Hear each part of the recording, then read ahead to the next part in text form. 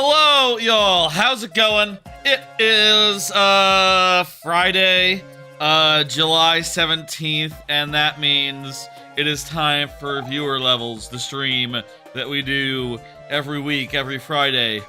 How y'all doing? I had a pretty normal, uneventful week. Honestly, it's been pretty normal and uneventful. Had a couple of streams this week, nothing too weird about that. Got some business done, got my car inspected, nothing unusual about that. Honestly, it was, got nothing to say up top other than the obvious, which is, hey, we're here. It's time to play some of y'all's levels. Do I have anything else to say up front? No, not really. How y'all doing? I see a bunch of folk have already gotten into the queue. And as always, I appreciate that.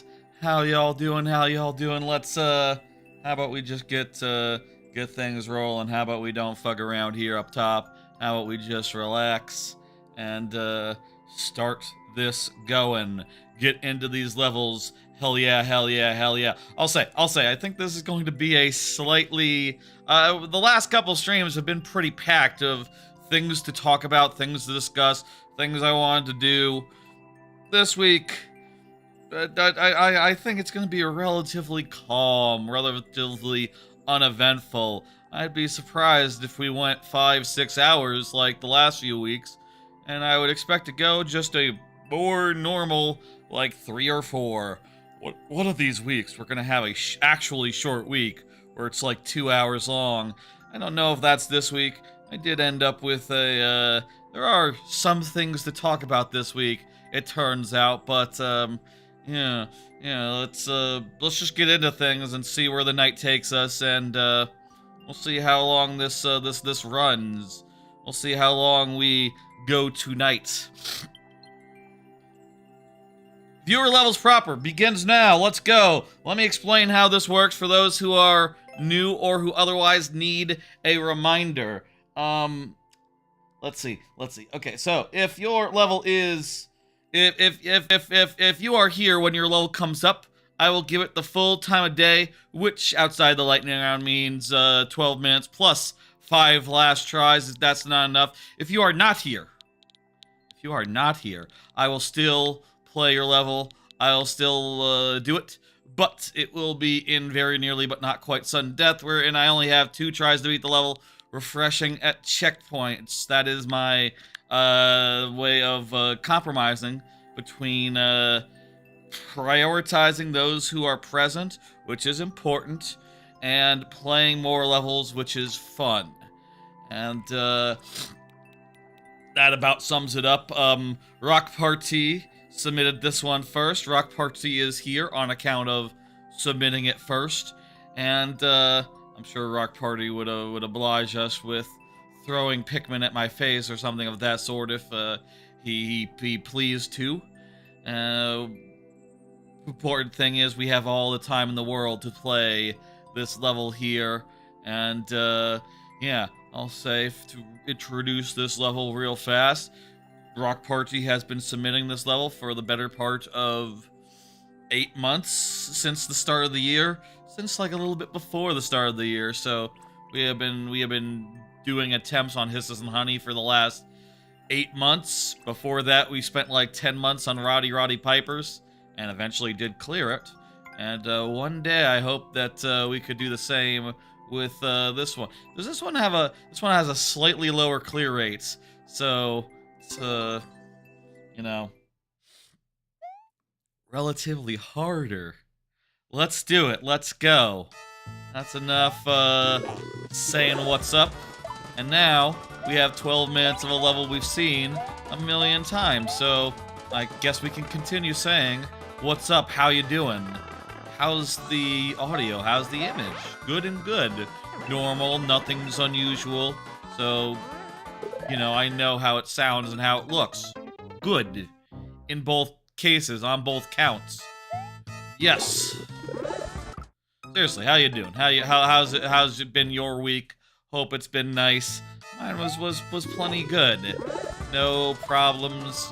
You know, honestly, it's been You know, we've had 2 streams previous this week. I've had 2 streams previous this week, which means y'all have seen me like for half of the previous weekdays. Thank you, Rock Party, for throwing things at me. I appreciate that. Y'all have seen me for the last 2 of the 4 weekdays up to this point, so I haven't been offline that long. I haven't had that much time since last time I was on air, which is normal. If you're doing 3 streams in a week, but does mean that there's not much for me to say right here up top other than hello. And yeah, I slept a lot yesterday, and then I slept less today, and now here I am, ready to go. We'll see how this goes. In general, I think it's gonna go really well. I'd be super. I'll say, for the record, if anyone's wondering how far we've gotten in this so far, that second room is the room that we spent most of our time in. This room, we have gotten past it like 3 times. I think we have learned that you need to have your power up when you are going into that next room, and I've only had my power up going into that next room like once, so, you know,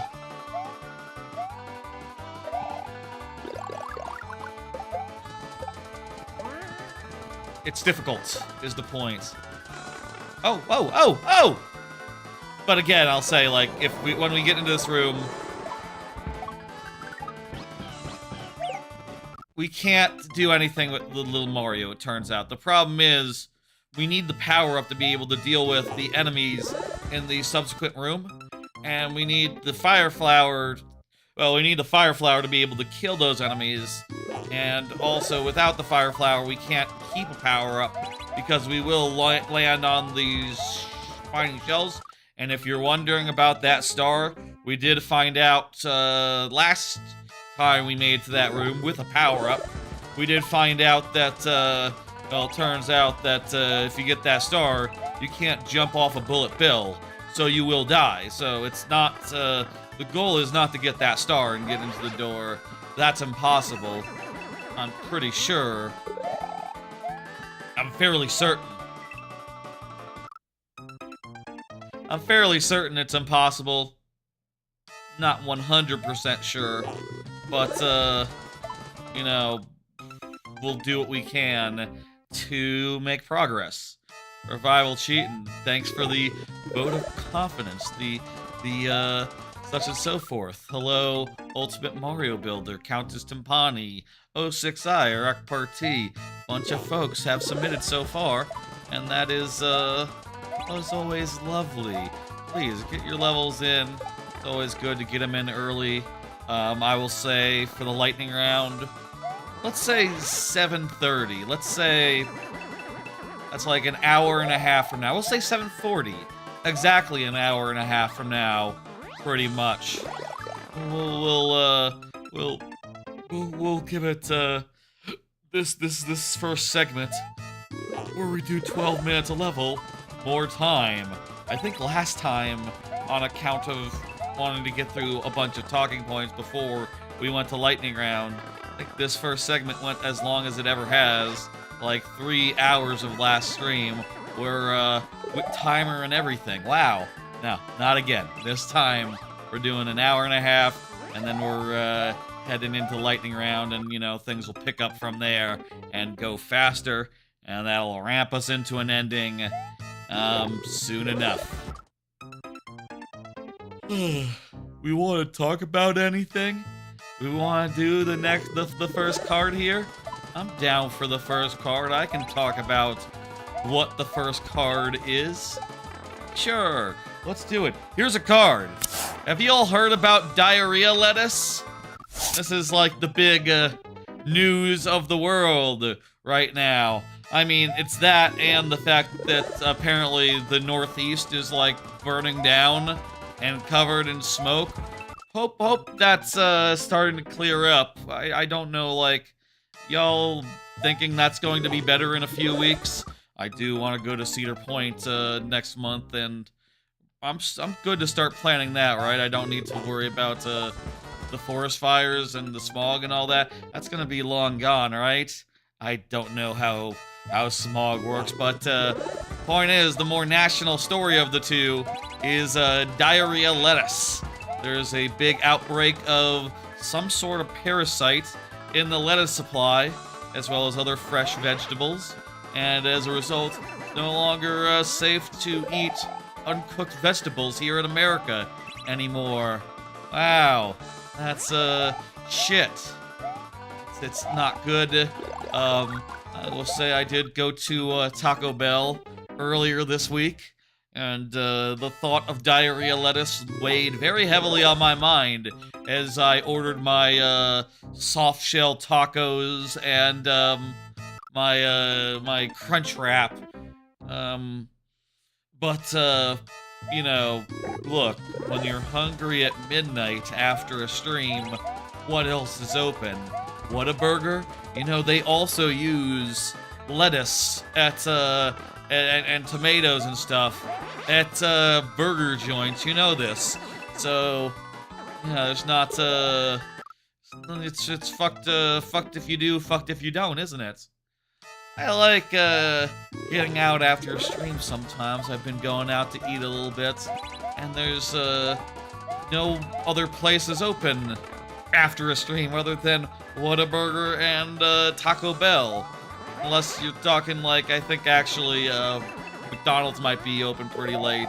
But if I want a burger, I'll get Whataburger. Come on, let's be I don't really like McDonald's anyway, honestly. Five Guys, that's another burger I'll get. I like a Wendy's. Wendy's isn't open that late. And also, you know, if we're talking variety of food, I already got a burger joint for late night. Really would like there to be a late night, I don't know, chicken joint? Wingstop is open pretty late. That's, I guess, your best bet there. I would like a late night anything else. Just sandwiches. Sandwiches would be nice. Chinese, Asian food, Japanese food. Something of that sort would be cool. I like a ramen, I like a rice bowl. I'm interested in eating more Chinese food. I'm interested in like, trying some stuff out there. I like a fried rice. I've liked what I've liked from the HEB,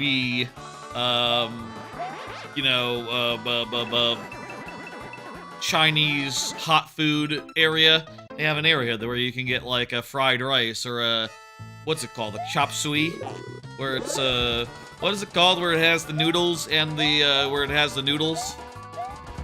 Anyway, I kind of like that, so wouldn't mind eating that at a restaurant one day or more days. I actually have had it once or twice. Not important. Anyway, that's how diarrhea lettuce affects me. Makes me a little more hesitant about eating the things I like to eat. I like a burger. I like a, well, Taco Bell's okay. Honestly, I'd rather have Rosa's, but Rosa's isn't open late. You know, they don't have fajitas at Taco Bell. I don't know why. You'd think that would be a big hit, right? I guess the thing is, they don't have a grill. They literally can't, like, make the beef fajita strips you would want in a beef fajita. They're not built for that. Has Taco Bell ever had fajitas? That seems like a missed opportunity, considering I don't know what the stats are on fajitas, but if you ask me, fajitas are like my favorite Mexican food item, dish. I like picking out the beef and the sour cream and the lettuce and the other crap that goes in their onions. I like rolling it up. I like wolfing it down. I occasionally like messing around with, ooh, you know, this came in like a tortilla. At Rosa's, the guacamole and the lettuce and the cheese and the sour cream, it all comes in like a nacho, like not a nacho cheese, but like a nacho shell. Comes in like a nacho cup. So I like to sometimes like break up some bits of that and put it into the fajita, or like maybe some of the rice, or maybe some of the bean shit. You know, I'll throw some of that in there, and it'll be fine.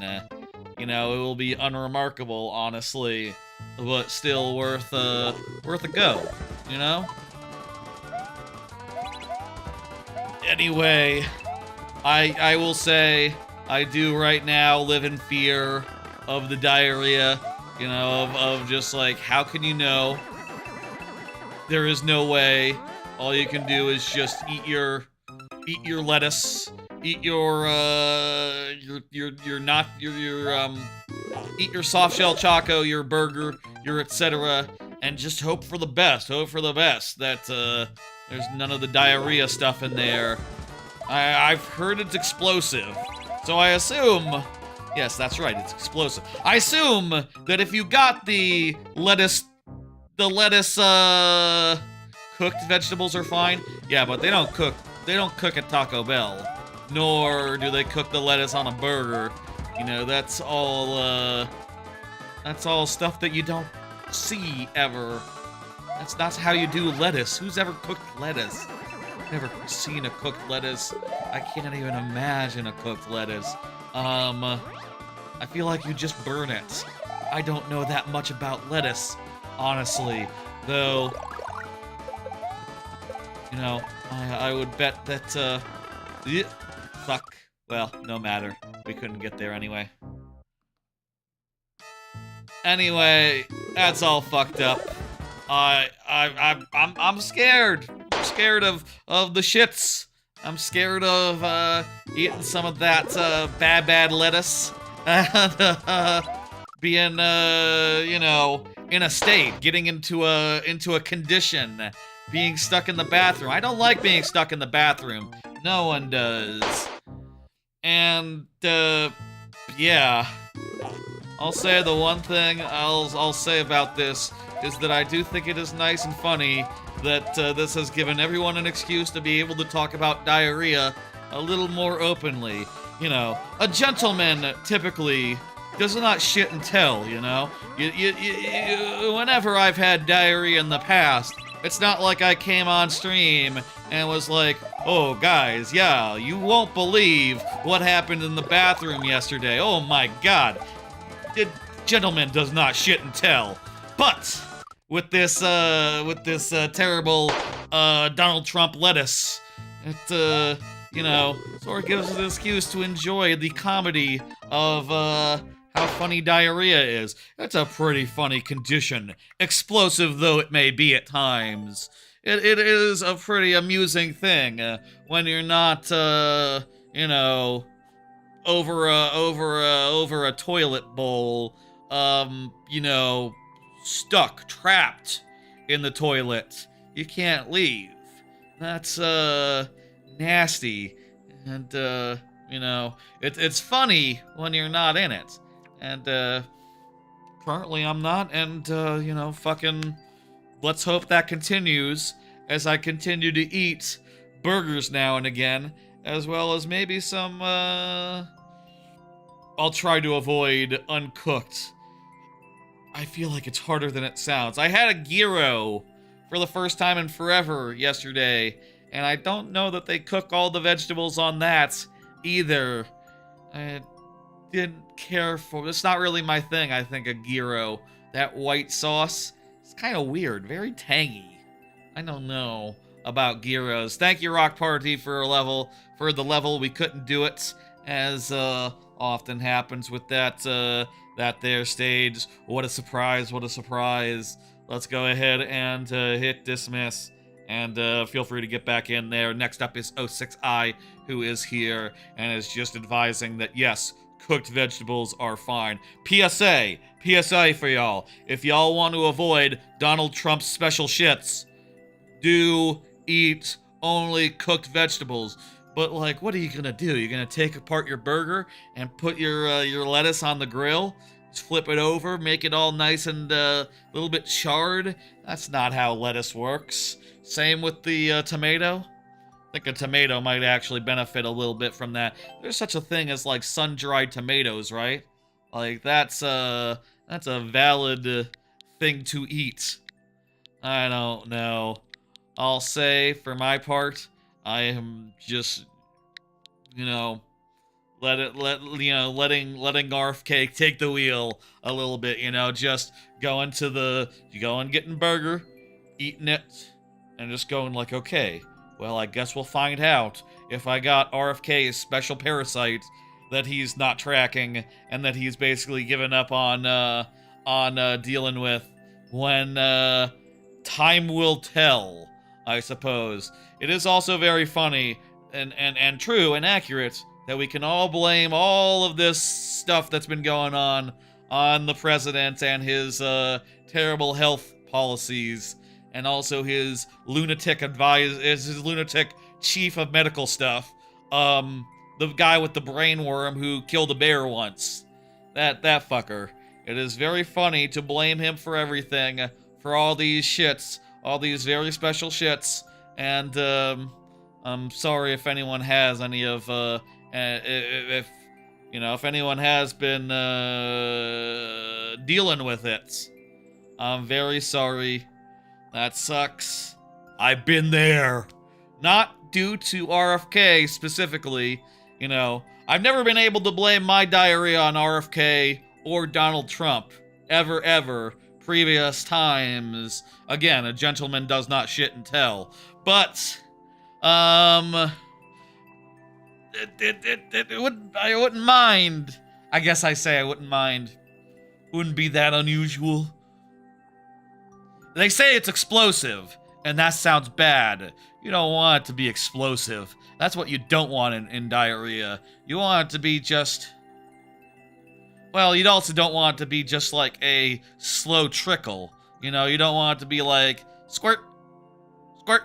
You know, you don't want it to be like a little bit, oh no, I know it's coming.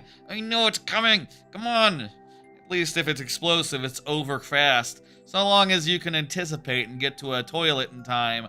I don't know. I haven't heard that much discourse about, like, the specifics other than the specific descriptor of explosive. Anyway, let's play the level. Maybe enough talking about Donald Trump's very special diarrhea, though perhaps I have said enough things about it where, if I made it the title of the VOD, something about his special shits, or a gentleman does not shit and tell. Or you know, just diarrhea lettuce. Something about that. I think it'd be fine and good. And funny! Need to, I hit forward and then walked right off the edge there. Shouldn't have done that.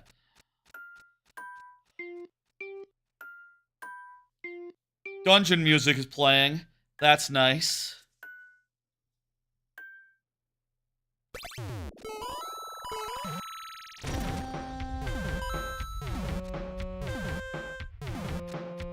What?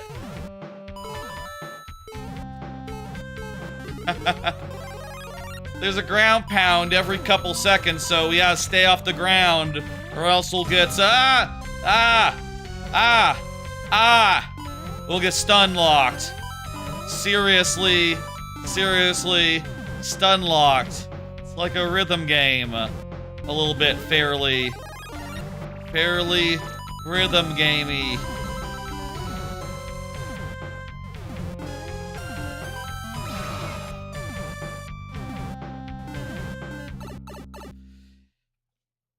That's a really cool mechanic. That's a really cool gimmick.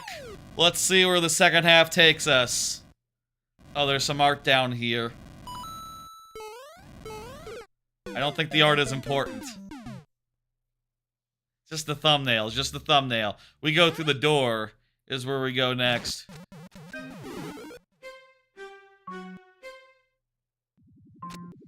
Let me take a drink from my water.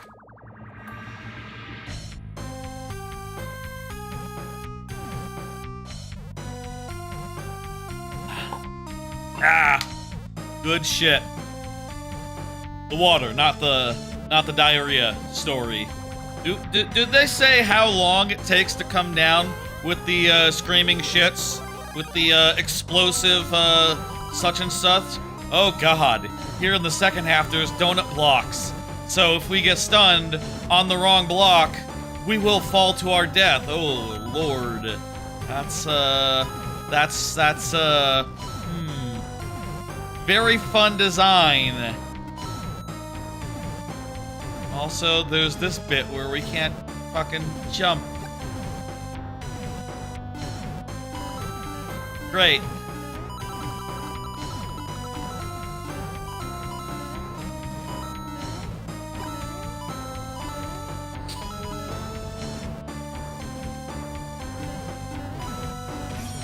All right, here we go. Survival? Survival, wall, we're under risk of being stunned. Great, very cool. Fortunately, I'm very good at jumping. If you get stunned, you cannot duck anymore. So you can't, like, squat, you know, you can't take the position and just hope for the shellmet to deal with any low-flying fires. Am I supposed to do something here? No, just survive.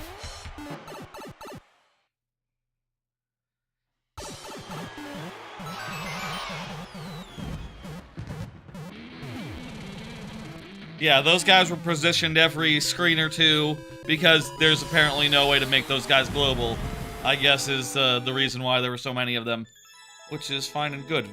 Cool design, very cool gimmick, like to see it. End that timer, go ahead and hit, let's go ahead and hit complete, and bring up the next level. Ko-hee-hee. Go ahead and confirm for me. Next card! I started Dench Attack. So, y'all, if you haven't heard about Dench Attack, which, by the way, came out 2 days ago, Dench Attack is a on-rails train game. It's a game where you play as a train, and you sort of do like it's sort of like Tony Hawk, if Tony Hawk was on rails to the extent that like Pokemon Snap is on rails, but like more dramatic. Where like in Pokemon Snap, there's a couple cases where like you throw an apple and you can change routes. Whereas in Dench Attack, you're just constantly jumping from track to track, changing routes, sometimes because that's the gameplay that it's given you, right? Like, oh, change tracks, do a flip while you're doing it, you know, jump on this, wall run on that, do this thing, do that thing. It's fucking really cool. It has a great setting, you know, it's set in, like, Japan, and it you know, sort of like a big road trip, train trip, I suppose, through the entirety of Japan, which is pretty neat and really well done.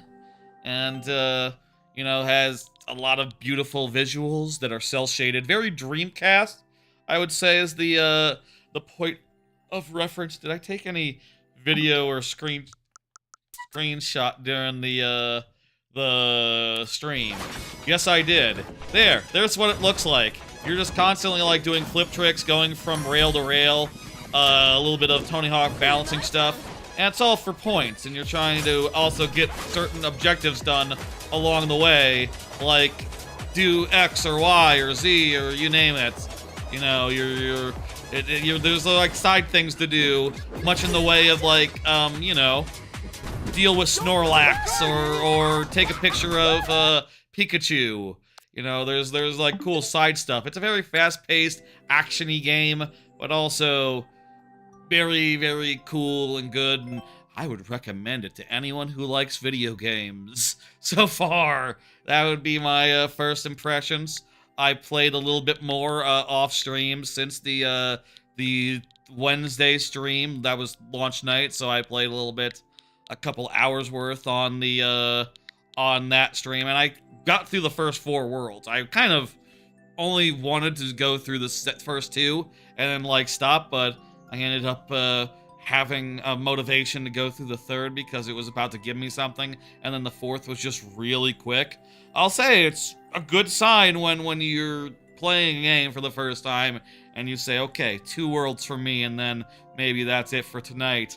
And then instead you go for an extra 2 hours and you go through an extra 2 worlds. That's a good sign for like how compelling, how like well-paced, addictive is a word that's probably thrown around too much. The compelling a game is, and yeah, that shit's good. And I played another couple levels after where I left off and got into Kyoto a little bit, and that's really cool. I've been to Kyoto, so that's like a place I recognize, and I know things that are there, like the bamboo forest, and oh yeah, they got the thing where they light the trees up on fire or whatever. They make some kanji on the hill. That is a thing about Kyoto that's cool. Yes, real good Kyoto level, I'll say. Like, could have been cool to have gone another couple levels and seen Kyoto during that Wednesday stream, but you know, hey, not gonna see the whole game on stream, and gotta stop somewhere, and I do not regret stopping where I stopped. Honestly, it was late night. It was time to end. Overdue, even. Damn good game. I would recommend Dunch Attack. It's better than it's. I'll say in the opening thing where I wrote you know, whenever a stream is about to start, there's a bit of text that is not archived on the VOD, and in that I said I mentioned the diarrhea lettuce and I mentioned the Dench Attack, and then I put in parentheses I put and I won't say which one I like more. And then in another set of parentheses, I said, okay, actually I will. It will be obvious. And yes, I like Dench Attack more than I like Diarrhea. Yes, following up on that. I said I said in that description I would say which one was better. So I am. Here I am saying it. Now, it's all confusing for people who didn't see that. So that's not great. Didn't think about that. Doesn't matter. Let's go. I do not see Ko-hee-hee. Ko-hee-hee. Has Ko-hee-hee said anything in a minute? Like, I'd take even during that last level, honestly. Ko-hee-hee, if you're still here, you know you gotta say something, right? Ko-hee-hee, Ko-hee-hee. Let me see if I'm missing this? Where the hell is Ko-hee-hee? In the chat. Right, Ko-hee-hee submitted right as the stream has started. Hasn't said a word since. Okay. Yeah, well, by the rules, we gotta do sudden death, so that's that.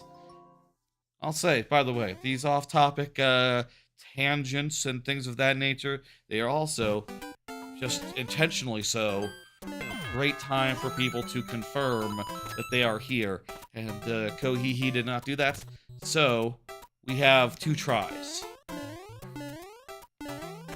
Ko-hee-hee is probably pretty confident that we got this. Let's hope. Let's see. I didn't see the clear rate. Was the clear rate super high? It's probably super high. I was not looking. I was busy thinking about Dench Attack and Diarrhea. 2 topical things that are cool. 8%? Oh, you can do that. Won't be super duper easy, but that's pretty doable. I would describe that as pretty doable. Let's do this! Got a checkpoint, and we're here. Some good blue plat business, and yeah, things are going swimmingly. Things are going great. We got a light Kaizo bit, pretty intuitive, and it's done. Ko-hee was right to be confident. That was there was no problems there. That went well, and that was quite some lovely mix of light Kaizo and some slightly more methodical stuff. I would describe that as slightly more methodical than your typical light Kais, and I liked it. Thank you, Ko-hee-hee. I'm hidden complete, and let's chuck on. Barnstormer is up next, and Barnstormer just said rockin' and rollin'. Hell yeah. Salute to you too, Barnstormer. Another card while I'm typing this in.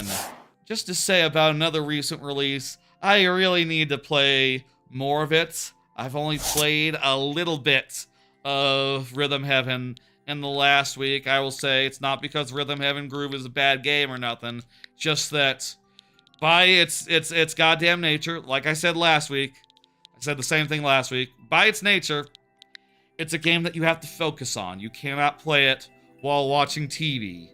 And definitely not while watching anything subtitled, such as anime. So, I've not had so much time where I've had, where I've wanted to just play, I feel a sneeze coming on. Where I wanted to play,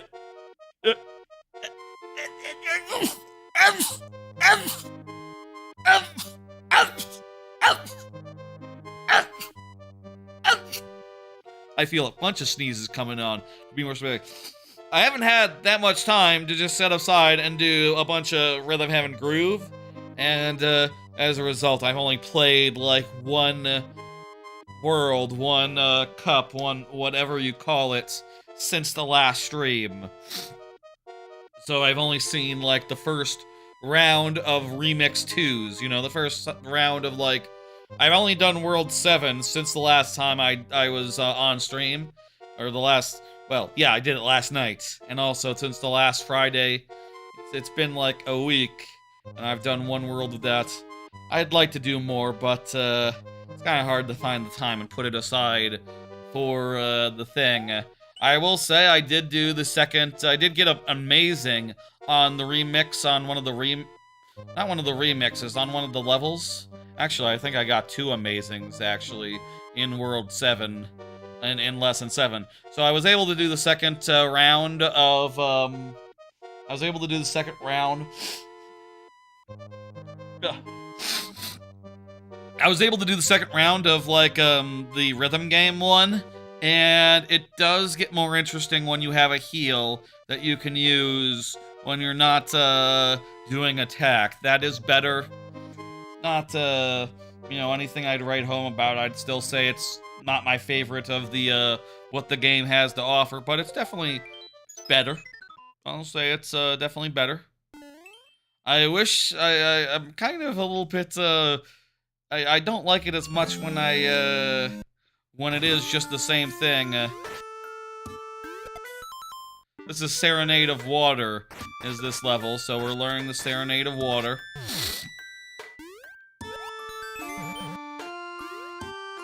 This is, by the way, Barnstormer has been submitting the Super World for a time, and it is a remake of, Ocarina of Time. Very much like the one Nintendo's putting out, but it's in Mario Maker, and, represent it one level at a time. You get a lot of different magic after Chapter 4. Well, I guess I'll say I'm surprised that there are more than 4 chapters, but I don't have nearly enough amazings to get there. I'll say there was one in lesson in the 7th. I thought I had it on one of them. I feel like I only missed like 2 or 3 or maybe 4, but then I started counting my misses, and then I got amazing when I missed 2, so maybe it wasn't that good. I'm not sure like how I'll say one thing about Rhythm Heaven Groove that can be a little bit miffy to me is just like the fact that it doesn't show you any sort of like overall score is fine when it's like, oh, I don't think I even did that well. So when it says really good, I'm like, yay, I won. Also, there's the fishing minigame here. This is the fishing minigame. Very nice. Or maybe the fishing minigame is the next level, I'm not sure. It is cool when you did badly, but when you did really good, and it's like, yeah, you did really good. It's like, wait, I thought that was amazing, though. You sure it's really good? Okay, I guess it's really good. Fuck. You know, that kind of feels a little bit, disappointing, and you have no idea, like, how close you are, you know, and, that's a bummer. But I'll also say I got amazing twice, like, right after that, of the 5 levels that I did. 6 including the credits one. I did the credits one again. I got 2 of those amazing, so Guess I was doing pretty good, actually, once I locked in. Once I was more focused and all that. It's definitely easier, I'll say. It's easier doing it portable style than it was on the TV, with the delay that the game admittedly calibrates for, but when I was doing it on stream, that was going through OBS, so it was like extra delay, an extra, a ungodly amount of delay that usually games don't have to worry about. It's not a problem. Thank you, Barnstormer. I'm going to go ahead and hit complete, and then feel free to get back in there. Give me a second, Barnstormer. I haven't got you out yet. There you go. Now go ahead and get back in there. Albert Wesker is up next. Albert Wesker. I would recommend Rhythm Heaven. I would recommend Rhythm Heaven just as much as I would recommend Dench Attack. Though definitely Dench Attack is personally more up my alley for what it's worth, and definitely has me like more raring to go and wanting to see it through to the end for sure. Whereas like right now I'm in a part of Rhythm Heaven where it's like, play the same games you already played before, but harder. And that's like, that's cool and all, but like, can you give me some new ones again? When do I get new ones again? I feel like that's the one thing I would say that I'm kind of disappointed about as far as that game goes, where I feel like that could be better. And maybe that's like the point where I see it going from a 5 out of 5 to a 4 out of 5, just like repetition and things of that nature. Hey, Starboy, how's it going? Wesker, please confirm. You know what to do. You are up. Has Wesker said anything in a minute? Let me scroll up for a second. I don't see any Wesker in the recent chat, so let's just go ahead and pick one, and then you know, let's go. We have right now about an hour until a lightning round, so we'll see what we can do. Maybe you wish you more. Maybe you could wish you more. Maybe I don't want to wish you any more. What? I don't want to. Okay. I got you, Chard. I understood. Good to have you. How you doing? Hope you're doing well. Sorry about errands. Those, can be a bunch. Okay, so we got some bouncy wigglers. And, if we miss, we will die. What else is new? You know, there's a lot of levels where pits where if you don't land exactly so, you will die. And, this is just one of them. It's not that unusual. And if it had just been pit, it would have been just as dangerous. Well, I guess now they're setting it up because we're going level by level upwards, and you can't have a pit for that long. Gotta do it with spikes and all that. And it is getting harder. It is getting harder, I'll admit that. We have one more try. Until such time as Albert Wesker confirms for us and gives us all the time in the world. By which I mean 12 minutes. Albert Wesker, you know, you can confirm at any time, and then we'll have more time in world. Okay, well. That's cool. That's good. I like it. I like it. Thank you. Good tries indeed. I wonder what the world record's 2 minutes, so it is a bit of a to-do. The clear check was 3. I wonder if there's a checkpoint somewhere in the middle. Oh, there seems to be some interesting stuff there. Middle of the way through. Definitely some stuff that would. The timer is not tight, right? So it's not like you die from timer running out or nothing. It's just a long one. Thank you, Albert Wesker. I'm gonna take a drink of my water, and then we're gonna move on if you don't confirm by the time I'm done drinking my water.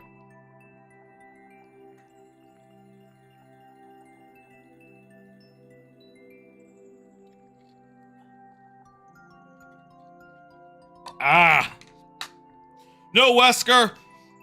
That means dismiss, and that means, it is time for Countess Timpani. You're being pessimistic that your level will be reached within the, not lightning round. We're still in, like 50 minutes from the lightning round, so you are well within a normal time. Countess Timpani, who just said good tries. Hell yeah, hell yeah. Card! Do another card! I finished DK64 101% for the first time ever. That's right. If y'all saw, there were a bunch of streams over the last 5 weeks, DK64 101%, and they went really well. I was low-key scared when we ended up committing to that as part of, birthday sub goals back in May, but and again, thank y'all for hitting that that amazing threshold. I put it at 50, assuming that it would never be hit, and then it got hit. So, goddamn, really, I continue to appreciate the hell out of that. But I also appreciate it insofar as like it was a fun time to be forced to go through all the parts of all of DK64, all the parts of DK64, and complete it in a way that I've never done before. There were so many shitty bananas, golden bananas, that I never made myself get committed to getting. And also, there were ones that stopped me from even finishing the game proper, like specifically the Nintendo coin, where as a kid, you know, before save states, there was nothing I could do to get that right. I tried game sharking it and forked my save file, at which point the file that I had like nearly beaten the game on, I couldn't beat the game on it anymore, at which point, you know, I'll say, like, this is not only my first time beating it 101%, but also the first time just beating it casually. Though I have done the randomizer a bunch of times, and that, you know, includes K. Rool and Helm to a certain degree. And I think also I did do Helm as a kid, just couldn't get the key at the end. You know, couldn't finish the job, as it were. That was really interesting, full of wonderful little bits, fun challenges that are, I say fun challenges, nightmarish challenges that were satisfying to overcome and to get through for the first time in my life, and god damn, that it feels like an accomplishment, and I feel really good about putting that shit to bed. And check out those VODs, they're lovely, and there was a lovely 5-part series, a lovely 5 streams. Couldn't have gone better. I was kind of worried, like, efficiency-wise, like, if this would be, like, 8, 10, if there would be whole streams of Beetle, whole streams of DK Arcade, but pretty much, even like, the hardest thing, time-wise, was probably Beaver Bother, or maybe one of the Beatles, both of which took about, maybe DK Arcade. The hardest things in the game took about an hour each, and that was a bad thing, but still fit neatly into 4 or 5, maybe 6-hour VODs, and streams, sessions, and that was lovely. Also, the last stream was shorter than the previous ones, which was also nice. Shorter streams are nice sometimes. Let's make this one a shorter stream. Anyway, I've played so much DK64 over the last 27 years of my life. It feels good to be able to say, yeah, I fucking beat it. I beat it, not just casually, but 101. I got everything short of all the bananas, all the colored bananas. You don't need to get those. You just need to get enough to get a banana medallion. So like 75 colored bananas a world per Kong, which is still a lot, I would say, for what it's worth. Anyway, thanks again for making me do that. I really feel like it was, you know, something I should have done earlier in my life, something that is very much in my wheelhouse, in my, you know... DK64 is a big Rareware fan, as a big 3D platformer fan, as a big, whatever the fuck. It's kind of in my lane, it's kind of in my, in my, wheelhouse, so... It made sense as a thing I should have done. I should stream. And, now that I've done it, I feel nothing but, big satisfaction, and, I will never do some of those things ever again in my life, I'm pretty sure. Do not expect me next time I do, DK64 randomizer to, bother with a beaver bother ever again. I beat it twice, that's good enough for me.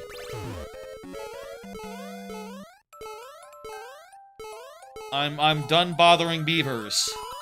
I think. I'm done with Beetle 1 and 2. I'm done with that, fucking rabbit. I'm done with the stuff that didn't even take that many tries. Like the race with the water race with the seal. And the, whatchamacallit, DK Arcade. Definitely done with DK Arcade. Jetpack? I wouldn't mind more Jetpack. Jetpack was fine. Didn't have a problem with Jetpack. Hell of a thing to, check off a bucket list of life. And, well, I'm glad to have done it once. And thank y'all for making that happen. Check out those lovely VODs. They are quite lovely, cool, and good. And they have lovely thumbnails, I would say. One of them has, Lanky Kong looking like, one of them makes it kind of look like, the bunny is eating Lanky Kong's ass. It just sort of happened like that when the cutscene loaded up based on the position of Lanky Kong and where his ass was at. I think it was a pretty good thumbnail thing to make into a thumbnail. And, I stand by that. The fourth one, that thumbnail is full of beavers. And that took a bunch of work, and, you know, if you want to see 90 minutes of beaver bother, there you go. I eventually figured out how to do it. And, prevailed. Hell of a thing. Hell of a challenge. Definitely do not underestimate beaver bother.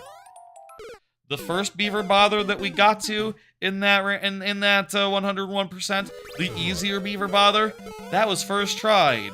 The second one and the third, ooh, that was not so much. Also, worth saying, I did not know there was a third beaver bother. So you could fucking bet your ass when beaver bother came out a second time, I was like, no! It was just, I had a big funny reaction. It was great. Check that shit out. No one warned me about, second beaver bother. It was moi. It was perfect. Beaver bother is really bad and hard. It was like, no. Well, what it was specifically, I'll say what the reaction was because I remember it. The reaction was, I was talking about some other shit, as I want to do, and then I said, wait, beaver bother again? Fuck.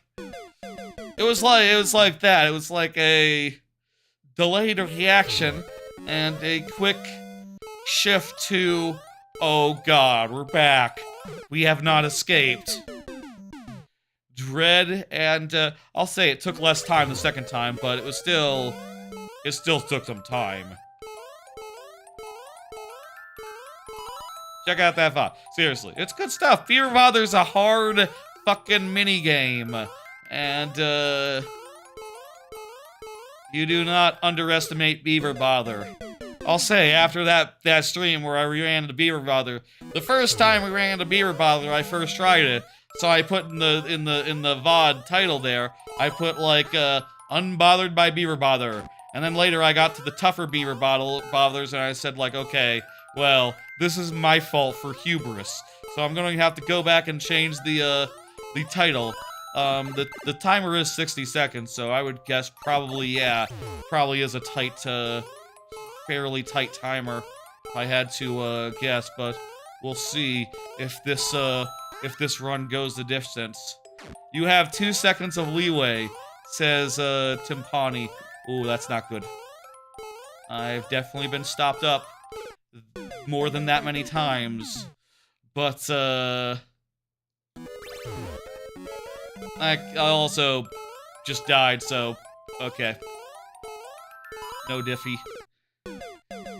Jeez, indeed! Yeah, there's a lot of Countess Timpani levels like this. I'm surprised that anyone has cleared them, and, there are a bunch that people haven't. One day, Timpani, people will have to do yours for, 0%, Team 0%, and, they're gonna have a hell of a time. I bet at least one of your levels will, be the subject of, part of a, you know, a summoning salt video, if there ever is one for Mario Maker 2.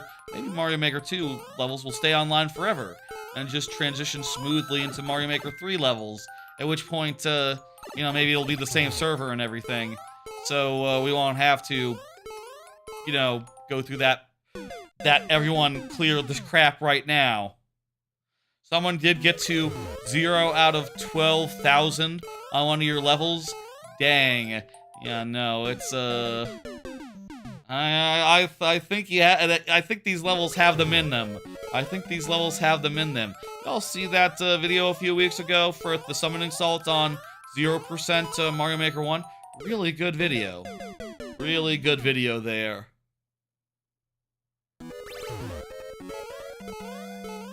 What was I talking about? Beaver Bother is a hell of a thing. Check out those VODs. They're good VODs, and they deserve love. A little love would be nice on occasion. You know, it's eventually it'll be short form. But, you know, I'm kind of way behind on short form. Really, I should clip up, before I start clipping up DK64 101%. I'm probably going to do the rest of... There were a bunch of rare playthroughs I did like a year and a half ago. I gotta get through all of those before I start thinking about, getting, short form from newer playthroughs. Except for the Mario Bonanza, the Mario 64 Donkey Kong Bonanza streams, which, age in a way that the other ones, will not. Those gotta be fast-tracked a little bit. But not a lot of bits. Also, speaking of those, I'll say, I was originally thinking that we would do some sort of, you know, come back and do all of Mario 64 as, like, co-op style with a bunch of, other characters from, there's a bunch of custom characters other than Donkey Kong for, Co-op DX. And I was thinking at the time, like, ooh, let's come back and do, like, a bunch of other folk get in here and we'll just co-op it and do it all as a big event. I'm thinking, like, two things. One, maybe we should just start the whole game over and not do, you know, whatever fucking bananas I didn't get there in that stream. Because, I got a lot of the fun ones, you know? That just leaves the ones that I didn't want to get necessarily during that, full playthrough, which, you know, is kind of dregs, right? Kind of just the dregs. Second, it might go really fast if we had, like, 2-3 people. Third, it's hard to schedule and know, like, hey, when would people be available for that? People who I want to get in on this. Do you want to get in on this? Maybe just anyone can get on this. I don't know. I don't know how restrictive we want to be, or if they should all be on voice comms, or what. But, that is an idea. It's still just an idea, and, there's currently no hurry to do it. I still also want to do Left 4 Dead at some point. That also, just, you know, coordination-wise, I gotta figure out when 3 people are available, and usually when I'm making my schedule, I don't consult no one, or consider anyone, so that'd be different. I did beat that as DK mod. That did happen. There is a full playthrough on the channel of that. 2 streams worth. That's all it took. Went really fast.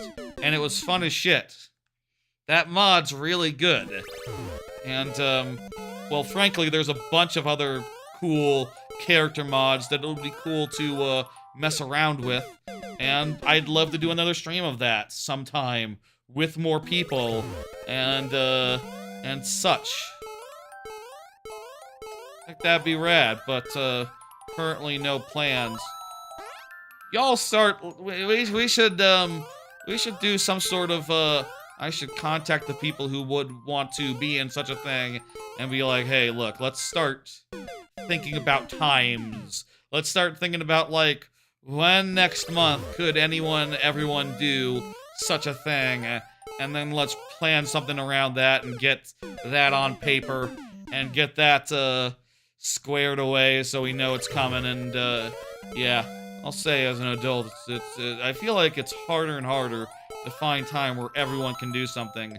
I feel like that's the thing that keeps me away from, like, being very interested in, like, you know, co-op games and things of that nature.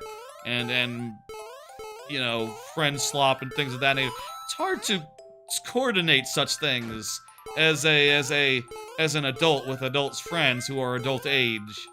You know, communities that aren't all basically on the same schedule are more difficult.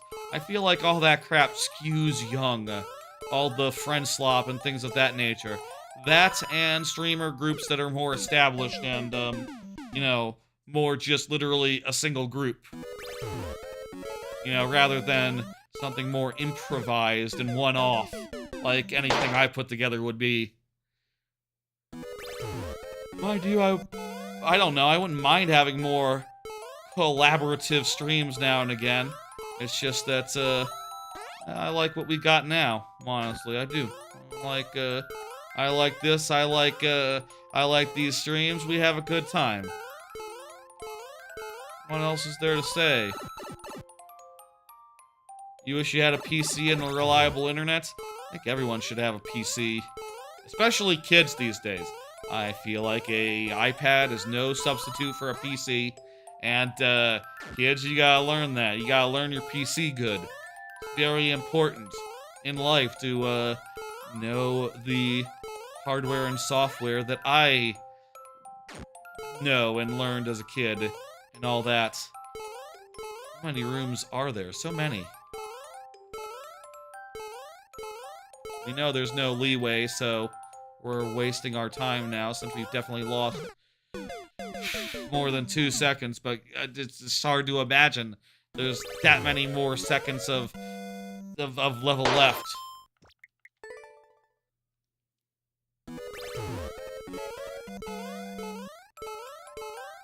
Monster level. You make some real monster levels, Timpani. The level houses the names of all 9 Aquor idols and a short message. I don't know what an Aquor idol is. Suppose it's some idol group. Fairly obvious now that I say it, isn't it? One more try. This'll be it. Hard level, as you can see. And if it really does have 2 seconds of wiggle room, we probably already lost. Honestly, probably we already lost in the first room. Just about every attempt. If not the second room. If not the third. Yes, idols are like singers. They sing. They're like Japanese singers. They're like pop stars. But yeah, they dance as well, I suppose, yeah. And do promotional events. And occasionally hand out flyers if they're like really indie and they're trying to make their way in the world. Thank you, Countess Timpani. That was, yeah. I'm hitting dismiss. And, moving on to the next one. The Ultimate Mario Maker Builder. The Ultimate Mario Maker Builder. Go ahead and confirm if you are present, and we'll do this. Card. Been still playing some other 3D platformers like Banjo-Kazooie, Tooie, and Odyssey. So yeah, last week I was talking about how I was playing Banjo-Kazooie and Odyssey. I'm still playing those two games, except actually I finished Banjo-Kazooie and moved on to Banjo-Tooie and been bouncing back and forth between those. It's been kind of a slow period. It's been kind of a slow going for a bit. There hasn't been much coming out, and also, you know, after playing a good deal of Donkey Kong 64, I was kind of, well, one, playing DK64, and two, I've been working on a 3D platforming good go and was looking for, like, inspiration and pointers and, like, how they're structured and what I like about them, what I don't like about them, etc., etc. Great. Fantastic, Mathlete. Can't wait to see it. Get that in there. Yeah, 3D platformer. It's very early. I just finished yesterday. Last night, real fucking late at night, I made a ground pound work and got that feeling pretty okay. So I got like most of the basic movements and still need to figure out like systems and things of that nature. So it's like forever away. But basically I've been thinking about like structure and like what I don't like, etc. from those games, and you know, came to some conclusions. Like, yes, I should have.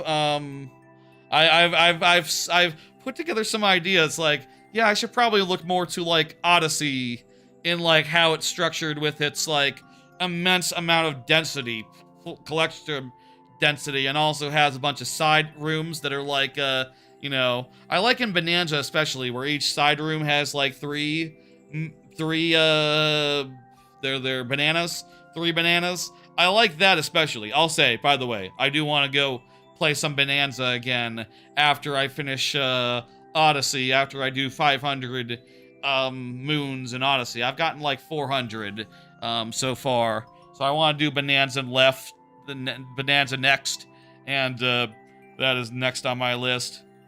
I'll say right now, here's some ideas that I have for it structurally. For the, again, I'll give the concept of that 3D platformer again, which is just like, it's a Banjo-Kazooie feeling type platformer, though I did put in a wall jump, so that's not very Banjo-Kazooie-y, but I do think it makes for a better game, so makes sense.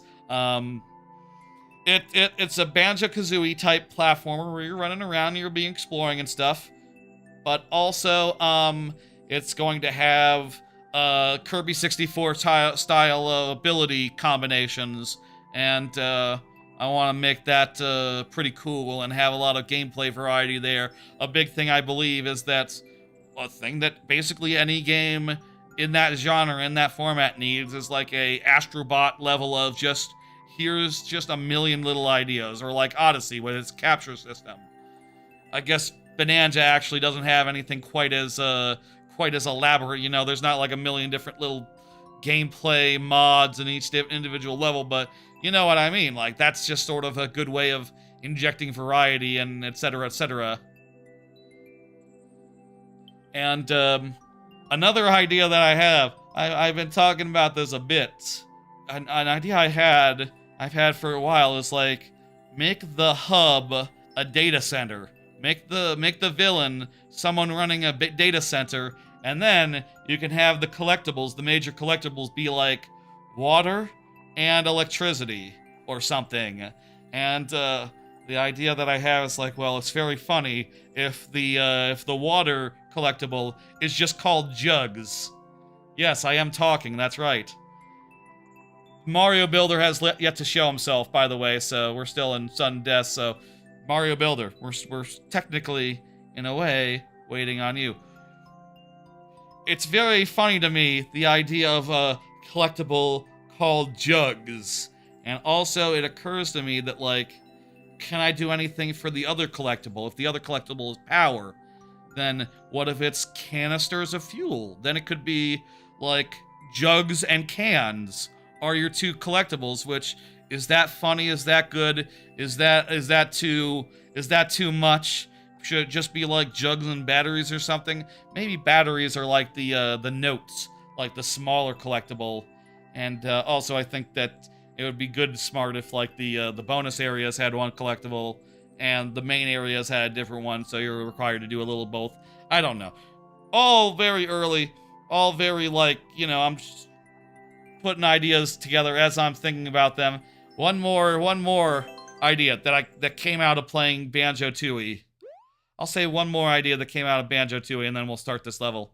Which is that, you know, Banjo-Tooie has a bunch of, like, challenge things, little arenas where you have to, like, kill enemies that are red, blue, or green and get up to a certain score based on, like, blue gets you 3 points, green gets you 2, red gets you 1, right? I think it'd be cool if, like, the Scarecrow equivalent in this game that I'm working on was, like, you get a Scarecrow, it gives you a specific ability combo, and then you have to do, you know, you have to get 60 points using that ability combo in 60 seconds. And you know, it's like a Scarecrow. It spawns stuff and spawns the enemies to make that happen in the world. And that differentiates the Scarecrows a little bit from the more Mario Sunshine bonus level type stuff. Okay, that's enough talking about that. We're not going to talk about that every week, but you know, I'm still playing 3D platformers, and I'll say I'm having a lot of thoughts playing those games and what I appreciate about them, and you know, it's very helpful for what I'm working on in free time. I'll also say, like, you know, I've been spending the last month just making basic shit. Wow, that was a quick level. Thank you, Mario Builder. Tangent ended up extended all the way through the level. My bad. Also, wait, I played this one before. What? I didn't notice I played this one in light. Hang on, I'll pick out a different one because that one. We'll do a level of Super World. Wait, no. Mario Builder isn't here. It's fine. You know what? This is the level they submitted, and they're not present. We've done enough. We've done our bit. Thank you, Mario Builder. But yeah, it's coming along well. I've gotten like most of the basic stuff down. I'm hitting complete, Mario Builder. Thank you, thank you. Japanese viewer, you are up. I've gotten like most of the basic feel of it down, and I'm currently just like figuring out. Currently, like I for like basic feel, I have to still build a sliding attack that's like Z plus B, so like your beak barge, basically. Your basic beak barge. I'll say all this shit gets overridden for every state, for every ability combo, right? And I also need to build a beak barge, and I need to make it so that when you're on steep ground, you start sliding, and you have a slide. So I need a beak barge. I need a check to see if you're on stable ground, and I need a slide that slides you down that unstable ground, and also a sliding jump where you don't have that much control, and maybe you can't like do an air spin while you're in a sliding state. That would all make sense, I think, as far as like additional things I need to build as far as the basics go. Also maybe climbing, also maybe swimming. Maybe all that could be I think actually swimming can wait. Swimming can wait, but maybe climbing as well as like a 5th thing to build. Kind of a lot. It's kind of a whole lot to build everything involved with basic character. And I'll say I haven't actually gotten like attacks actually working, but I do have an idea about how they'll work. I think they should be like a separate thing from the main state, and that should make it so I can like reuse the code for like basic jumping. I'll say I wrote a bunch of notes down yesterday, like how like you know, I'll say as an engineer, it's been fascinating work to figure out like the engineering side of like how this all should come together, systems, etc. And I think I've worked out a compositional way of doing attacks, basically, which is to say, if a state has an attack hitbox, or like is I'm not sure, maybe has like an array of attack hitboxes, those attack hitboxes will have their own script that can determine like when an attack they are active versus not active, how much damage they do, and other properties, which should make it so like I could just have it so like, oh, this attack basically is just a jump script, except it has an animation that makes a sword go round, and a script that says like hitbox here, then hitbox there, then yeah, and maybe also the animation could move the hitbox around as well. I believe that is something that that an animation player can do. So like I'm figuring out like how to do all that crap. It just takes a lot of time, it turns out. So nothing nothing terribly too good to show of it yet right now, but you know, I have been posting about that in Discord, and that's been nice if you want to see like an occasional video about how that's going. It's in the Discord. It's going fairly good. Coming along. Let's do this. Let's go. I do not see the Japanese viewer, so I'm just gonna hit play, and we're just going to roll.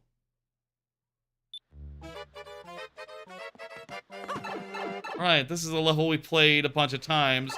It's some sort of survival nightmare, and suffice to say, it is a nightmare. You know, I think this blue pipe is the nicest one we've seen, actually. I remember going through these other pipes. None of them are nicer. This is the nice one of the bunch. And yes, it is definitely a nightmare as well. I don't know how long you're supposed to survive, but so long as the Japanese viewer is not here to confirm, that is all we can do when Japanese viewers level comes up. Yeah.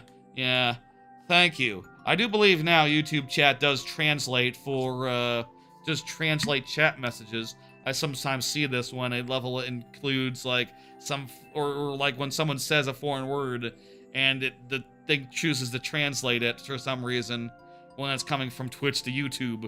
Kind of funky. They're definitely not trying to say something in whatever language, it's just that, you know, when earlier in chat, Mathlete was saying something about Leto 2, Leto 1, and that got translated to something else in on the YouTube side. I don't know what's up with that. Anyway, thank you, Japanese viewer. I'm going to go ahead and hit dismiss, and we're going to go ahead and bring up the next attack. Bring up the next level.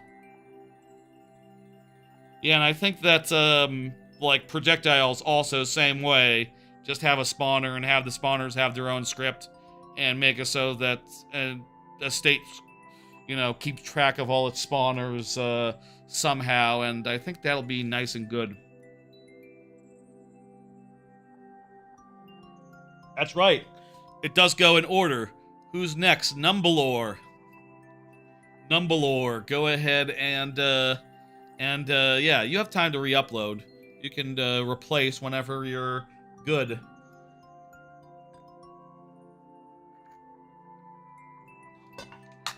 If you want me to knock you back a few, you can always ask for that as well, and I can oblige if you're on the ball. So yeah. Numbalore, you're next. How about another card? How about something that's not related to those platformers? Those platformers are very fun. I feel like I'm getting some good inspiration. Moving on. And also, I've been trying to come up with, you know, ideas, more ideas, lots of ideas. It's very early, but it's starting to come together, and I got a lot of good ideas. Hey, did y'all hear that underclocking an AYN Thor is actually a good idea? Apparently, it's a good idea. So this is a thing that, you know, an AYN Thor, by the way, if you don't know, is a Android 3DS form factor handheld, and also this is apparently a good deal on any higher end handheld.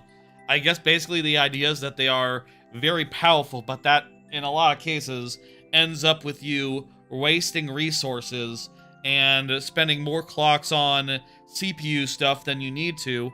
And from what I hear, it's kind of surprising. Not only is battery life better when you underclock it, but also performance on platforms such as PlayStation 3 or PlayStation yeah, PlayStation 3, Xbox 360, Wii U, and Nintendo Switch is all basically unaffected or even improved in some cases, which kind of throws me for a loop how that would be possible, but apparently just as is, these Android devices must be misusing their resources and getting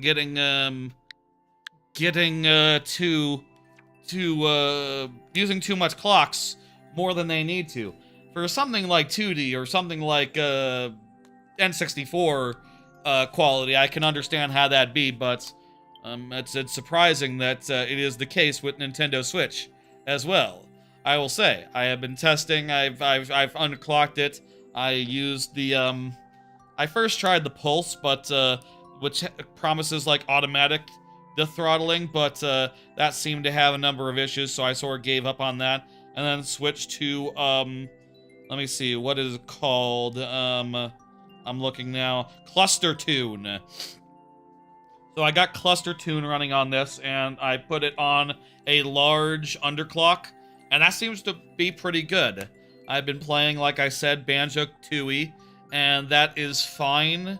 I will say, I've had some performance issues with Banjo-Tooie, but also, it is the thing where Banjo-Tooie, all the defaults, like rendering profiles, had graphical issues with Banjo-Tooie, so I set it to be the most accurate that I could do, and those settings maybe like not exactly ideal. That's a thing with emulation a lot of the times. Like, you can, you know, put together a not so ideal setting and have some performance issues as a result. But you know, I'll say it seems to be for the most part working well. Now that I've switched to Cluster Tune, I haven't had any issues, and I'll say, like, even with certain Nintendo Switch games that maybe I did mention earlier, it runs really great on the thing. Retro Game Core did a video on it. Check that out. And in that video, Retro Game Core did show two games that the two Nintendo Switch games that you're thinking about and that everyone thinks about, and showed that, like, yeah, no, they work great, and perhaps even better if you actually check the stats, which I cannot do. All I can say is, like, yeah, it seems to be running good, and you know what? More battery life is a good thing, so what the fuck? Let's do it! Here we go. It's title, but harder too. This is one of the title levels, but it's been made a fair bit harder. How's that then, I wonder? In what way is this harder than default? It is still an auto-scroller, but it is very fast, and we don't have time to... Okay, I'm kind of worried that if we... So worth noting, one, we have 2 tries on account of Numbalore not being present, and 2, we have to clear the stage as Raccoon Mario, so I kind of feel like if we miss power-up, or lose power-up, which we just did, we might be in trouble. There's a power-up we didn't get, that's great. And it will not catch up to us, also great. There's another power-up we're not getting.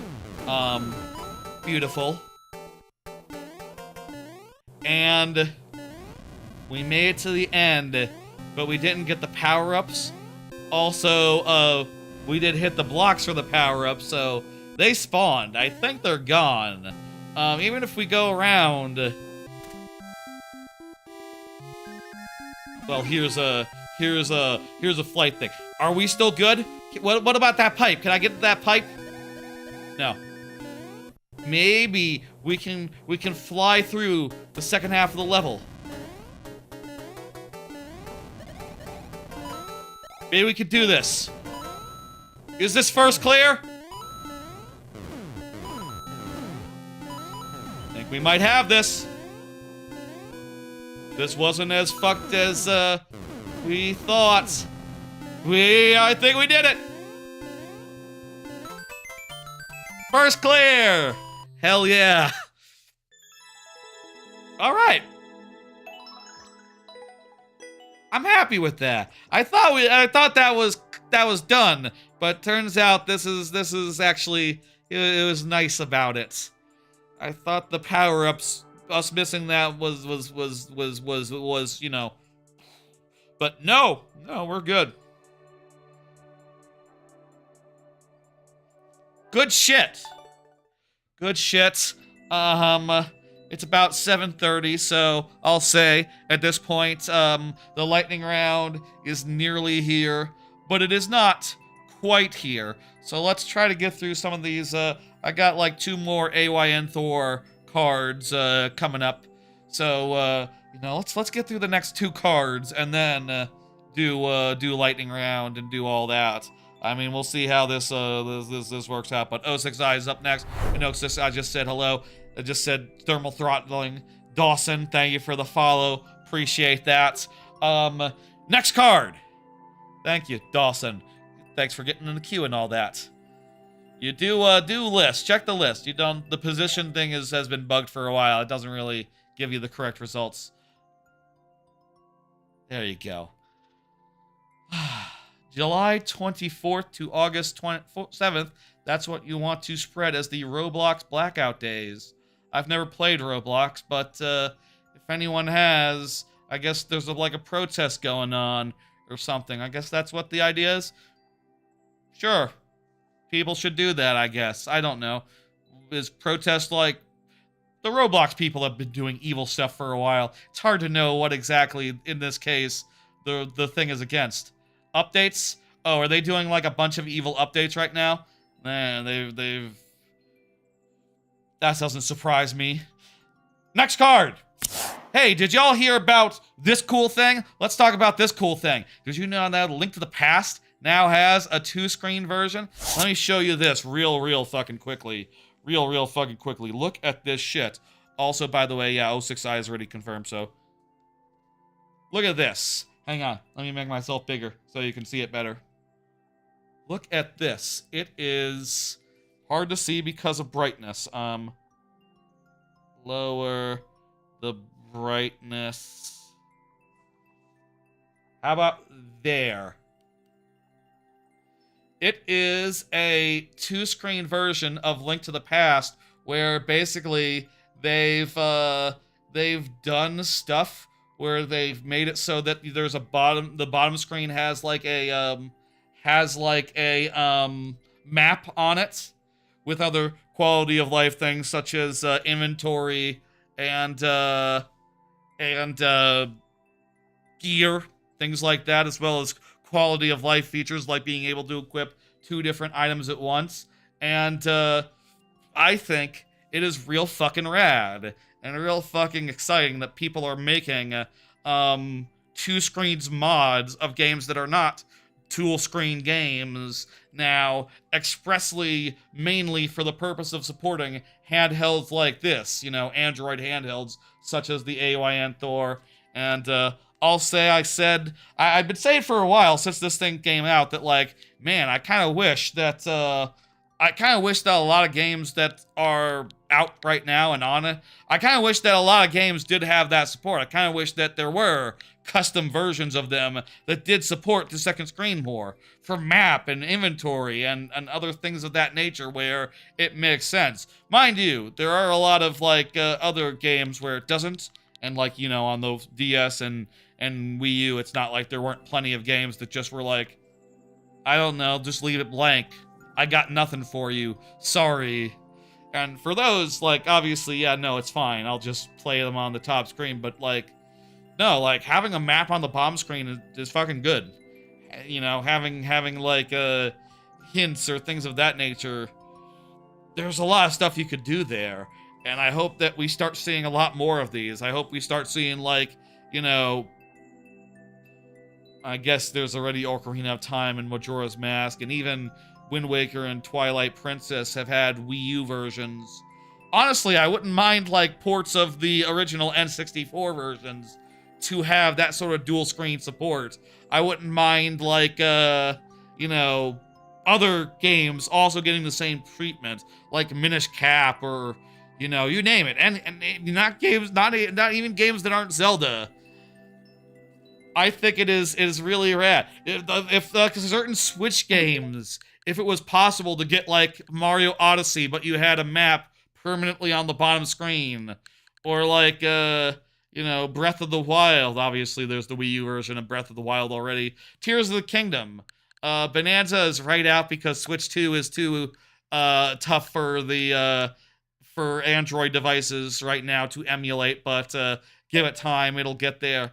There are plenty of games. Metroid Dread would be a great one for that. There are a lot of games that would be lovely with some sort of tool screen support, and I hope that this is the start of that. I hope that there are other projects that are starting, and also, I'll say, like, you know, obviously I don't know for sure if this is all on the level, if it's all like, this that isn't like vibe coded, right? It seems pretty solid. I don't think it is. It seems like it's made by good people.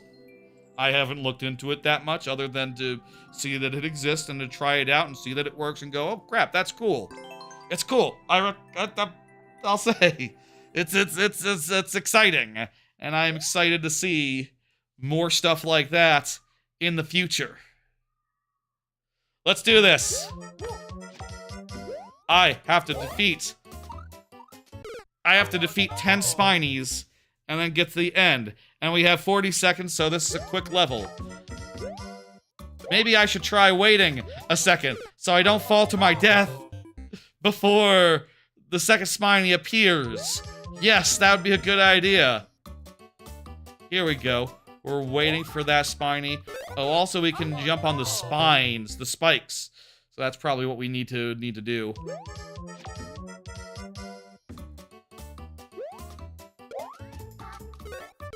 Oh, no. But there's a... Maybe I need to... Trying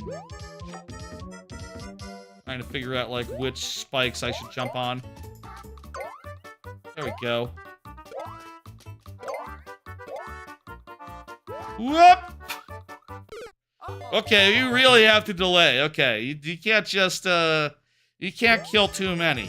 You gotta hold off on some kills so that there's time for them to appear.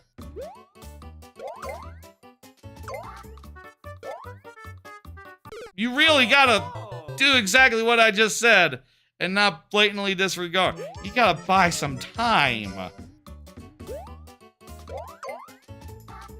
Okay, land on that spike. Okay, I think we're getting the idea. I think we will have this within the time. Cool challenge.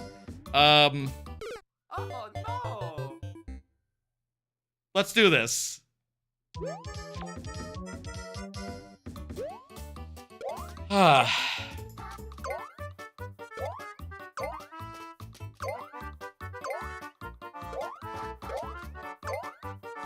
Beautiful.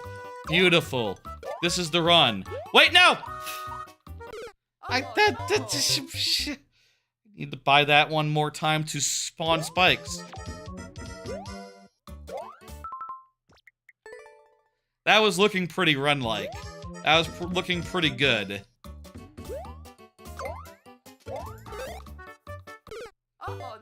Okay, so the first one we step on will be the high one. Will be the one that spawns upwards. Then the second one will be that. Then, yada yada yada.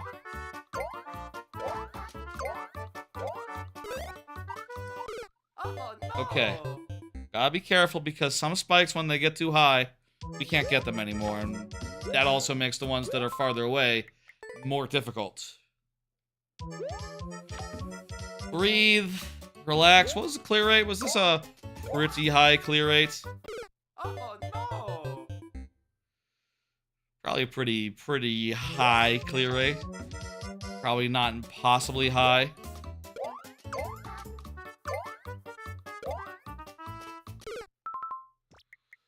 Yeah, and I think if we step on that third one too soon, that's a problem. We definitely want to wait for that guy.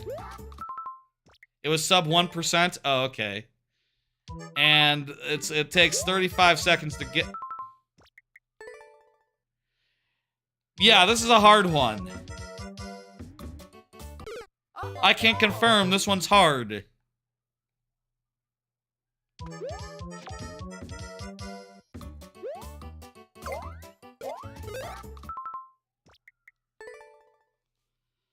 Ah.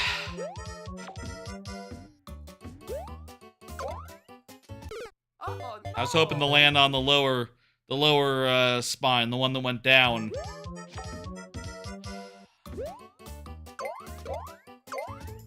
Get this, get that.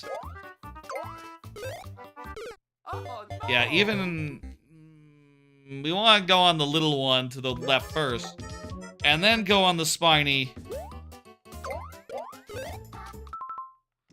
I think that one we want to go directly to the guy. And then on the one going up. So like this.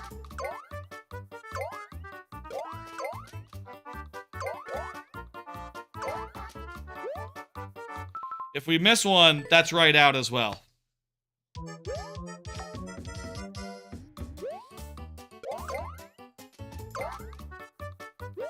Oh, no. In that case, yeah, if we pass before those spines come out, we're also just right out. Come on, come on, come on. Yes. No! Oh, no. We might want to go directly to that hull one. No, we gotta land on the... We'll skip the one going left. So go here, to there, to there, to there, to there. Oh, no. Not quite.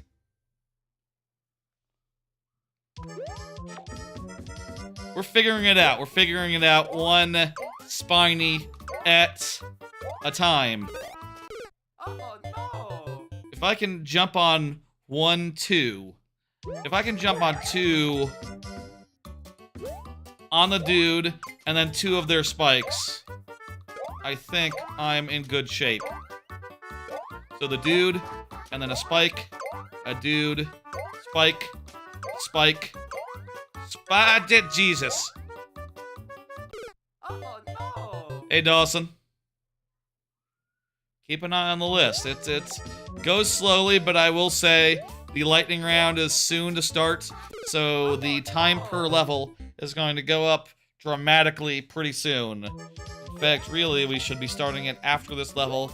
I'll say, let me do one more AYN Thor card, and then we'll do one more level after this. And damn it, we missed one. It's done. We need to make sure we're using all the... I think we're getting it down. The clouds are beautiful. Yes. They are beautiful clouds, and I like to see them a lot.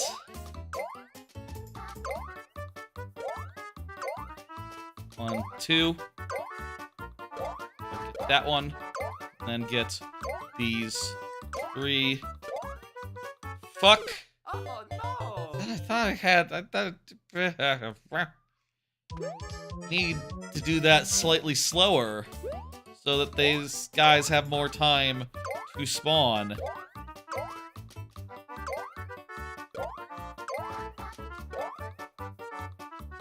Oh, no. Jumping to the left is not the right solution there. But maybe full jumps here and here is just what the doctor ordered. I'm thinking a lot of full jumps. So here, full jump, come on, come on, yes! Full jump, yes! Okay, I think we got it. I think we know what we're doing. I think so long as we get full jumps and land on 2 of the spikes, I think then we're in the clear. So basically just hold the button down and land on the spikes. Hold the jump button down, you understand. And the timing should work out. But Oh, no. the positioning, there's part of the trick.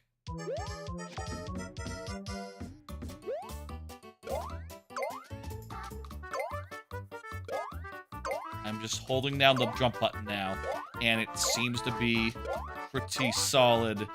pretty reliable. Oh no! Close, close. Getting there, getting there.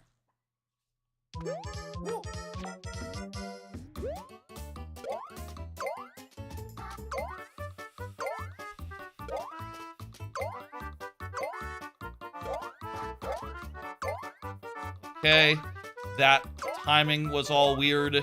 That was too weird. Oh That, in that case, if ever there's a problem, it's because we started the first one too soon, too early. We gotta, like, hold off. And so long as we do that, we should be golden.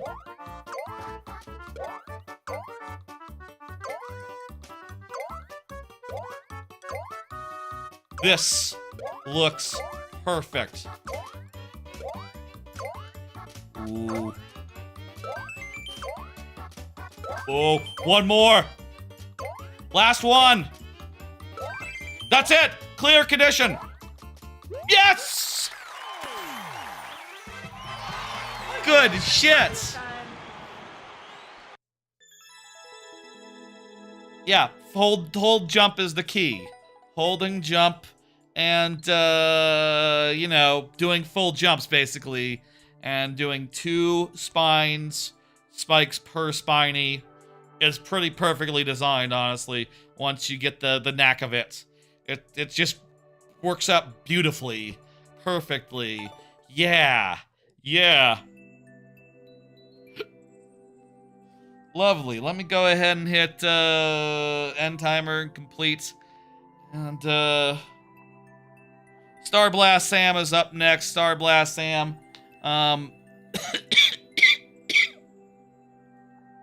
Has Star Blast said anything in a minute?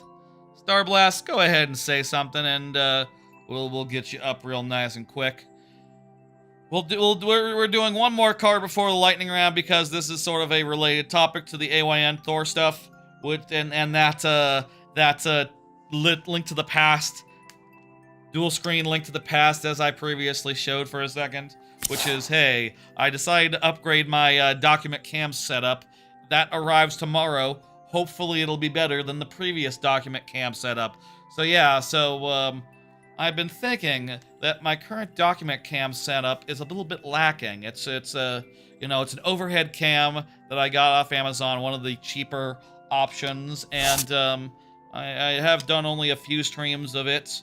Originally, it was there just to capture, like, drawings, like sketches of levels, things of that nature, as well as, like, cubing, which are pretty easy to capture and the color is not important. But I've done a couple streams where I've streamed my AYN Thor, and getting the colors of a screen, picking that up accurately, it struggles with. Can't do very well, so I decided yesterday, the other day, to just go ahead and order, 2 things. I looked around. I did consider, like, you know, there are sites out there, there are YouTubers out there that do this sort of stuff all the time, like, you know, for instance, Retro Game Core. I tried to look at, like, what does Retro Game Core use? And it turns out Retro Game Core uses, like, a actual professional fucking camera setup, which is to say, it costs like $1,000, which, you know, you just go like, okay, that's not it. That's not what we're doing. So after some consideration and looking at the options, what I decided was, you know, I don't need it to be a dedicated desk cam thing because all of those are cheap and from no-name brands that I have no, you know, trust in. So what I decided to do instead is I ordered a arm, you know, like let me do a thing. Like, my microphone is on an arm now, right? Where it can be adjusted. Ordered one of these, but it has like a pole that makes it higher off the ground, so it should be a little bit elevated over everything else. And also I got a I ordered a Insta360, but not like the one that I have now. This is the camera I have now that zooms in and stuff and has a gimbal. I didn't order one of those because I figured that would be too expensive, and it would be. But I did order the cheapest version of the one without a gimbal because I trust this brand.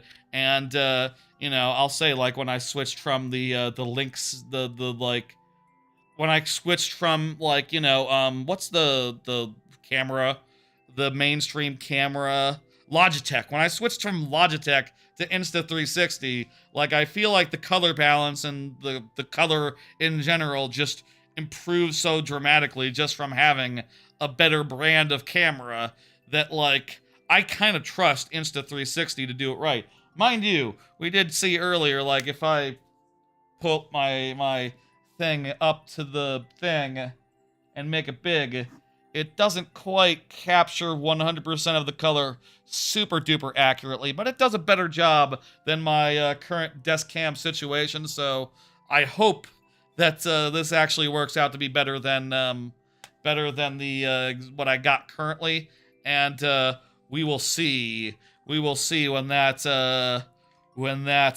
comes in. That's going that package, that Amazon order with the camera and the arm is coming in tomorrow. I'm going to set it up. And also, once I do set it up, it won't have to move. It'll just stay in place, or I'll just have to move the arm, like, back and forth if I want to, like, have some headroom or something. So that'll be nice. I won't have to, like, disassemble it every time. Currently, hang on, let me show you something.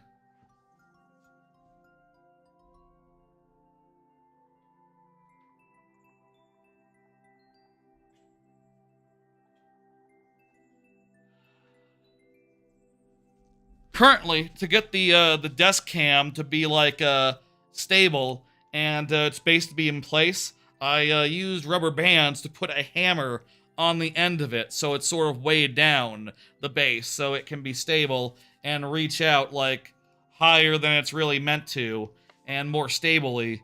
And with a proper hydraulic arm situation, I say hydraulic, there's, like, springs and stuff. Is this hydraulic? I don't know if, like, these with like a proper armature type situation holding it up, it should do better, and that'll be nice. I'll say I got arms holding up a bunch of stuff, like my microphones are all held up by these arms. I got a hydraulic arm thing attached to the desk holding up the preview monitor high up into the air. Is it a risk to mount a monitor being held only by a single hydraulic arm and that's it over a desk? Should it have, like, more than one support? If that thing ever breaks, that monitor is going to fall to the fucking ground, and maybe I should be the slightest bit concerned about that, but so far so good. I don't know. I guess I'll say my TV is also held up by, like, a single pole and is mounted onto a mount on that single pole that's, like, you know, attached to the rest of the entertainment center. I could be more secure in my setup, I suppose. I don't know. Star Blast Sam is not confirmed, so I'll put up the sudden death for that as well. Let's go. Let's do it. Here we go. Yeah, typing it in now. And by the way, let me say I mentioned on the Wednesday stream actually, and on the Discord that. By the way, yes, if you look at the calendar, I did replace the Rugrats Scavenger Hunt stream next Tuesday with a Link to the Past 2-screen stream. So I'm going to stream that Link to the Past mod, that Link to the Past port on Tuesday.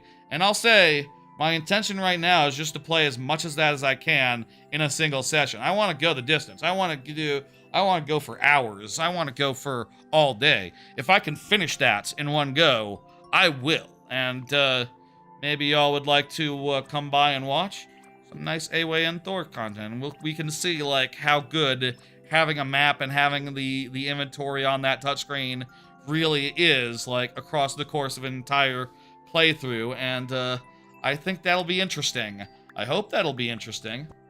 Well, you'll look for it next Tuesday. Yeah, big stream.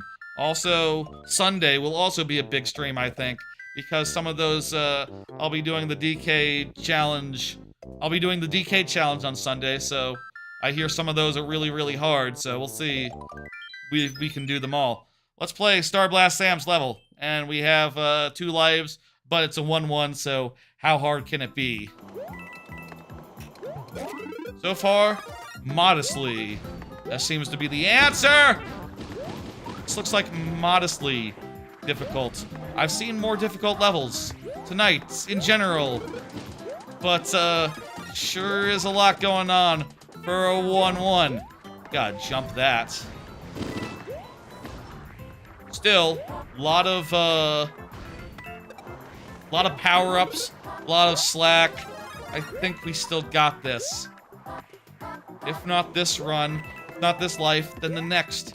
I like how these piranha plants are making some ledges dangerous by going left and right. I guess a lot of enemies do that. That's not so unique to piranha plants in particular. That's a lot of enemies go left and right, making a platform that they're on dangerous. It's a pretty common thing. But it's still cool. Halfway, we're doing good.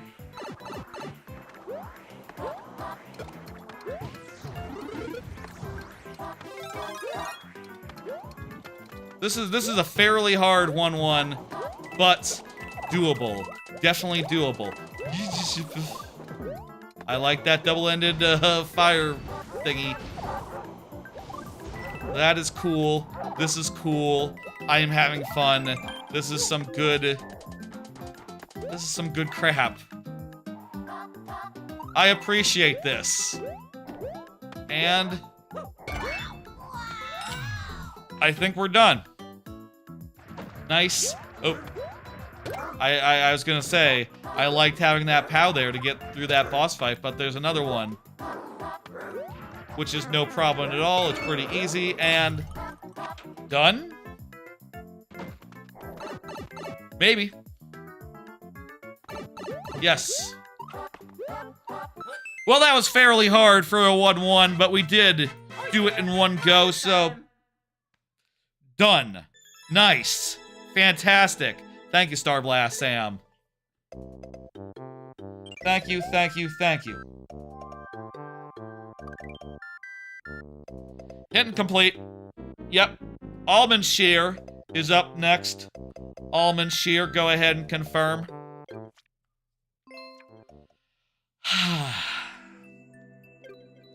It is 7:56, which means we're kind of overdue right now for what's about to happen. Which, do you know? Do you all know what is about to happen? That's right. It is time now for the lightning round. During the lightning round, we will have 5 to 12 tries to beat each level that comes our way, refreshing at checkpoints, and yeah. Specifically, the rules are this: for your average level, we'll have 5 tries refreshing. If your level has 4% clear rate or lower, we'll have 7 tries. We get an extra 2 heads, represented by additional doodads. This is also what we get for Super Worlds, and those heads come in a variety of forms that you can see now. Let's randomize them. Wow, it's Bowser, the ones that it started on. Fantastic. For Super Worlds and for levels with 4% clear rate or lower, we'll have 7 heads. And also for levels of 0.4% or lower, the first level of the night whose person is here, and for Super Worlds where we've already died and failed once on the level, we will have 12 heads, including the helmets, which basically count as another life each. Alan Shear, do confirm, and we'll get into your level, and we'll have 12 tries if you're here, and 2 if you're not, because the sudden death is still a thing, and still in force and all that. Yeah. Ooh. Still plenty of talk about tonight. Still got plenty of cards left. We will get to those as we get to those. I will say, by the way, if y'all are watching the previous 2 weeks, there was a lot of anime the previous 2 weeks. A lot of anime talk, a lot of new shows to talk about, old shows ending, etc. Don't worry about that this week. There were just 2 new shows. So we will have some anime to talk about, but it'll be later. And also, it'll be over in like 10 seconds. So it's not as it's not going to be as big a focus today than as it was last time. And it's, you know, for the next couple weeks, that should be the case, because Yeah, we're done with new shows being starting. Last new show starting, I think, was today in Samurai Elusive Samurai season 2 starting, which we don't necessarily even have to talk about returning shows because they're known quantities, but great premiere. I'll say that much.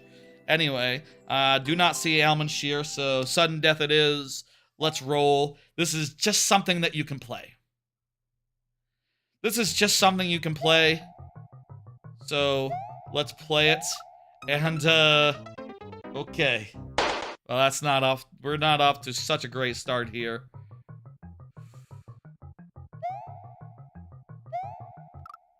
The hammers.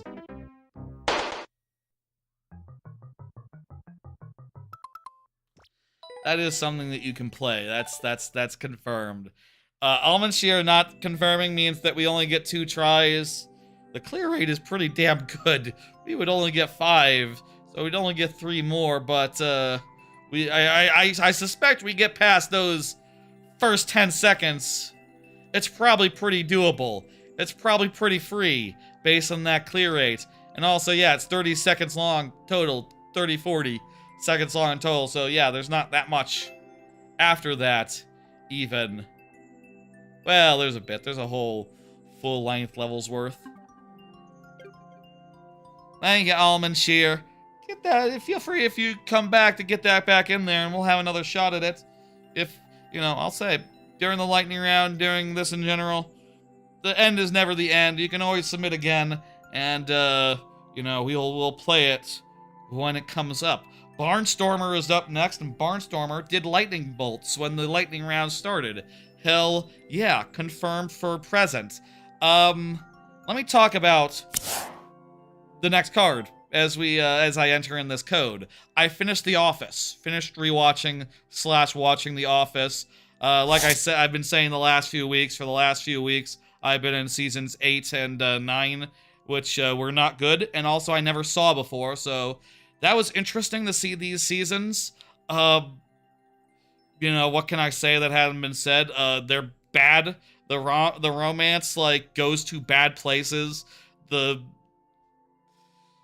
plots, it gets overly cartoonish with overly cartoonish bullshit. I will say, I do think I liked Season 9 more than Season 8, but it is a very close thing. And mostly just down to, like, well, at least in Season 9, the boss's boss is not a cartoon. But also the boss, like Andy in Season 9, is terrible, and him taking like a whole couple of months off just because he had to film The Hangover Part 3 just does not work as far as story goes. It's a problem when you say like, oh, the boss, Andy's now the main character, he's the leading man, and then he's not there for like 6 episodes, and then when he's back, he's just fucking not likable or good at all, pretty much ruined. That sucked. Also, he sucked even before that in the previous season.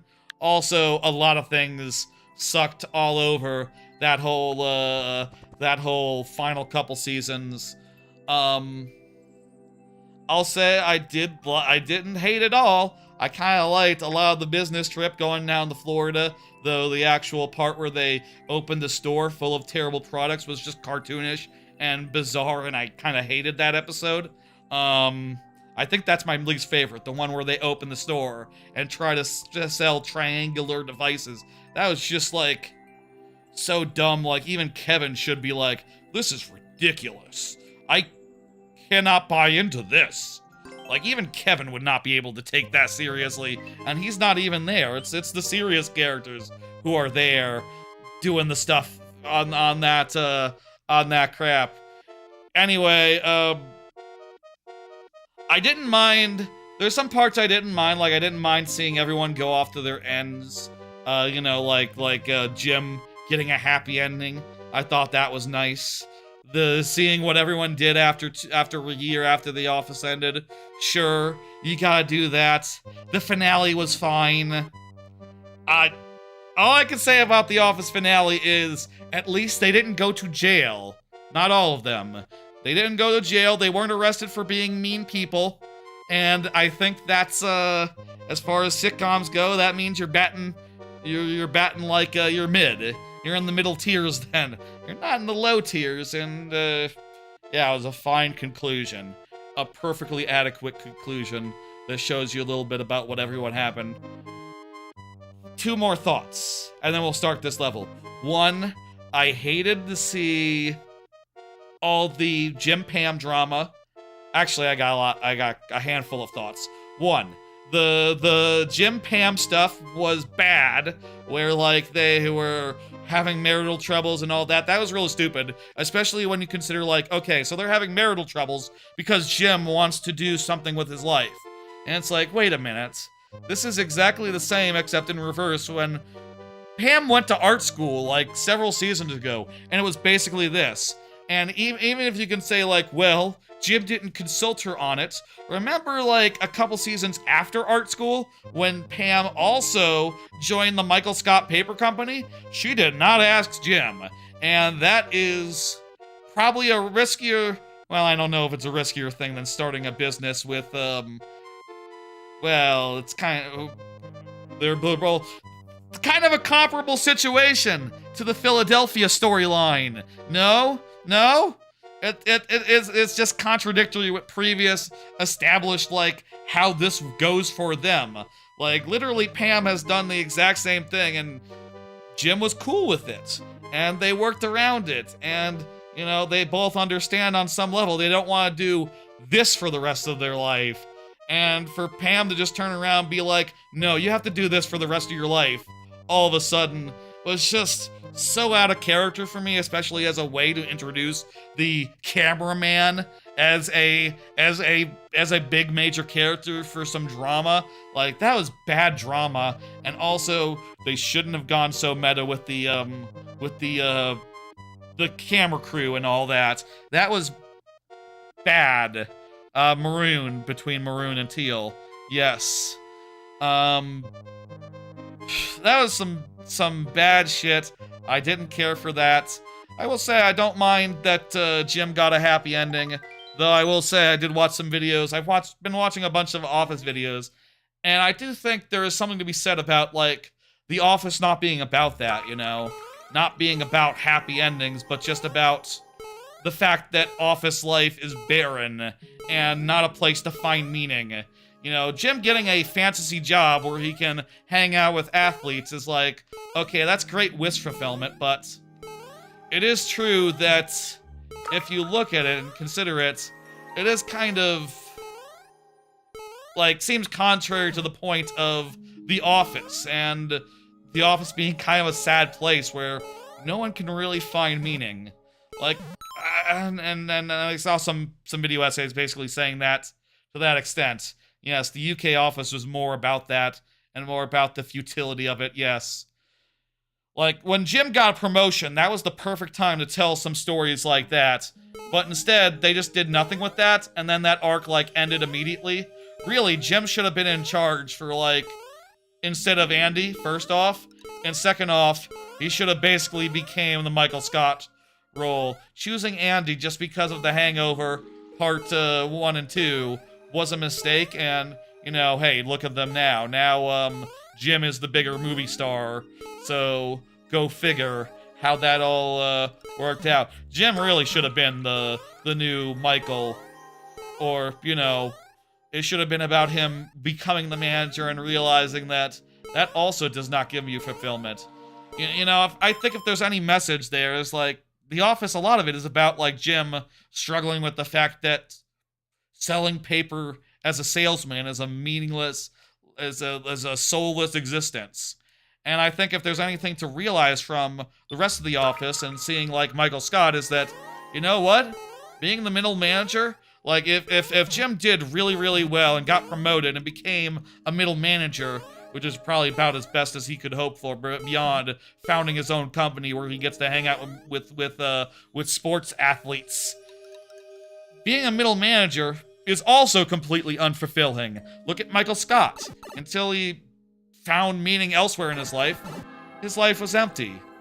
And I think that's the thing that I sort of take away from that and look at and go like, okay, you know what? I do kind of agree with that.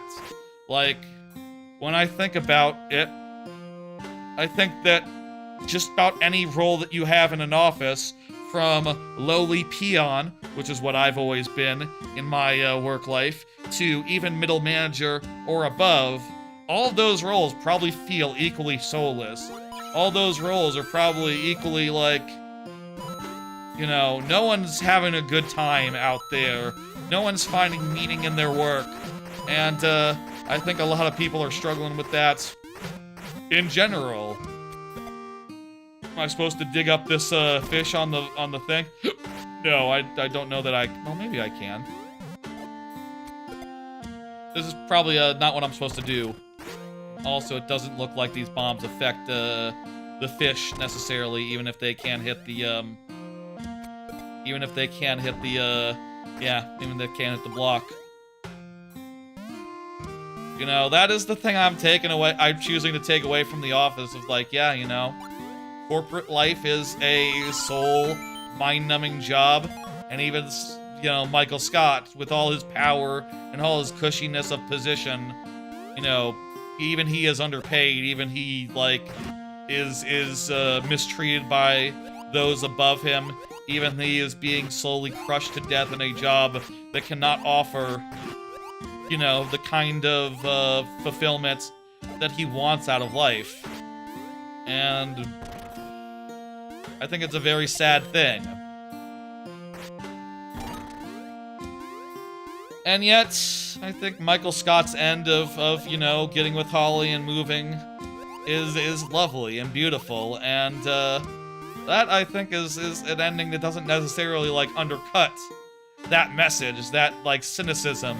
You know, like, yeah, no, the best way to get out is just to get out and do literally anything else. You know? Though, obviously, if you can become a rock star like Jim, that is the best thing you could possibly do. You know, if you can just make it on your own with friends, doing your own thing, and doing what you've always dreamed of, that's wonderful. That's also a fairy tale, a lottery ticket, near impossible for most people. Jim is definitely less of an everyman now that, once he's like, you know, rubbing shoulders with basketball legends. Things of that nature. Fishing! Fishing! We're fishing. It's a cool minigame. This is more like target practice than it is like... Well, actually, I don't think I ever really did the fishing in Ocarina. I assume it wasn't like the archery minigame like this, really. The archery minigame does involve you hitting squids, for what it's worth, so pretty similar. Creed's ending is clearly the best choice. His is one of the more cartoony ones. I'll also say Kevin did get an okay ending. Kevin's ending was okay. It's kind of funny that at the end,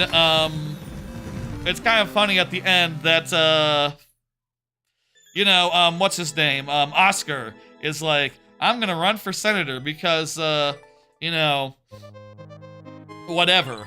And that's like his next thing. And then later he appears in the paper.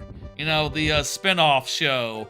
Like, 20 years later, the one that just came out. I guess he didn't become senator, I guess is what we're learning. Or maybe he did. Did he mention that in the paper?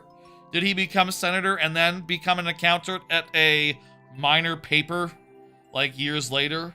And then go on to reference that? I'm not gonna watch the paper, by the way. No plans on that. Thank you, Barnstormer. I'm hitting complete. Go ahead, get back in there if you so please. Starboy is up next. Go ahead. Yeah, they are the same canon. Oscar is in it. Same character. It even starts out with a little bit of a... Apparently, it even starts out with like a minute of, here's what happened to The Office. And here's Bob Vance. They really want you to know that they're connected, even though they're barely connected. And they're not really quite even the same. It's an odd thing. The paper. I'm not gonna watch it. No interest whatsoever. It came out recently. It's like a spin-off. It's like has Oscar and that's it. He's like the one crossover character. It's about a paper. It's about a newspaper in the modern era trying to struggle, and it has like 10 episodes, and it's like okay, but not nearly to the level of The Office. I'd sooner do Parks and Rec, though I actually did resume on a different one. Final thoughts on The Office. Starboy, by the way, do confirm. It is a show that peaked early in the second and third seasons, and from there, you know, I'll say like fourth, fifth, sixth seasons, I think all have amazing. Actually, I think like the fourth and fifth seasons are also fucking great. I do think it sort of starts to trail off a little bit in 6 and 7. It starts to drop in quality a little bit. And, you know, by the time 8, 9 roll around, it's on life support, and it's not really remotely as good a show as it once was. There are definitely parts of 6 and 7 that I was really miserable through as well, let me say. I do think 7 picks up when Michael starts to leave, because that gives them something interesting to work with. And I think that whole Michael leaving storyline is like a shot in the arm. I also think in season 6, you got the great, I love the Michael dating Pam's mom. I think that's like the last outrageously funny thing that ever happens in the show. And would fucking say I think that might be the funniest thing that ever happened. You know, Pam going like, who is it? Michael Scott is like, oh, I'm not gonna date her. I'm not gonna date the person I've been dating. She is actually a mother of a friend. Not just a friend, an employee. And Pam is like, oh, that shouldn't stop you. Who is it? Who is it? Ooh, drama. And he just goes like, he just smiles at her, and her smile turns to concern, goes to, oh, no, it's okay. And he's like, it's okay. And she just takes it so badly. It's the funniest shit. I think that part might be the funniest. If I were to rank the seasons, I do think, honestly, I think I would put, it's hard not to say 2. I think 2 is the best season. I think 3 is the second best season. Then I would go 4, then 5, then 1, then Michael Scott Paper Company in 5 is a highlight as well, of course, though, and Holly as well in 5, though a lot of the plots in 5 weren't as good as the plots in 4 or 3 or 2 or whatever, relatively. Was Holly 4 or I forget, but damn good seasons. I think I might put 7 over 6, and then I would put 9 over 8. So that goes 2, 3, 4, 5, 1, 7, 6, 9, 8. The two kids and there's a lot of stuff in 8 and 9 that I hate, but at the very least it doesn't have cartoon bosses. The cartoon bosses of Robert California and Andy were a bad duo, and Andy was also really bad in the last season, but at least, you know, what's his name? What was his name? David Wallace. At least David Wallace is just like a normal dude who you like. Starboy just confirmed is here, and it's a normal difficulty level. Let's do it. Yeah, that's it at The Office. I'm not going to watch the super fan episodes or anything. I'm done watching The Office now. It's been a fun couple weeks. It's been a fun month and a half of going through it. If anyone hasn't, I would recommend it. It's one of the best sitcoms of all time, for sure, with a bullet. But sure doesn't end well. I'll say that much. If anyone is out there saying season 8 and 9 are as good as the previous seasons, I'll say I have a lot of nostalgia for the older seasons, and never saw the later seasons, so maybe it is just a matter of seeing this stuff now for the first time, but it's not as funny. Also, the internet references get a little bit out of control in the later parts. Nice. That's a solid level, Starboy. I think you did a great job. Nice traditional fare. Nothing wrong with that. Very good, very cool. Hell yeah. A nice, fun, traditional stage. Pretty straightforward, pretty easy, but that's not a problem if it's fun to run and jump. And it was fun to run and jump. I'm gonna hit complete, and Chart is up next. We've been talking about sitcoms for a bit. You wanna just like hold off for a second? Hold off on more TV talk? I got another card that's like TV talk adjacent. Chard, I think, is up next, right? Chard is the next one. Chard just said nice. So yeah, I'll say I've started I've resumed rewatching watching for the first time another show, and I got to a point where I really need to talk to y'all about it. So, you know, look forward to that. Let's do it after this level, which continues to be uncompleted. So we have max 12 tries. Let's do it. We've been playing this level for a bit. It's goddamn hard. Oh, hey, Chard, thanks for the resub. Hell fucking yeah.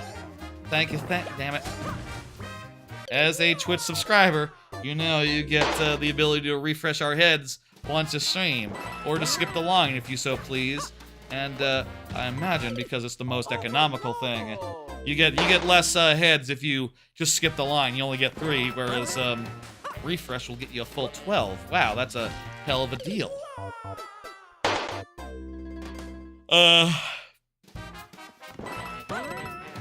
You could refresh our heads later, and if this doesn't go well, or you could save it for the next time it's up, depending. I know you have late nights now, so maybe now's not the best.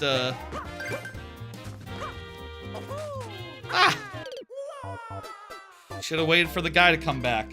That was free. That was we had everything we need to get into that door.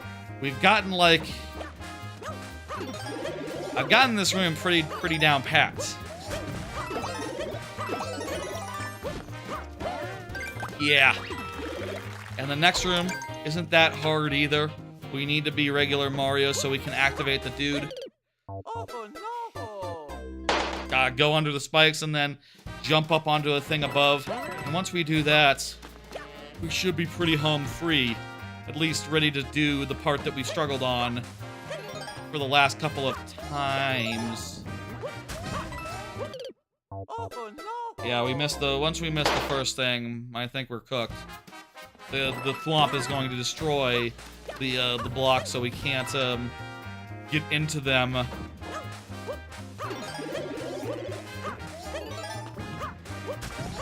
I appreciate that support now more than ever. Chard, you know, really do. Hell of a thing. Again. My thanks. Did I forget to do a pop there? Whatever. We'll who's counting? I might have done. No.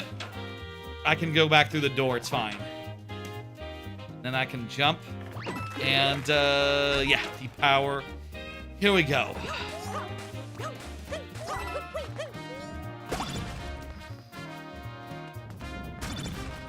If I go back through the door and reset door,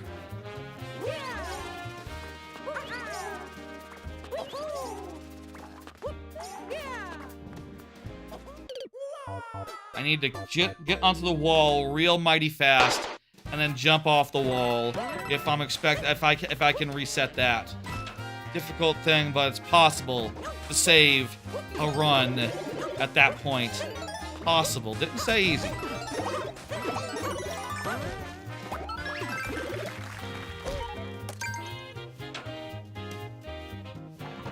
Okay. Here we go. This is what we want. Now jump up here. Spin to slow.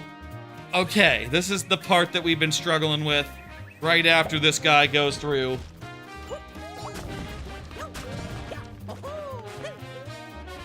So these guys all go... Oh, fuck, yeah, right. We need to hit a switch first. Oh, shit. Shit, that was the first time we did it. And it was wasted because we didn't hit the on-off first. God damn it. Well, now we know we can do it. So, let's go down and do it.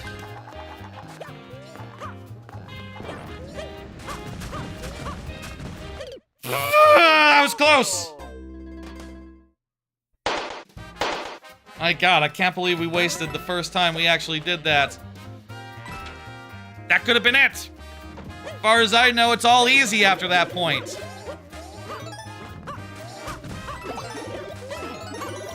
I'm going to remember now. Speaking of remembering things, I'm going to remember now to... I can, this is fine. It's fine. And jump on here. It was fine. Breathe in, breathe out. Here we go. Get that, that's important. Important.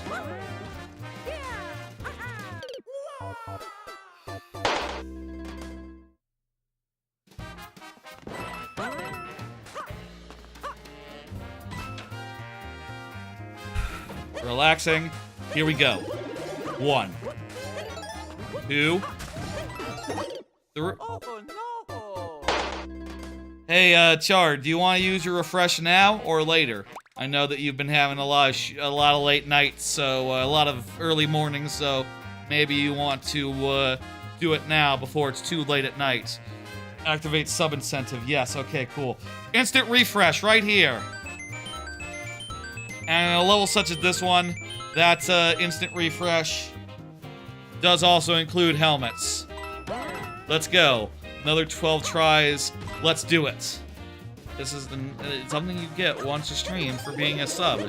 You can also skip the line once a stream. Though it's an either or. You either get one or the other. Not both. And the skip the line is an express pass, which comes with 3 lives, even before the lightning round. Oh, it's good. If you can also just get in early, you know, be there right as the stream is starting. That's another way you can reliably just get, you know, up first. That's the best way to skip the line. A little bit of preparation, a little bit of planning, a little bit of being available at 6 p.m. Central Time, or even 5:30. This was when really some of the first levels start getting submitted by Rock Party and 06i. You ever wonder why they're always the first ones up? That's why. They submit a little bit before the stream starts sometimes. Often enough. Damn it.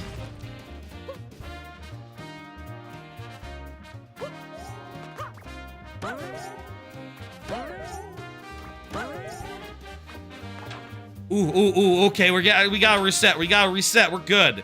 Wait, is this still... I'm not sure if this is good. Is this good? Yes, it's good. It's super good. Oh, right. Now then, remember the on-off.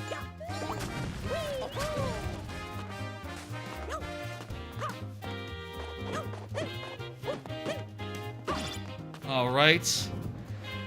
Now then.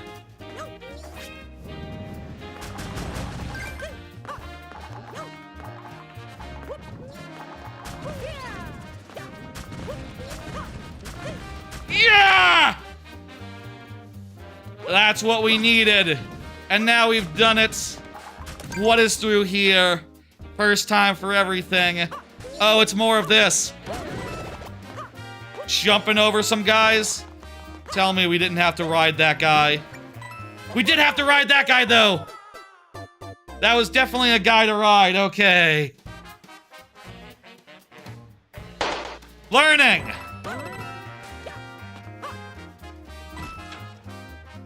We are learning. We are doing good. Oh no! Think we got this. Tonight could be it. I agree. It is in sight. I don't know how close we are, but Chard seems pretty optimistic, so I think maybe the hardest parts are behind us.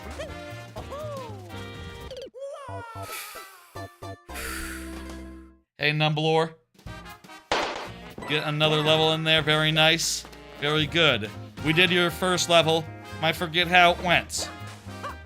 I don't know if you were here for that.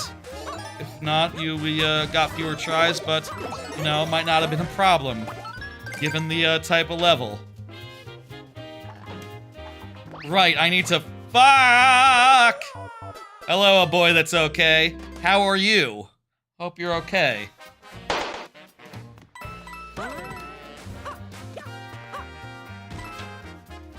I'm okay. I'm also okay. Same. A boy that's okay. What do you say when you're bad? You're trying to clear check a level right now? Gotcha. Yeah, once if we screw up at that point, it's over. So should just restart. The 4 tries left here. 3 tries left here. Yeah, this is difficult.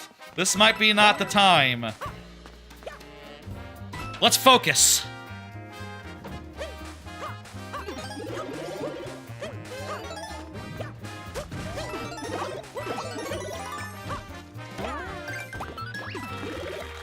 Okay. We got here again. Let's do this nice and clean. That was not nice and clean, but this can. We have established that this can be recovered from. I just have to get over and get back into the door. And for best results, to get into the door before... Yeah, right here. Okay, reset, reset. There we go. All right. Perfect. Great. All right. Back here again.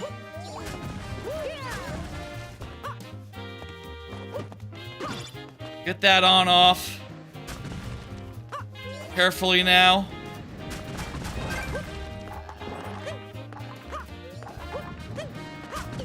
Ah! Jumping up the first time. Getting on top of the first swamp is a bit of a trick. But then just full jump should be able to get me to the top of the next one, the next one, the next one, etc. Need to get the knack of that first one though. Last try.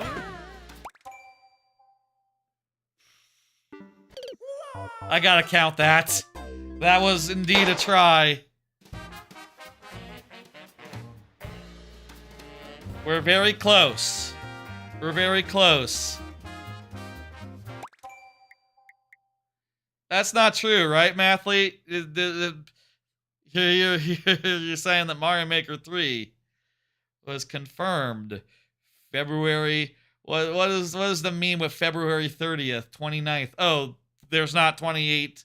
There's not that many days in February. That's the joke. Okay. Thank you, Chard. I'm hitting dismiss. Feel free to get that back in there if you please. Let's keep on moving. Let's keep on going. Next up is Hudson Durand. Hudson Durand. But good news, Galaxy 3 on December on the 32nd. Ooh, I like Galaxy. Well, that'll be nice. I feel like there's a good chance of Galaxy 3, honestly. Though I would like an Odyssey 2, but I guess Bonanza is effectively an Odyssey 2 in so many ways, in so many words. Hudson Durand, you are up. Go ahead and confirm for me. You know what to do. Hudson Durand hasn't said anything in a minute, right? Not that I can see. Not that I see. Okay, so Hudson just said yay. Okay, perfect. Is here. Still, I'm doing another card. Hey, let's talk about more TV. I started continuing my watch of House MD mid-season 5. Sort of trailed off in mid-season 5 after, I feel like so far season 4 has been the height of House MD with the whole reality show, searching for a new crew, arc. That was fantastic stuff, and since then it's been all right, but it hasn't been like as good. But I'll say, going back in and watching a few more episodes, they've been damn good episodes, really entertaining and cool and neat in their own ways. And I'm realizing that, like, yeah, no, I like watching House MD. I should actually keep on going and finish it. So I'm gonna say right here, right now, yes, I'm going to go ahead and finish House MD. That said, I gotta talk to y'all about something that happened in the last episode that I watched. Which, like I said, I'm towards the end of season 5. I just saw Kuttner leave the show. Which came out of nowhere. For those who don't know, Kuttner is like a cool Indian doctor who's kind of a cool dude. A little bit, of a, kind of similar to House in a lot of ways. He's a bit of a troublemaker, a little bit of a, rascal in his own way. He's okay with cheating on occasion to get what he wants or whatever, That's like, I guess, one of the things that makes him like vaguely House-like in those reality show seasons. He's the guy who's like, oh, he just said number 6, number 8, you are all gone. He turns his name tag around to be like, I'm number 9 now, so check it out, I'm still here.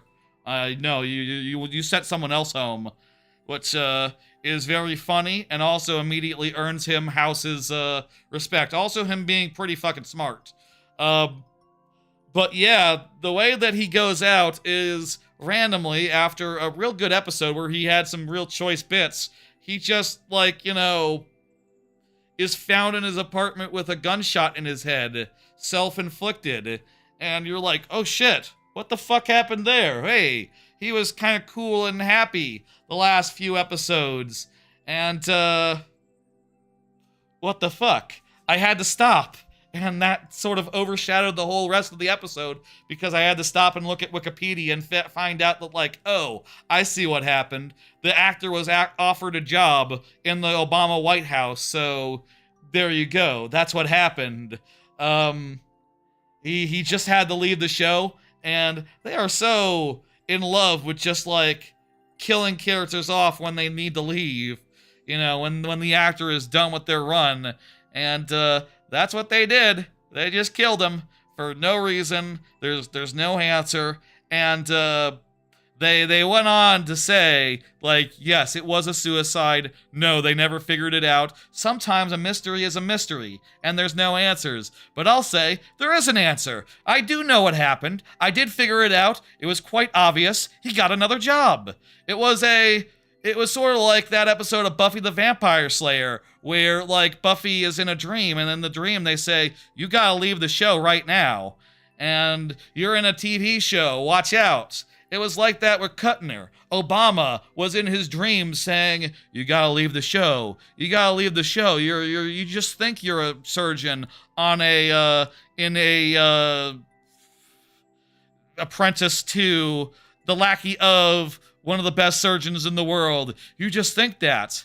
It's very nice of Obama that he didn't, it wasn't like the Buffy situation where it was like, oh, you gotta go kill all your friends. No, he was just like, don't worry about that. Let House MD live. Thank you, Obama, for not killing House MD, for not trying to get House MD killed. You are kinder than the characters in Buffy who were doing the same thing. But, that was a bummer. And, really, came out of nowhere, very sudden, not very well done. I'll say, as artsy-fartsy as that is, the idea of like, oh, it's a mystery and there's no solution. It's like, yeah, well, you just didn't feel like coming up with one. You just sort of winged it. And, okay, whatever. There's good ways of killing off characters and there's bad ways, I feel like Sopranos, Game of Thrones. Those are good ways where, like, the whole season builds up to it, where conflicts are put into motion and the danger is real because you know that they can absolutely take off the heads of even main characters. Though, you know, in Sopranos, it was only in the last couple seasons where main characters really started being on the chopping block, but, you know, Game of Thrones, it was that way from the start. I wonder if, like, post Game of Thrones, if the impulse to kill off a character sort of subsided somewhat, just like, oh, well, we can't do it as good as Game of Thrones did, and if we can't do it as good as Game of Thrones did, why even bother? Why even do it? It's just going to be, you know, it kind of comes off a little bit pathetic, like, oh, you couldn't really sell it, huh? You couldn't really do it right. This is just the best way that you could do. Okay. Okay. Anyway, I'm gonna continue watching. That episode was a bummer. There were some real good episodes before that, I'll say. The other couple that I watched, that's going to be what I watch now, I think, when I want to work on my Godot stuff and, you know, otherwise don't want to find something on YouTube to watch. Let's play the level. We have 5 tries. Yeah. Yeah, that's why they did it. It was because of Obama. Obama did it. Not much of a mystery, now that you know the culprit, Barack Hussein Obama.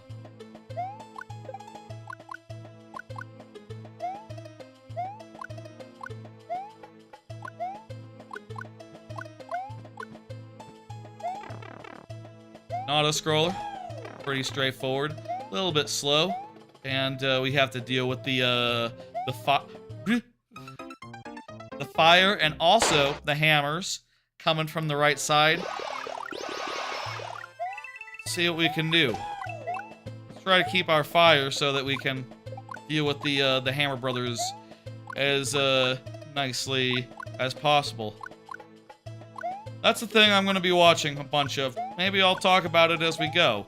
You know, if anything as good as the reality TV show stuff happens in the future, I'll talk about it. Though I'll say, if it's just like a cool medical mystery where the solution is, you know, if it's just a cool, normal medical mystery, which it usually will be, I don't know, I'll need to talk about it like every week, you know? Obama taking your house characters. What's next? Cutting down on seconds in the lunchroom? Yes. No. I don't know how, his policy on lunchroom foods. I'll say, randomly, speaking of lunchroom foods, I, randomly tried out a food that I've never had before, actually. Never had. I tried a pre-made, pizza. I tried the famous brand, DiGiorno. And I gotta say, that's like some lunchroom style shit. I can't believe it's not delivering my fucking ass. You know, regular pizza has, like, sauce on it, right? Like, that's a pretty important part of pizza. It's not just dough and cheese and, like, weird goo in between. It's like tomato sauce. And ideally, it's thin. Ideally, it's thin. Reminded me of nothing so much as, lunchroom pizza, which is obviously the worst type of pizza. Obviously the worst type of pizza that you can get, so jot that fucking down. It's not very good. Didn't like that very much, unfortunately. Thought I'd try it, you know, it said air fryer. So I said, okay, well, I have an air fryer. My air fryer doesn't go to 300, so I had to, like, put it in on the lowest setting, and, yeah. What if you just don't like pizza? I like pizza! I like pizza, don't get me wrong. Pizza's great, but I like a New York-style pizza. Though, I won't say no to, like, Detroit or, like, Boston-style, you know, deep dish, or... I think, like, Detroit is, like, a type of deep dish that is, like, similar to deep dish, but not quite the same as deep dish. I won't say no to that kind of, pizza, but it's definitely not my, my preference.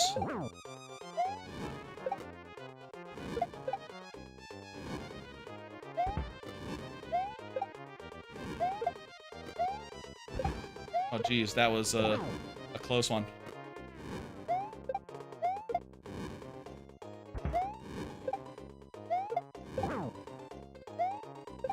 Nice and clean. Relax. Don't die. Don't panic. This is easier than the previous Bowser boss fight. So, yeah, good. Perfect. Lovely. Beautiful. That's illegal. I like good pizza. You know, some people say there's no such thing as bad pizza. I disagree. I think there is plenty of bad pizza in the world. And, you know, well, personally, I don't fuck around with the chains that do, like, the garbage-style pizza. All the pizza I go for is, like, the real New York-style flats. Yep. Let's finish this. Carefully, carefully, carefully. Cool little chase. Very nice. Beautiful. That seems... Oh, good. Okay, those guys hit it. You like pizza with a bunch of toppings? I like cheese. I just like a cheese. Though I have fucked around with like a pasta pizza before. I don't mind a pasta pizza. I'm not a big pepperoni person though. You know, isn't pepperoni like a little bit spicy? Like it has a little bit of a kick to it. I don't like spicy stuff, so pepperoni isn't my jam. I guess that being like the most basic type of topping turned me off toppings, I guess. I like an Italian-style pizza okay. I've had some good ones, like in, you know, Pizza Moon at Universal.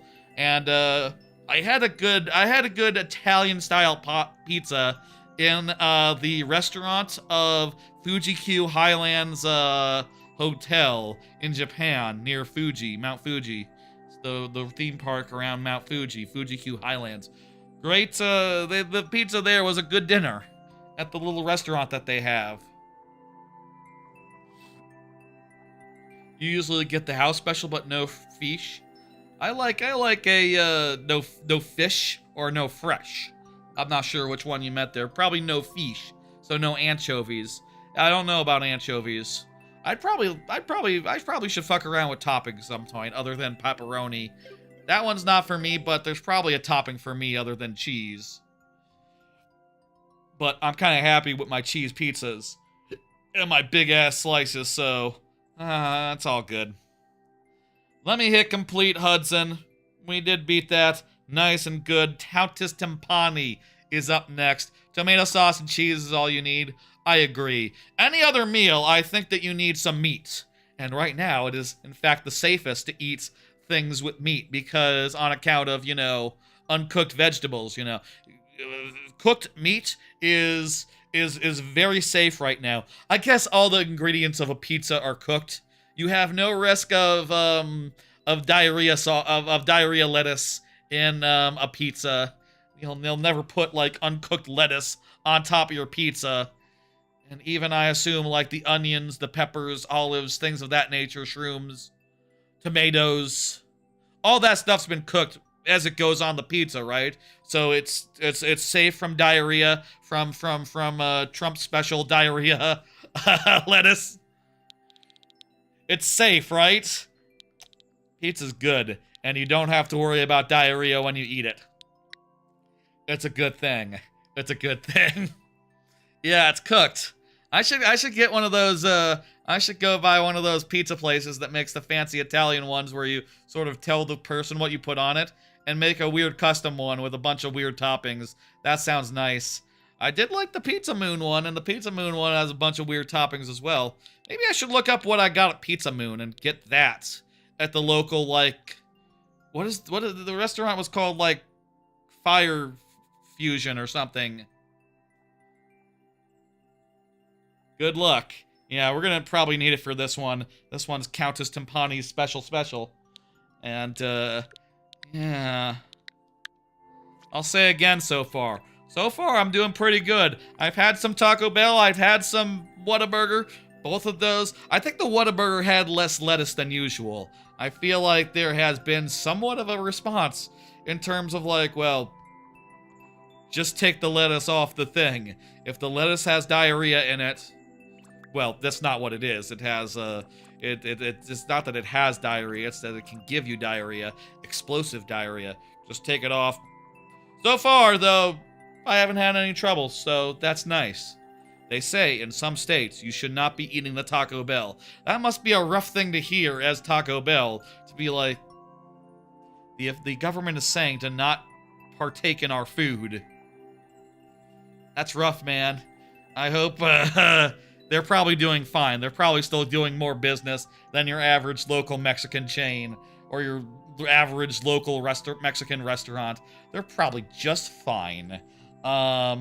It's pretty soon they'll have regular lettuce, untainted by RFK and Donald Trump's, you know, shit, parasites, whatever the fuck, bad healthcare stuff. Anyway, which one should we do? Which one should we do here? There's a bunch that we haven't done before. What's this earliest one that we've never done? Does that sound like a fun thing to do? To go back to the very start and to see what's up with Heaven's Little Munchies? Yes, let's see what's up with Heaven's Little Munchies. Pick any level you haven't played? Yep, that's what we're doing. Let me randomize those heads real fast. We got Yoshi! Heaven's Little Munchies. This is a much easier level than the normal levels that you've done, but also it does require some amount of, you gotta be fast on your feet here. Get through this fast, and then land on the thing so we can send it back and get another. Looks like we need to get twice. I think we need to use that shell again, so we can't let it go to waste.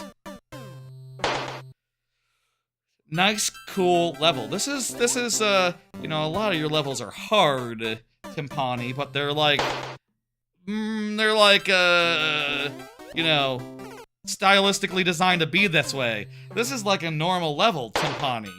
This is like a normal level, at least as far as your stuff is concerned. Like, it's challenging, but it's like, yeah. Do people like seeing streamers suffer? I think so. I hope so. Cornerstone of good content in the viewer level business.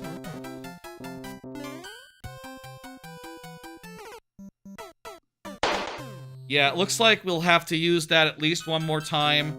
I wonder how many times we'll have to keep how long we'll have to keep this shell alive. Yeah! Okay, so that's sort of a shell jump. So we have to jump off the shell. Okay, progress.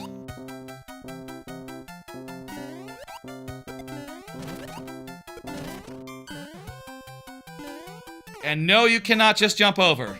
You're just throwing random obstacles down at this point. I mean, I think this is cool, like,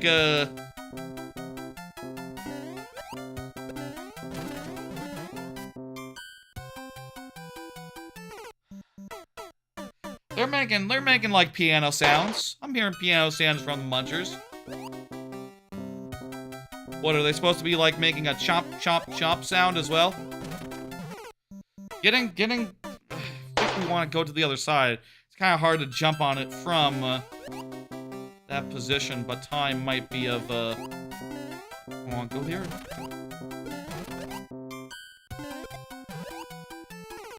Alright, shit.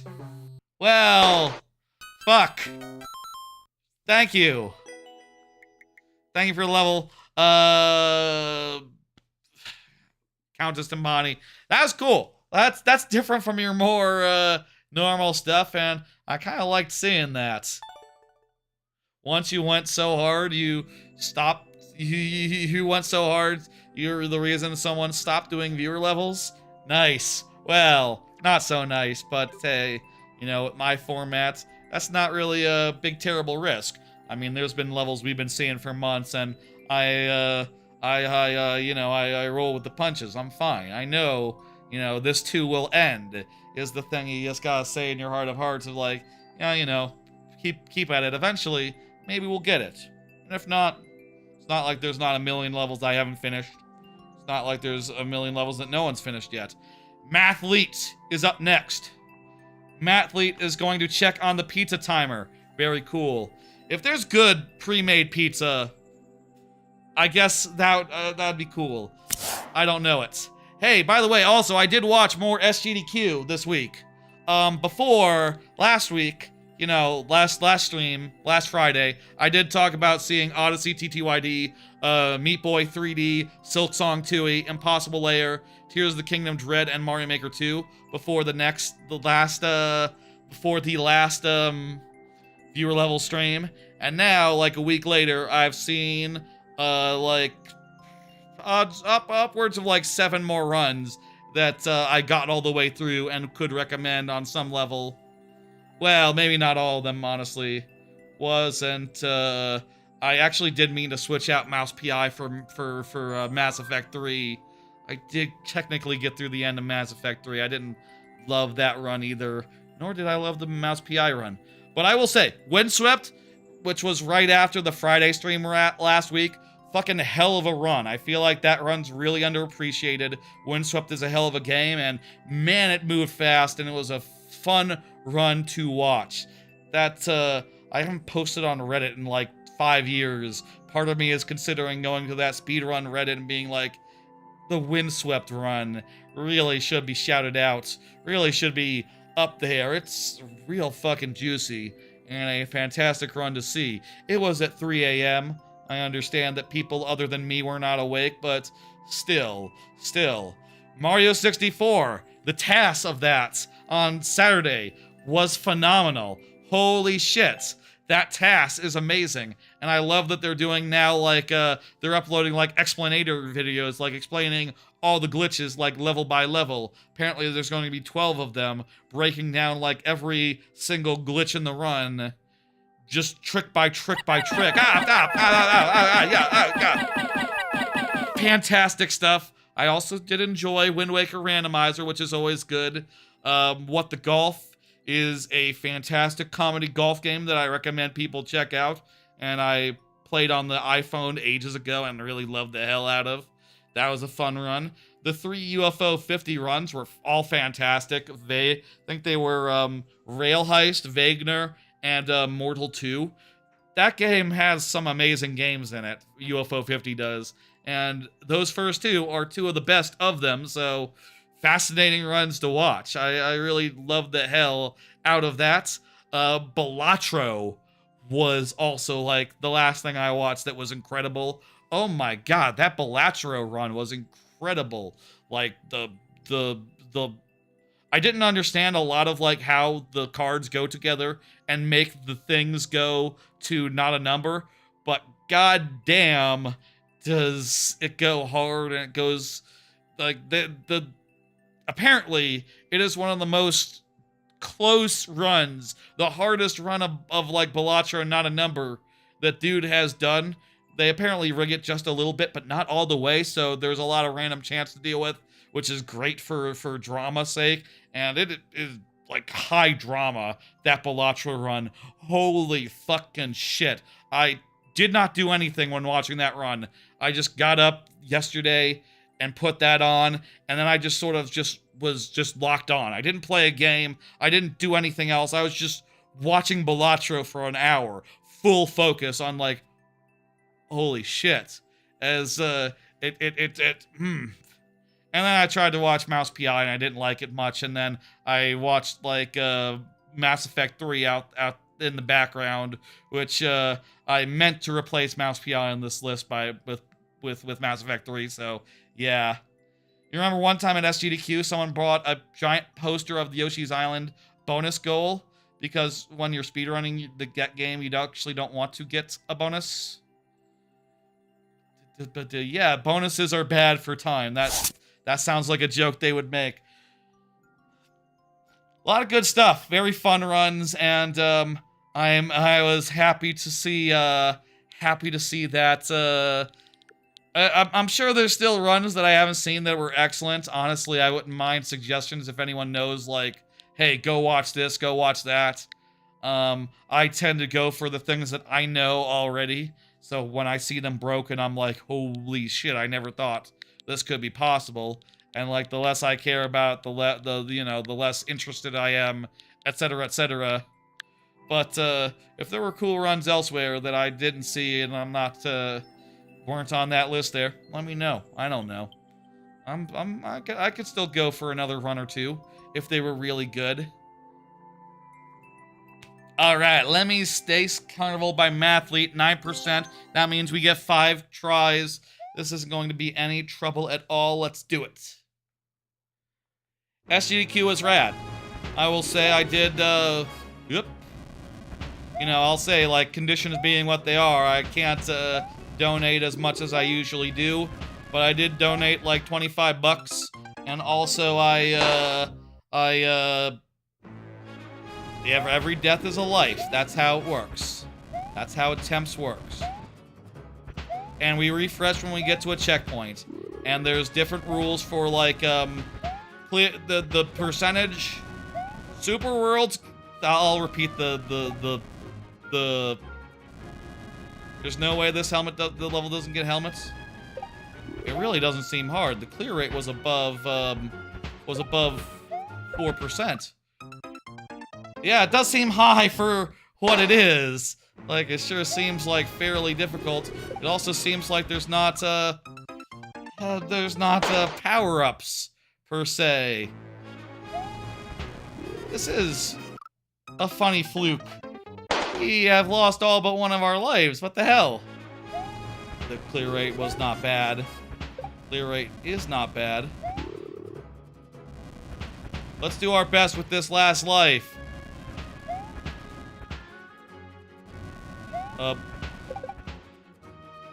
Wah!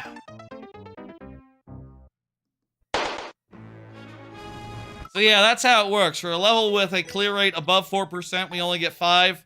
For a level with a clear rate below 4%, we get 7. For a level below, wait, it says, wait, is this Auto Mario? Hang on. I'm putting, one more try. I'm gonna give this one more try because I just saw something that makes me go, wait a minute. Wait a minute.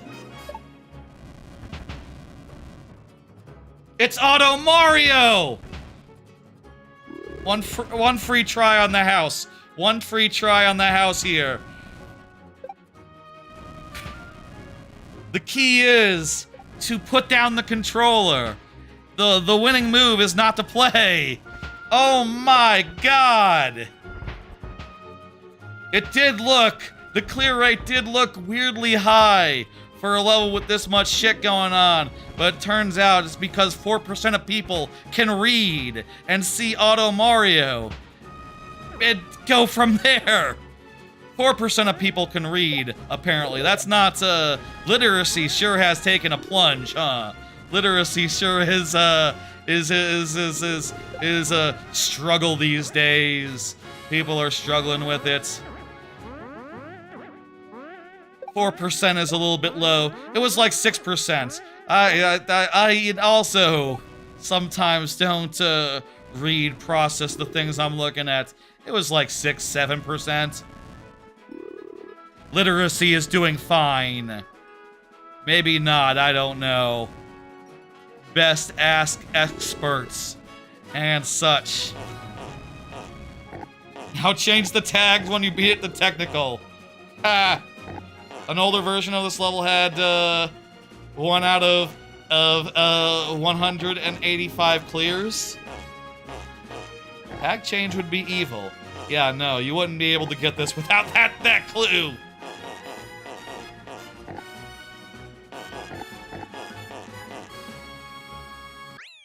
There we go. There we go. Clean. Enjoy that freebie. Oh, we got a checkpoint. That refreshes our lives. Posthumously. After death.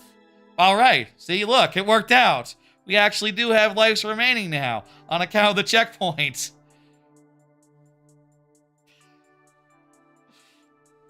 I'll allow it. What you're saying about levels under a certain amount? Yeah, okay, here's how this works. Here's how this works. The tags are locked. Smart. That's what you gotta do when you make your level. Always have the tags locked. Always have your tags locked. Here's how it works. Let me say this again. I said this up top at the top of the lightning round. I'll say it again. 5 levels is normal. 5 lives is normal. 7 in the event of 4% clear rate or lower, or super world. And then 12 in the event of 0.4% clear rate or lower. Super worlds where we've already lost the previous attempt and the first level of the night. So it comes down to clear rate is the long and short of it. And we get more for harder levels. What about 0.04 or lower? That still gets the 12. That still just gets the 12. We don't have anything that's so we don't have like 15 heads or anything, and we haven't needed to yet. I'm hitting complete.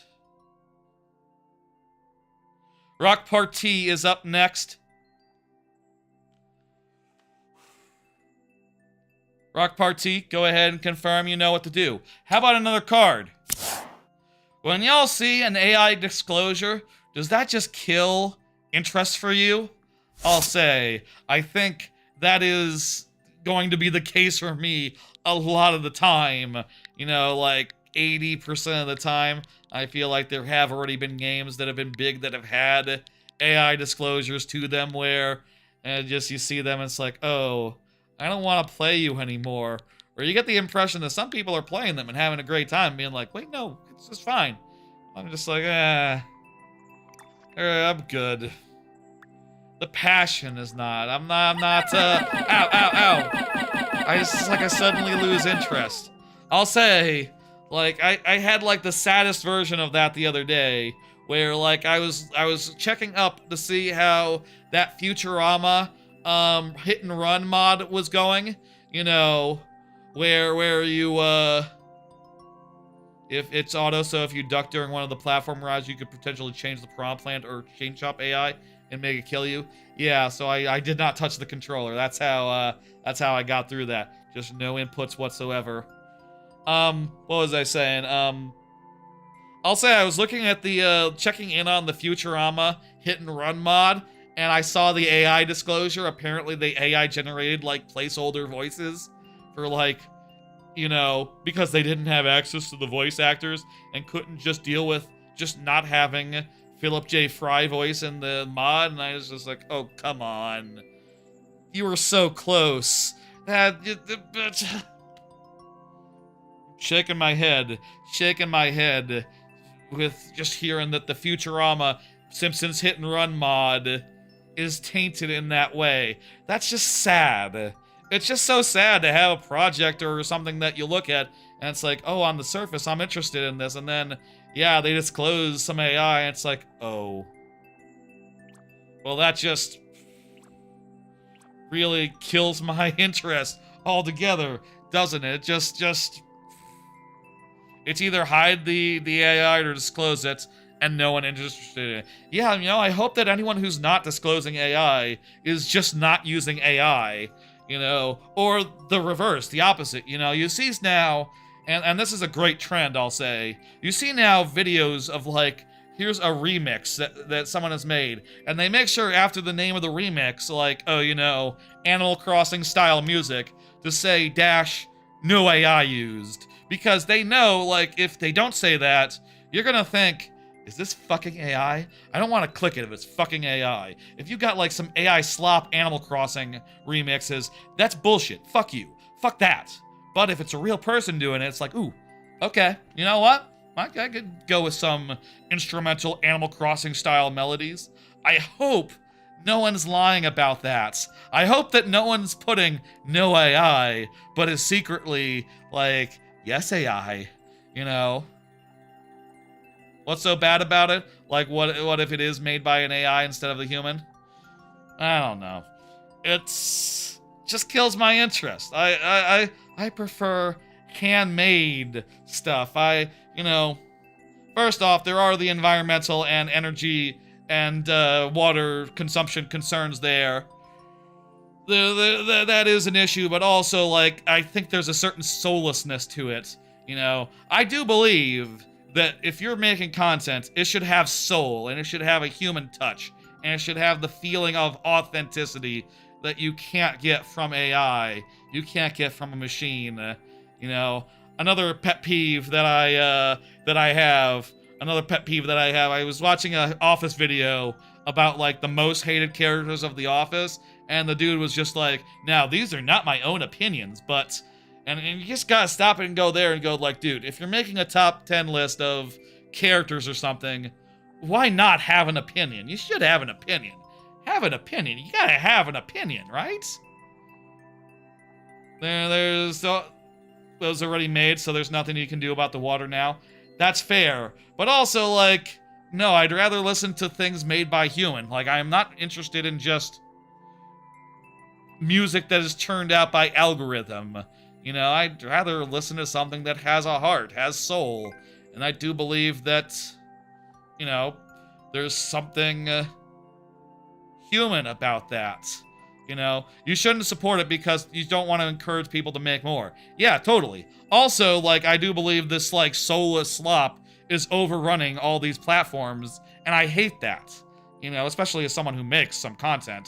Like, I like, I like humans being able to make things. Like, that's one of the best things about being human, is making things. That's, like, one of the best things that you can do in life. One of the most fulfilling things. And the fact that everyone has to compete now with fucking pooped out slop.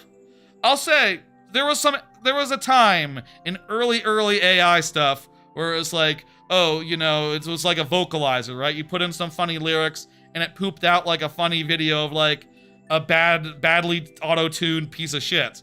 And like that was funny before like it got real. You know, it was funny before it got real. But for me, that time has passed, and like, yeah, no, I can't feel good about it.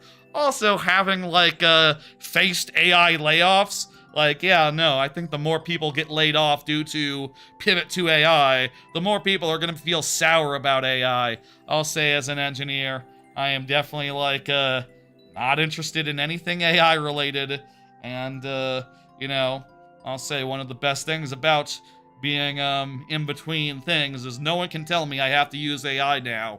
No one can do that. It's not allowed. And I could do whatever the fuck I want. And I hope it all dies soon. So you know, we can all be free of it. There can be jobs that don't involve AI in the tech space or in general, and also that all our jobs aren't stolen out from under us.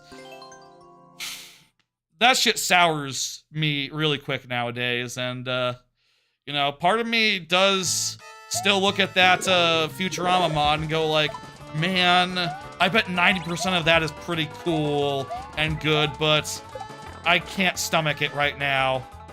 And I kind of, you know, low-key Crazy Taxi, that game looks pretty okay, but, like, same story of just like, ooh, okay, really?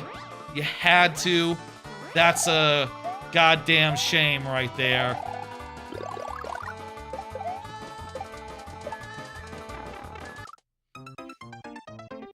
Anyway, those are my AI thoughts right now. A little bit of AI venting. You know, I did think when I heard about the Futurama mod that like, oh, maybe I'll do a stream of it one day. Maybe I'll do a bunch of Futurama mods. And now I'm just looking at, or, you know, hit and run mods. And now, just, I don't know, man. I don't know if I want that. You know, it's just, a bridge too far. It's just, not to my taste. I do kind of like the videos, you know, there's some videos that involve AI where it's like, y'all see the videos where the guy is like, this is AI, where he tells you like why it's AI and how you can tell. That's kind of interesting. Though, of course, that shit's getting better all the time, such that it's harder and harder to find the tells and to see, like, you know, how to get that authenticity. You know, how to know for sure, like, it's not AI versus it is AI. Shit's, it's tough out there to really figure it out. And there's a lot of uncertainty.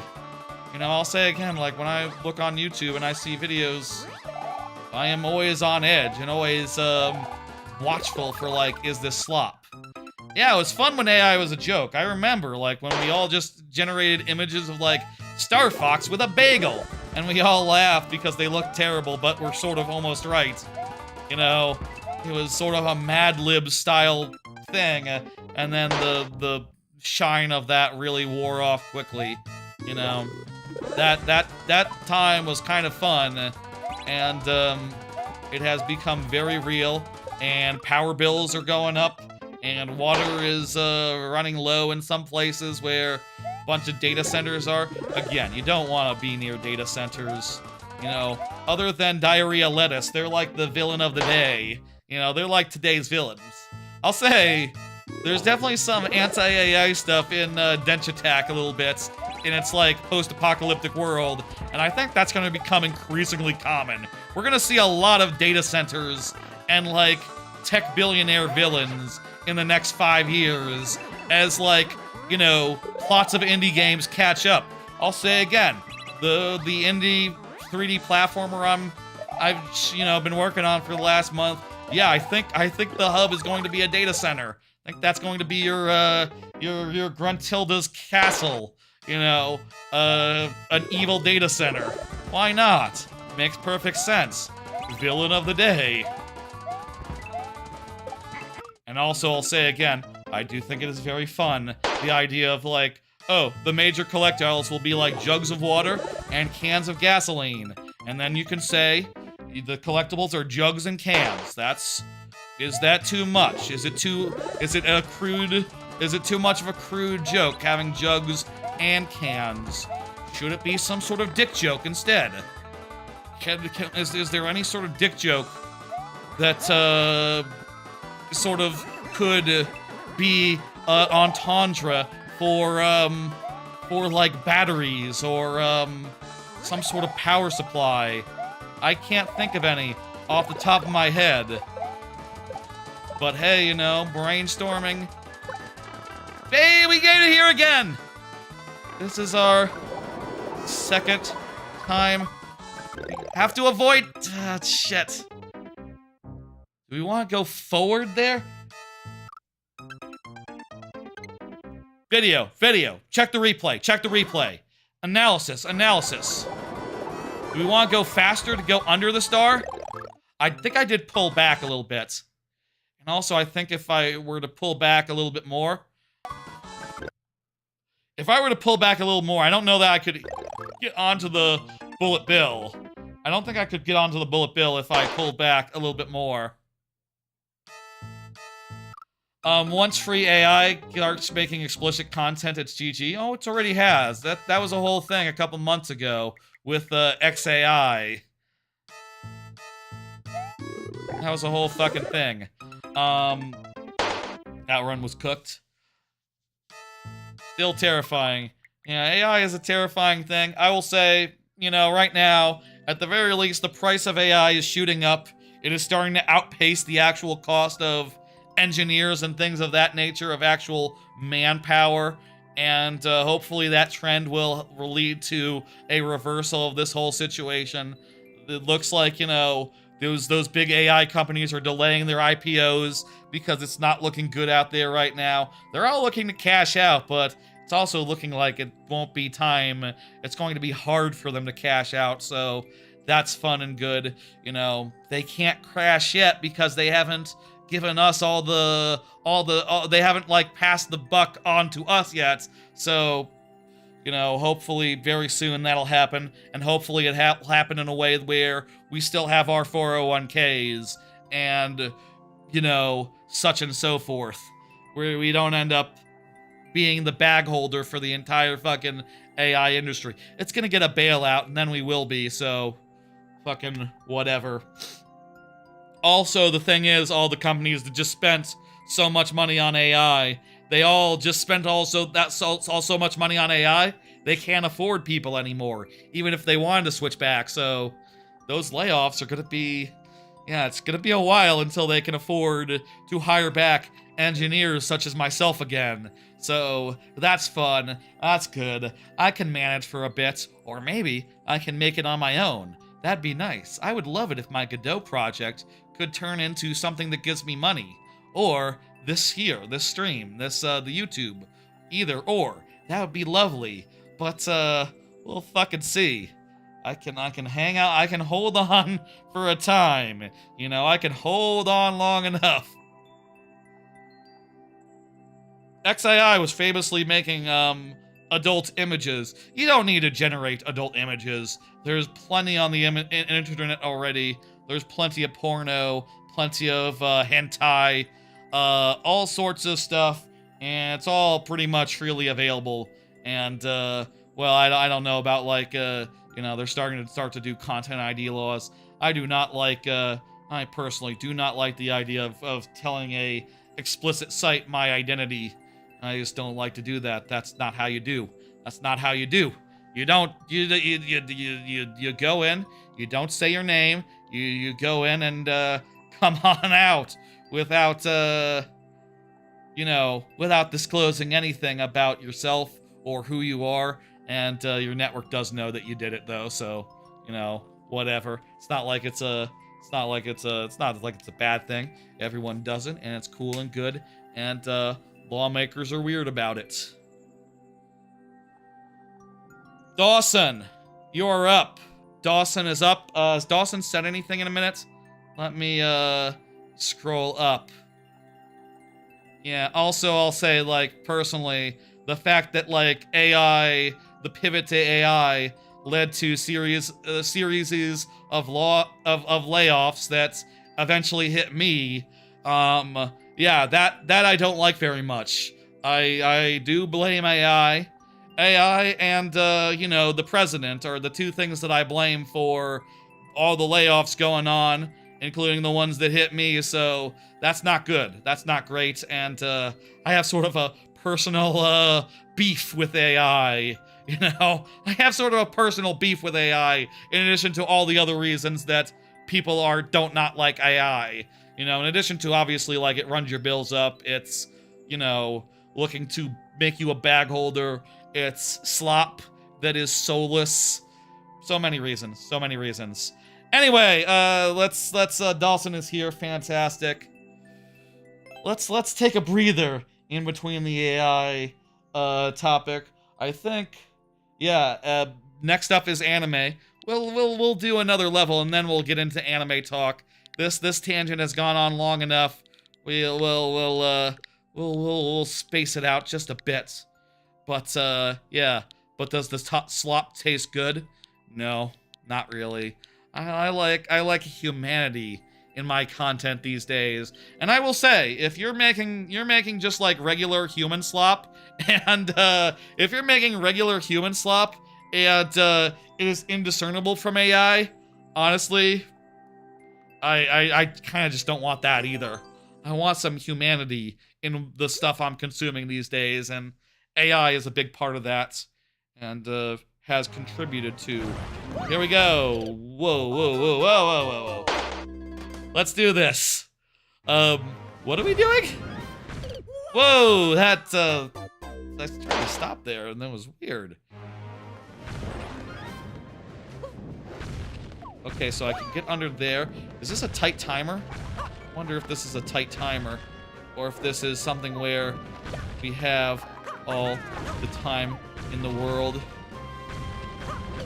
Oh no! If we have all the time in the world, what's the clear rate? The world record is 7 minutes. This might be a tight timer, which would explain the clear rate. It would explain the clear rate. Might be that you actually do have to do this properly, carefully. Okay, we have 1, 2, 3, 4, 8 tries left. 8 tries left. Let's do it. Some of these parts aren't actually that hard. Woo! They're just scary. And, they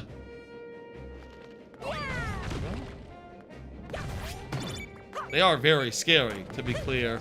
But, doable. Doable. Doable. Getting pretty far here. Oh no! Okay. Good progress. Good progress. This level's 7 minutes long. I don't know. We're getting to the end here, but hey, you know, as far as we can get. As far as we can get. Maybe the next swamp level will have dash panels. That'd be fun. It's a fun mechanic. I like to go fast. Go up here. Long jump. Long jump. Oh no! Just jumping ground pound there. Just jumping ground pound. Wait for that guy to go over. I don't think there's any getting under him while doing that long jump. So, time-wise, I don't think there's, like, time to gain, like, right here. I don't know how tight this timer is or if there's a checkpoint. But what I do know is that we have 3 tries left, so our odds are low. I'll say, goal for here. Goal for now should be to try to see more of the level. Get farther than we did. That's the goal. That's what should be our objective. So let's get nice and serious. Don't. Has to hit the wall first. Gotta wait for the thing to do. You ever watch a streamer talk about AI while clear checking a level? It's different. This is not clear checking. This is just playing normally. That's a different thing. All the time, says Chard. Yeah, that does happen. While playing a level, yes. Clear checking? That's a different. No checkpoint for harder difficulty. So there is a checkpoint. But, yeah. Spy Andrew enjoyed the thwomps. PR Games was here live stream with on Twitch. I guess a lot of other... Sure, yeah, a bunch of other streamers have done it. I wonder if, who cleared it? 6Ray6. Is that one of the streamers that's mentioned in the comments? Spy Andrew enjoyed the thwomps. That does sound like something someone from chat said. That does sound like a chat message that, is being relayed there. I also enjoyed the thwomps. That, was interesting to me. With a checkpoint, it's not a tight timer, so you have all the time in the world, but we didn't have all the time in the world, all the tries in the world. I'll say, by the way, queue's not closed. You can feel free to get that back in there if you want me to play it again. Though, you know, we do have, like, 10 levels in the queue. It will be a minute until you're back up, but, yeah.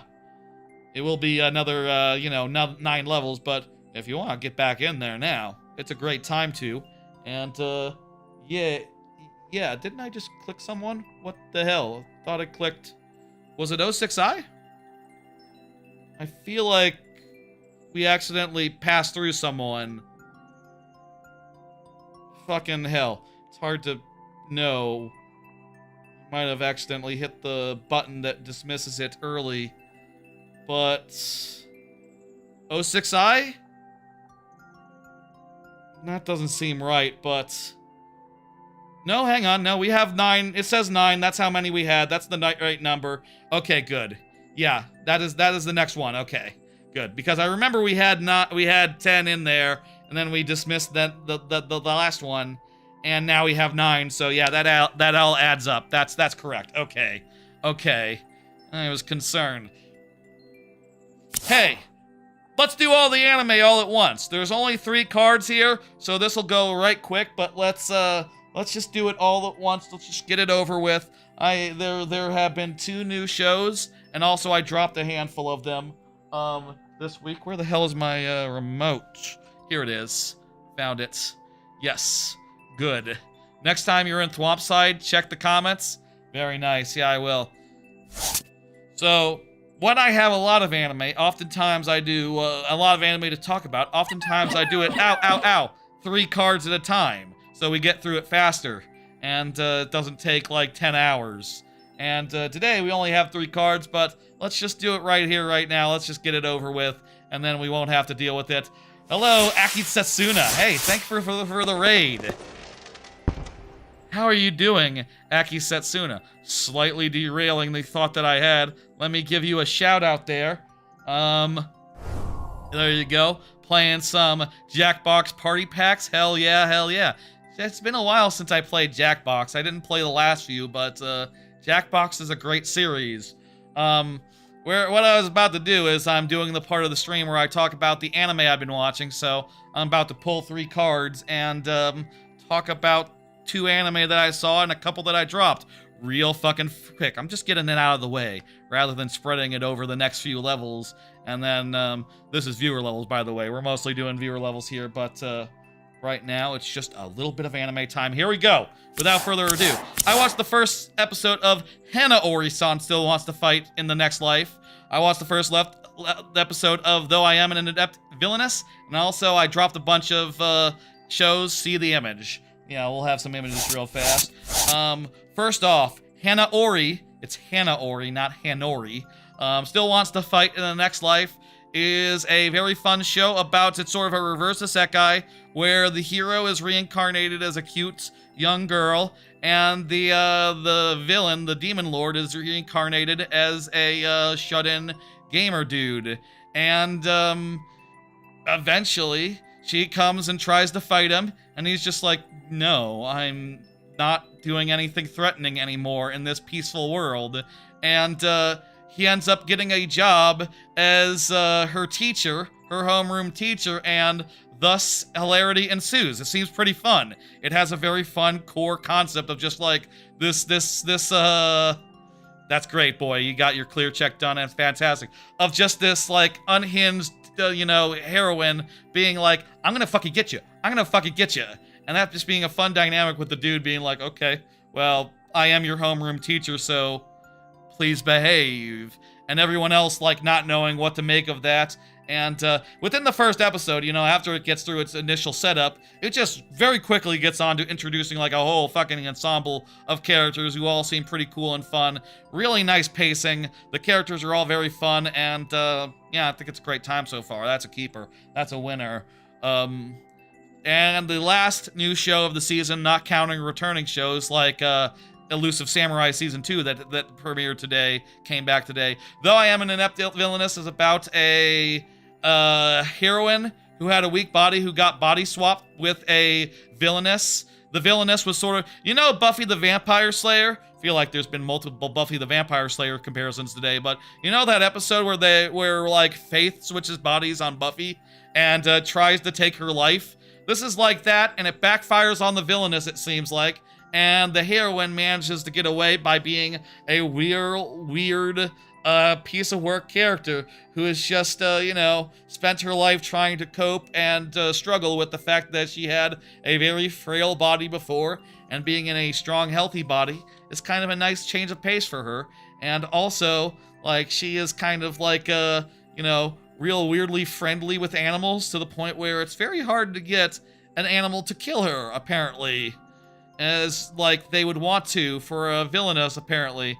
And, she's going to answer for crimes. I don't know where it's going from here, but it was a very good premiere. The character is very, has a very unique and strong personality. I like her just running around being like, oh, she's in a cage with a bunch of rats, and immediately she's just like, hello, rats, how you doing? Oh, you helped me a lot with all my experiments in my previous body, and I appreciate that, and I'm cool with you. And it's like, that's kind of weird and quirky in a fun way, and I like that, and it seems to be going good direction. Solid. That's a keeper. Finally, as for shows I mentioned in previous weeks and decided to drop, I dropped The Cat and the Dragon because I was kind of bored during the 3rd episode. I dropped the Kakigumi because it's not funny. It's not terribly funny. I dropped Mebius Dust because it's just a little bit mid, and I didn't care about what was happening. I was kind of losing interest, and, if you're Liz, that's a good sign as any to drop out. And also, Love Unseen Beneath the Clear Night Sky. That romance was not hitting as hard as I would like it to, and that's a disability romance, to be clear, and it's cool that she's blind and all, but like that's not enough if there's no chemistry, and the romance isn't working. And the last one is kind of generic and going in generic directions.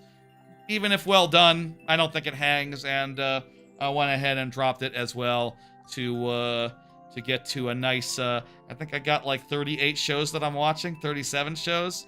Yeah, kind of a lot, honestly, but yeah, that's anime.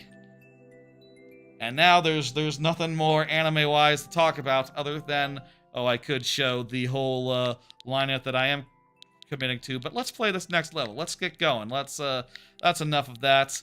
Last week was kind of really anime-heavy because there were like 30 shows that premiered last week, but this week, just 2, and they're both really good, so that's nice. I like it when the shows are good. I like it when I watch them and I go, yeah, you know, there's nothing wrong with it. And in fact, there's everything good with it. And I liked it. And nothing further. I'm watching it. That sort of straightforward simpleness is, I value a lot. And also, I need to be better about the shows that are like, this is okay. I need to be better about, like, just saying, well, no, then. Because I want to watch shows that are great. Not shows that are just merely okay. That level was crazy difficult. Previous level, or you mean the one that you just clear checked? Boy, that was okay. That's okay, presently. Ah, okay. The one that you're clear checking. Please, get it in there. If you have it all nice and submitted, sure it'll be up soon. If you got in early and then now replaced it with the new code. Remember, you can do that. You don't have to wait necessarily until your level is ready to go. You can do whatever you want.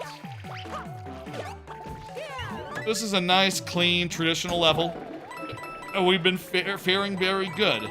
And this fish has not eaten me, and I'm not giving him a chance to eat me. If he does eat me, I will...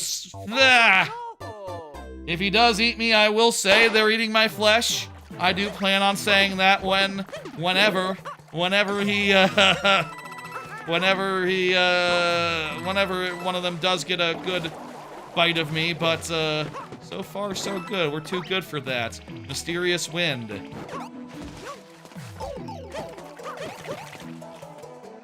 I saw that my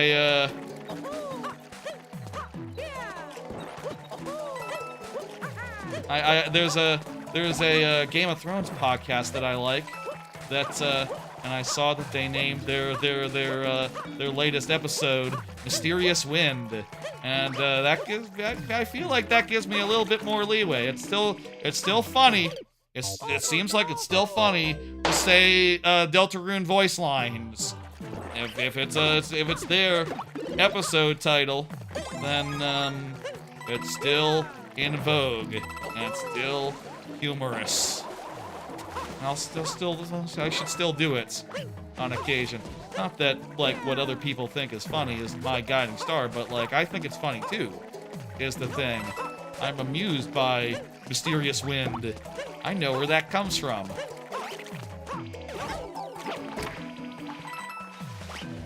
Good line. God damn it! Did not eat my flesh. Did not eat my flesh there, but, still killed me. Mysterious Wind.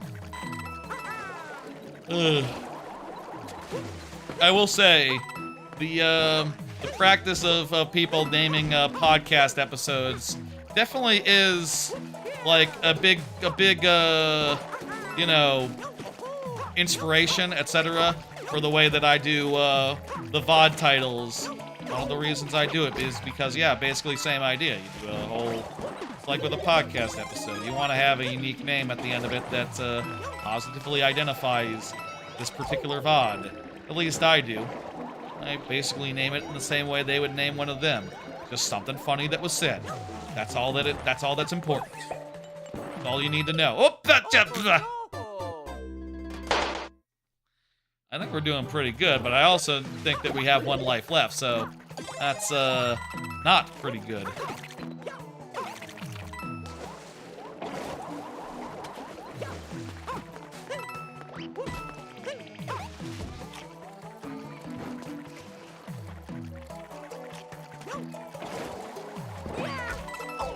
Damn it.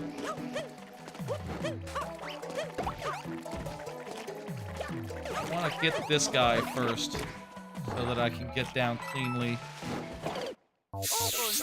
There, guy was there again. Same dude. Well, that's 5 tries, so yeah. Curve, stomp, yes. Thank you, 06i. Let me go ahead and hit dismiss there. Feel free to get another one in. You do whatever's good. Some guy is up next. Some guy DW. Some guy DW, go ahead and confirm for me. Some guy DW said, oh, I could have de-ground pounded them to make them go all the way. Nice. Cool. Yeah, I think you can do that. That would have worked. That would have been an effective solution rather than popping them twice. Yeah, the Piranha Creepers. The Piranha Creepers. I got you. I understood. Card. Run down the whole list of anime that I am watching. Yeah, 1 second. Let me let's do that real fast. Let me get my phone on the computer so I can show y'all, and then I'll just scroll down the anilist.com so y'all can see real quick when I am and am not watching. I need to launch I need to do a thing before this will work. Thank you for the level, 06i. Getting back in there. Very nice. I'll say, I think I don't have that many cards after anime cards, so let me see. I think it's just about time to start winding down. I think it's about time to do last call for levels. After this next level, I think we will start winding down. How many cards do I have left right now? 3. Yeah, we have 9 levels and 3 cards to split them between. Yeah, okay. We're gonna stop after this one. Okay. Let me see. Can I do any chart? Let me see. Oh, nope. Any chart is weird and not refreshed. Okay, I'm not gonna worry about that then. It would be convenient if let me see. Is this all working? I think this might be working. Okay. Yeah, it's up to date. Okay. Here's the rundown of what I am watching this season. And I'm just going to wrong button. Those are the Six Flags photos from last week. Here we go. So on Thursday, we'll go in the order in which these are shown. World of Tanks ad up top. Don't worry about that. Chainsmoker Cat, Kaiju Girl Carmelise, Dara-san of the Reiwa era, and Smoking Behind the Supermarket. On Friday, I have Please Excuse My Younger Brothers, That Time, Slime, Season 4, Draw This Then Die, Frontier Lord Begins with Zero Subjects, and Elusive Samurai, Season 2.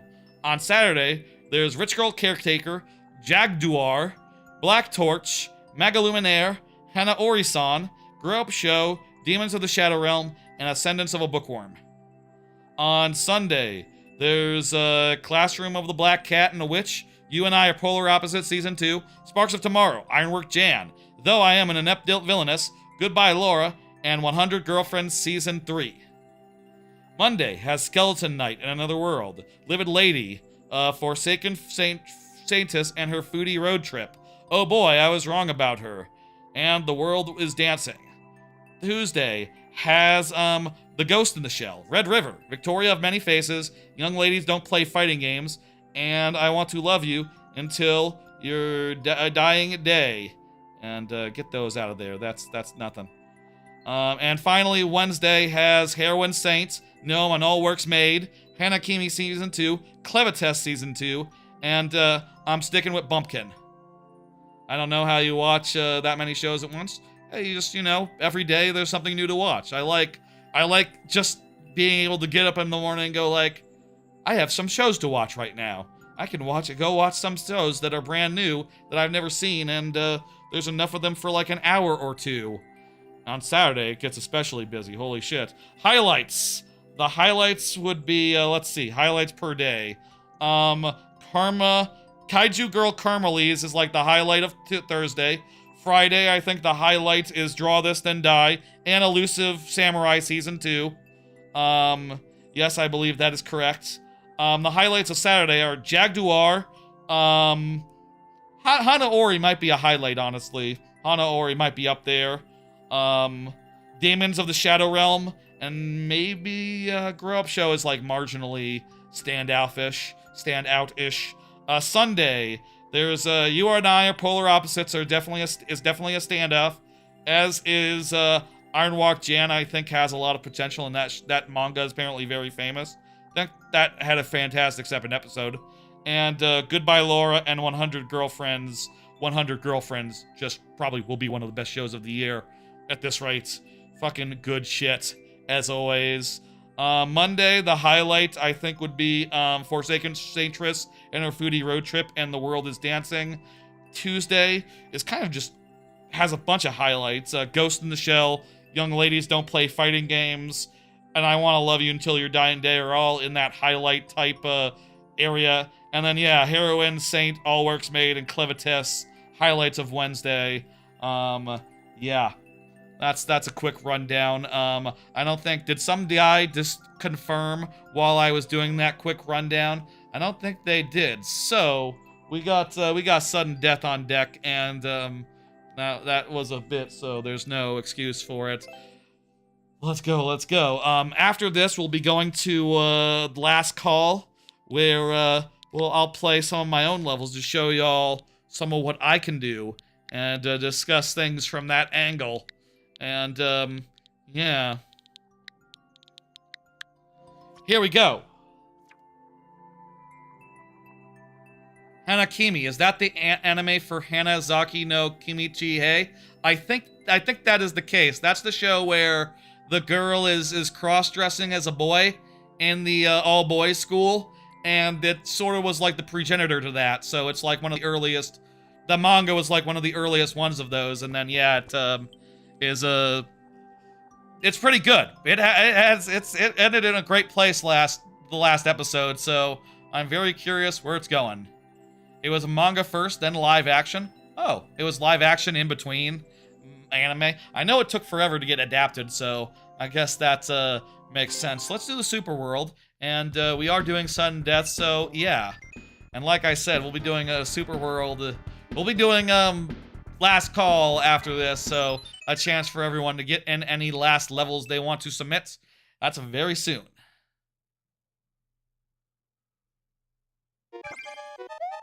Oh, it said Z!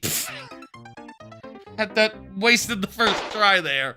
I mean, I didn't land, so it was wasted either way, and then I didn't land again, so it was also wasted even though I hit Z. Those are the two tries. Some guy, DW, who is not in chat. That's all we can do. Oh, well. Sorry. You know, it is what it is. If you want more tries, do try to be active in chat when your level comes up. That's, all that, it is fun to sometimes, like, chance it on a 2-try, but, it's for a harder level, that's harder.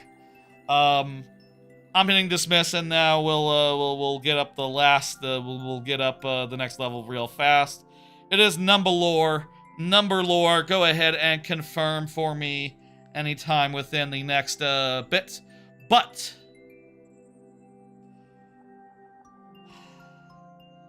folk, it is time for Last Call for levels. Time for Last Call for levels, and this Last Call for levels, I think we're going to do something a little extra special.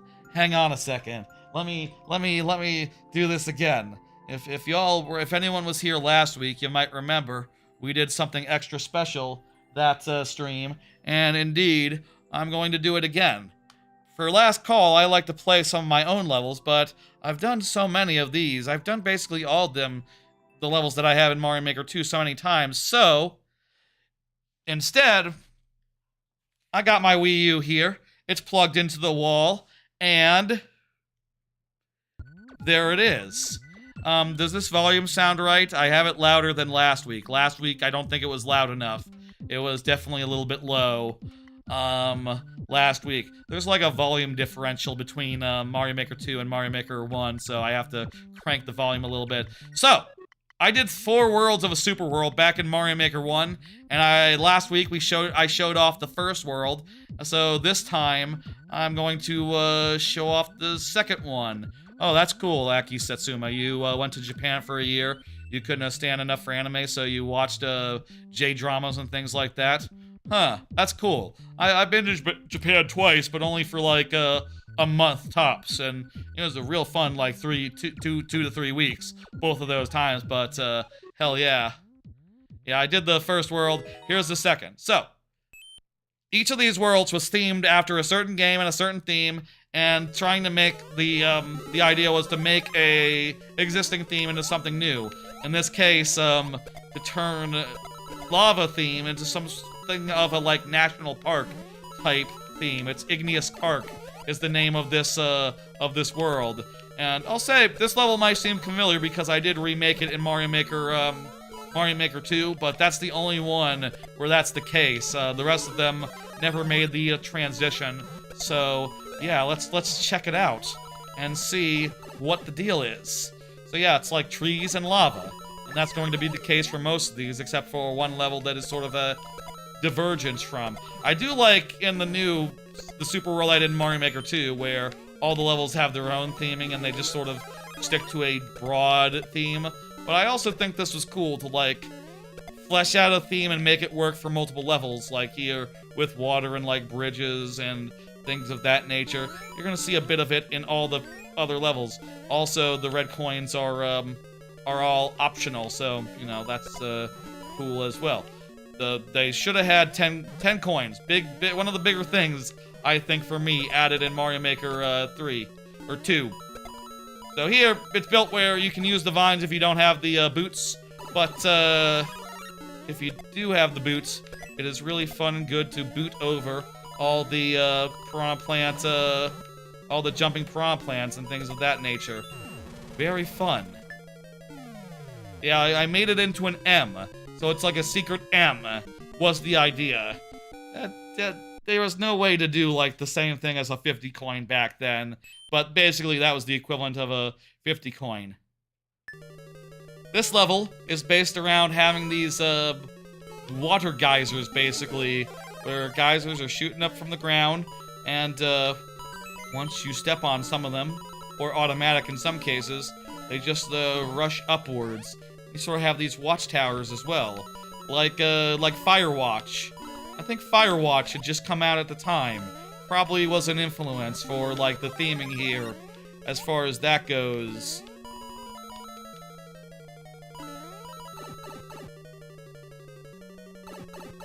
Some cool bits, some nice, you know, you're riding a platform up. This is definitely a better platform level than the one in the first world. Definitely like just, hey, you know, you just ride a quick platform up and up and up, and then hey, it's done. It's fast, it's quick, and then you're back to like regular running and jumping. No big deal. You should finish your Mario Maker 2 upload limit with these levels. Some levels wouldn't work in Mario Maker 2, I'll say. Like in particular, I want to draw specific attention to the 4th level of this set. But that would be a good idea, you know, but also, it is a little tedious, you know? It is a little tedious, and also, some of this theming might not work in Mario Maker 2 because they don't let things overlap as much. I'm sure there's, like, parts here that just the semi-solid would disappear, right? Also, yeah, I used the bones to make, like, vines and stuff or whatever, hanging from the ceiling, a little bit of overhang. Here's Bramble Gamble, which is sort of the divergent level of the set, where you go above the forest and do some bramble stuff in the clouds. Overlap removal sucks in Mario Maker 2. Yeah, totally. I mean, there's a bigger issue with one of the levels coming up. You'll see. We'll talk about it. I might make short-form content of it. I don't know. Definitely could do. And it would probably be mildly neat. Not that this level isn't also mildly neat, but, you know, this level probably you could make in Mario Maker. Though you would definitely, like, do it differently with some parts, like, you know, you'd use 10 coins and stuff for the collectibles and all that. That just feels right. Now in the back half, you go down into the forest and you start, doing some, you know, basically more of the same, honestly, but, this time you're, you know, you only come down into the lava from the top half. I liked in the Super World to have the third level be like something a little extra weird and be a little different from the other ones. I feel like in retrospect, every level could have had a little more different, but also, maybe they do. The towers were unique to the second one, and then, you know, these levels all do have unique stuff. This is a flying level, where you fly. Fun. This level would get good on a zoomed out screen? Oh yeah. Well, most Mario Maker levels would. Okay. Okay. Let's do this. Check this out. This is a level that you can't do in Mario Maker 2 for a reason that maybe you don't see that often. See, here's how this level works. So, this is Fire Opal Falls, and the idea is you go into these, like, pipe barrels, and then inside the barrel, the whole goal is just to get back into the pipe where you came out, and because of the way that overlapping pipes worked in Mario Maker 1, you can come out in a different location, and you come out, like, after the barrel has, like, fallen off the waterfall, basically. You can't do that sort of trick, that sort of gimmick, that sort of, thing in Mario Maker 2. It's just not possible. Pipes can't overlap, and even if they could, you know, they wouldn't lead. You wouldn't be able to make them lead to different places, like when you're based on like you know, based on the order in which they're placed, because they're not. Also, by the way, yes, this barrel has a secret. Check this out. Another thing about it is that when you come out of this, you can go back in, and now the barrel's on its side, so it's a different, technically a different place, and it has like a collectible set of red coins in there. Optional, you know. You cannot do this in Mario Maker 2, it's not possible, and it was a neat trick that you could do back in Mario Maker 1, and I, think it was cool to do it. Also, all these, enemies are coming out of all these pipes because this is sort of a level where the idea is each of these pipes just contains a bunch of enemies, and the ones that are spawning, you can just imagine, are containing a similar amount of just enemy as they, you know, continue to pour out of pipes. We're just about done, by the way, so that's all cool. One more set of barrels here, and this one's a big one because you actually break out of this barrel and you fly around for a second. Wow. And every one of these additional barrels has a different set of enemies in them for you to deal with. Again, this part would be possible in Mario Maker 2, actually, because you don't go into, you come out of different barrel for the second set, but, yeah. It's a cool thing. Can't do it anymore. I think this level's very cool. Mario Maker 1 had some things that were possible that they're not possible anymore. What the fuck? What else can I say? That's it. End statement. Cool. Did you like seeing that? That'll be content. That's interesting. That's good stuff. Why does the Warp World bot repeat messages? Sometimes it just does that. I don't know. Don't worry about it. It's fine. Let it do it. It's fine. Hey, undefined Super Mario Maker 2. We're just doing last call, and I think that's going to do it for last call. Let me switch back. Let me raise the volume back to the normal amount. And let me grab my controller. Have a good evening. Later, Aki Satsuna. Thanks for coming by, and thanks again for the raid. I appreciate that. I appreciate the hell out of that. Last call over. Last call is now over. We're closing the queue. Oh yeah, we still have to get through the 10 levels in queue. Let me say, we're closing the queue and we're winding down, but there are still 10 levels in there, and we gotta do them. I don't think number lore confirmed during this time, during last call, so I think we are just we're doing that sudden death style, which is nice. It'll mean that it'll go quicker, or you know, we'll see. It depends on the level and the difficulty and such and so forth. But let's do this. I'm going to go with the super world, and let's just go. Let's just do it. Let's just number lore. Feel free to confirm if you're there, but otherwise, 2 tries is what we got. And Mario Goes Live on YouTube is the name of the level. Let's do it. Checkpoint. This might be a quick one, or it might be weird. It's either quick or weird. I feel like I think it's trying. It might be trying to tell a story. It's definitely weird. I'm guessing go through the blocked pipe. Yes. Done. Thank you, number lore, for the level. That was weird. Thank you, thank you. Your next level will be another Deltarune secret boss fight. Nice. I love Deltarune. Deltarune's fucking great. Complete A Boy That's Okay. Just confirmed and said is here. Excellent. I have 3 cards left to talk about, so at this point, with 9 levels in the queue, we can pace them out a little bit. Let's tear right into the next level. Are you sure? I'm pretty sure. Yeah, I know how many cards we got. Oh, you didn't mean this one? You meant next one. Let me see. What are you saying? Your next level, not the one you have currently submitted. I got that. I understood. I like seeing those, and I will like seeing it whenever it's done. How about that? It's all good. I understand that making a level is not an instantaneous thing. You don't just wake up one day and have it. This is 0%, and A Boy That's Okay is here. So we got the full 12 tries, and let's see. Okay, we got our heads. Let's go.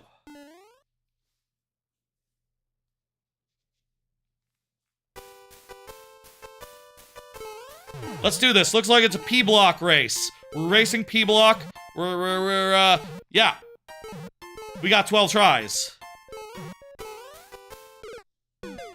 You know what? First try, that's not bad. For first try, that's not bad. I do feel like I was going pretty fucking fast. I don't know, like, how much more faster I can go, but,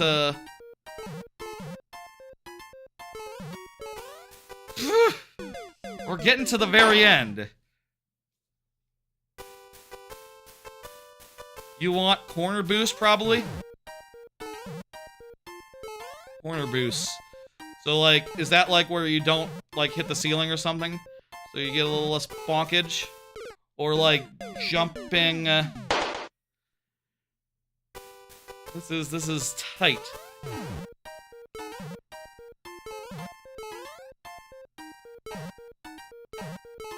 I see. So we probably want to be jumping a little bit sooner so that we can jump around corners like a frame early. Well, this is already... Test it, test it. I got a second to test it. So like here, I want to jump like a fourth of the... a little bit while I'm under. But if we jump early, it eats our jump. But if we jump earlier, we get pushed forward. So it's a tight, whoops, 1 second. It's a tight thing. Here, here, here, here. So close. Is this level just this? No one's cleared this yet, so it's a strong possibility.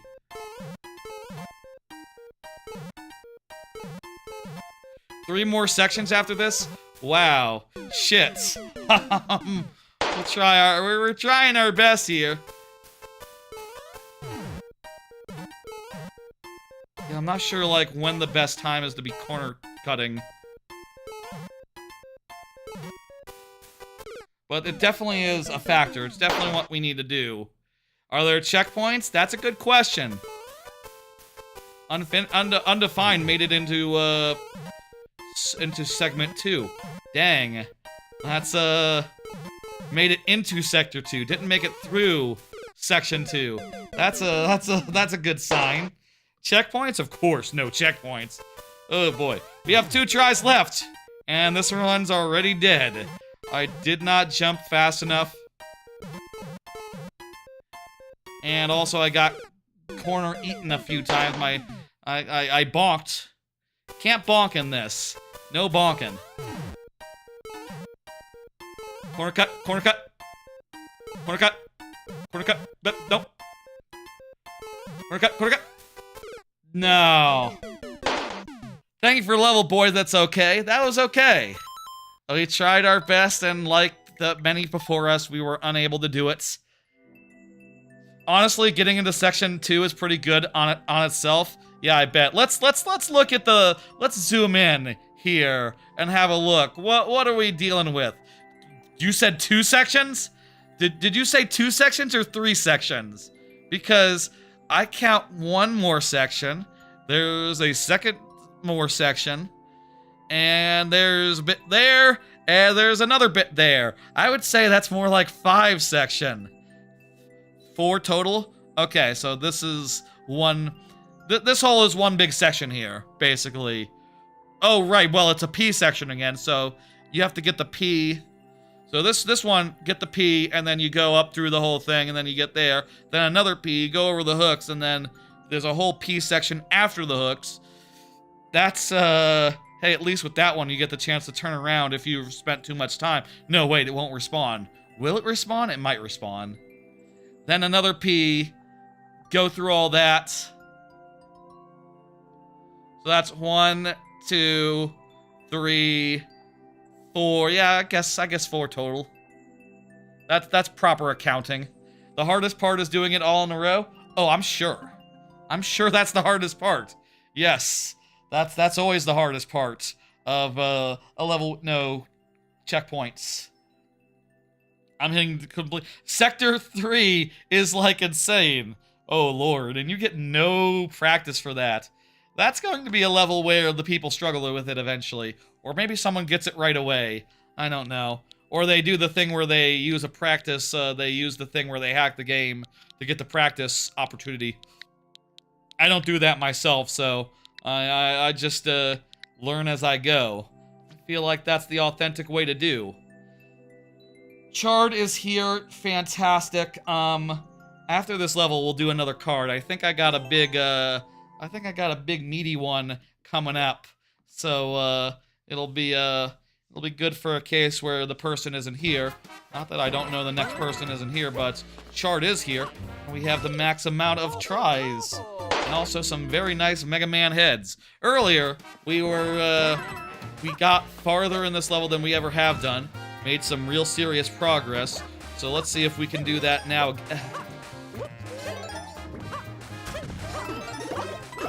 Well, not like that. I wonder if you can, like, spring into the... there's, like, a hidden block there, right? I wonder if you could spring into the underside of that hidden block, and as a fallback, hit it that way, and that might be a viable fallback, actually. Like, why not? But if it goes wrong right there, there's no recovering. That's like the big thing that I'm trying to figure out right now with this. Like, I feel like we've gotten everything along the way. We just need some fallbacks. We just need some strategies in case things do go wrong.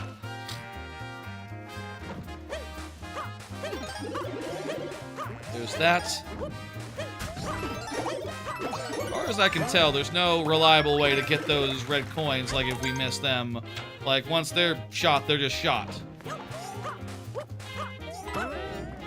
But, do what we can do and, struggle through. Okay, here we are. We got into the place again. We've now gotten through this, bunch of, this swamp situation a couple times. So, let's do that again. Damn it! Oh, no. I'll start jumping a little bit earlier there.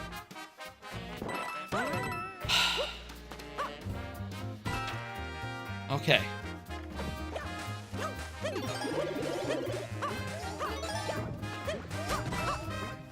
Damn it. Well, once we miss that, that's right out.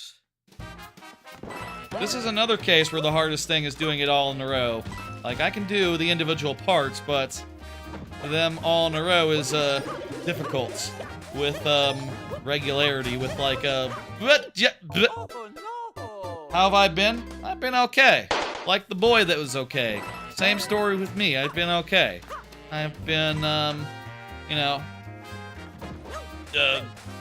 keeping a little bit busy. I could be busier.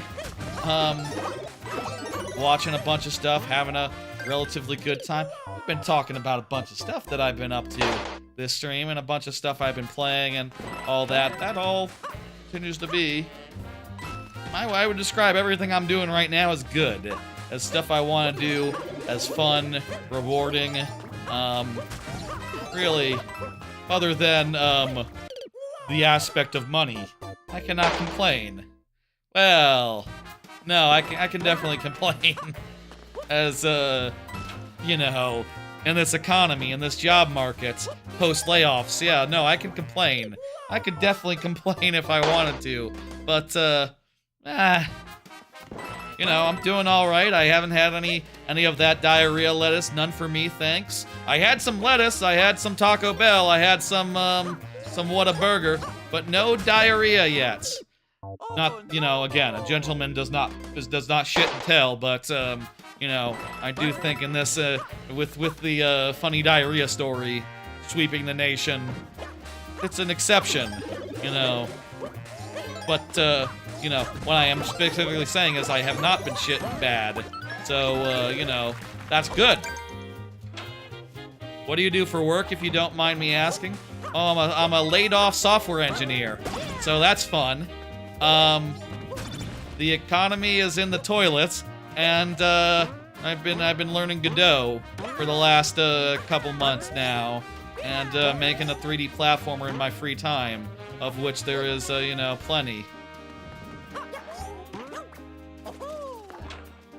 So that's been fun.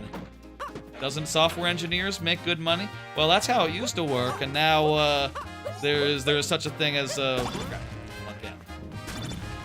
Well, layoffs have been, big, and, you know, you're not making money if there's no jobs. The whole, really, software engineers have been the first ones hit by AI replacements and the pivot to AI really hard. It's not good out there right now, especially if you're not a fan of AI. I'm not a fan of AI for plenty of perfectly good reasons. So, you know, I'm just waiting for everything to blow over. And also, you know, trying to stay active and work on stuff that's cool in the time that is now I have. And I can hold out for a time. Read the comments, okay. I can hold out for hopefully until, yes, Master DS is here, that's me. I can hold out for a bit, but, we'll fucking see. I could complain, but who wants to complain every week? I don't want to complain every week. I want to be happy and have a good time, and this is a good time. I'm hidden dismiss, and that'll do it for Chard's level again. Almond Shear is up next, fantastic. Here, let's do the next card. I got the next card all ready and prepared, and this is a big one. How long did you software engineer for before you got laid off? 10 years at the previous job, 2 years at the 10 years at the job before last, the first job, and 2 years at the previous job. So, 12 total. Okay, I think the card I was expecting is I'm expecting a big card after this one. Actually. Yeah. Cool. Let me see. Let me check this. That one's coming up. Okay. It's cool. Been sleeping a lot recently, but still tired. I don't know what's up with that. I have been finding a lot of time to have nice sleep. That's like one of the good things about not having anywhere to be in the morning. You can just sleep as long as you want. And I have been getting like some of the best sleep in my life the last couple of months, like just hours and hours and hours, just like probably an average more like 7 hours than like 4 hours, you know, closer to 7 than 5, which has been amazing. And I've slept in a good deal, but also, like, sometimes I just sleep in the whole day. Like, yesterday I slept, like, fucking 8 hours, just got up and said, I'm gonna go back to bed after watching some YouTube in bed. And then, slept in real late. Well, still pretty tired when I actually got up. It doesn't make sense. I don't know why that is. I don't know, like, what I can do. And right now, my main strategy is, like, yesterday, I think it's time to make a change, and the change I've decided to make is I need to set the thermostat to just start, you know, being warm in the morning. And maybe if, like, the thermostat goes back up to, like, 70 degrees at, like, noon, I will be less inclined to stay in bed and more inclined to get up and start doing productive things. Not that I'm not doing productive things, like, I spent a few hours last night working on my Godot stuff, but those few hours were between the hours of, like, 5 a.m. and 7 a.m., so that's weird. I think that should probably be more during, like, regular daytime hours, and that would be more, I'd like that more. And then, yeah, I would sleep during, yeah. Let me see, what's the clear rate here? The clear rate is, 4%. So we only have 4 or 5 lives, damn. You stayed up a full night and became tired in the morning when you slept? That does happen as well. Maybe it's like changing of schedules, like if you're going from one schedule to another schedule. Damn it. Okay. Hey, we figured out, like, we can get through that first section, like, easy peasy if we just run and don't worry about it. Now we just have to do some good riding. Lovely, okay. We died twice there last time, and this time it's looking nice and clean, and you know what? I bet the rest of the level isn't that bad. I say that, I'm seeing what's on screen. You know what, though? I still think we got it. Angry Sun just showed up. Bleh!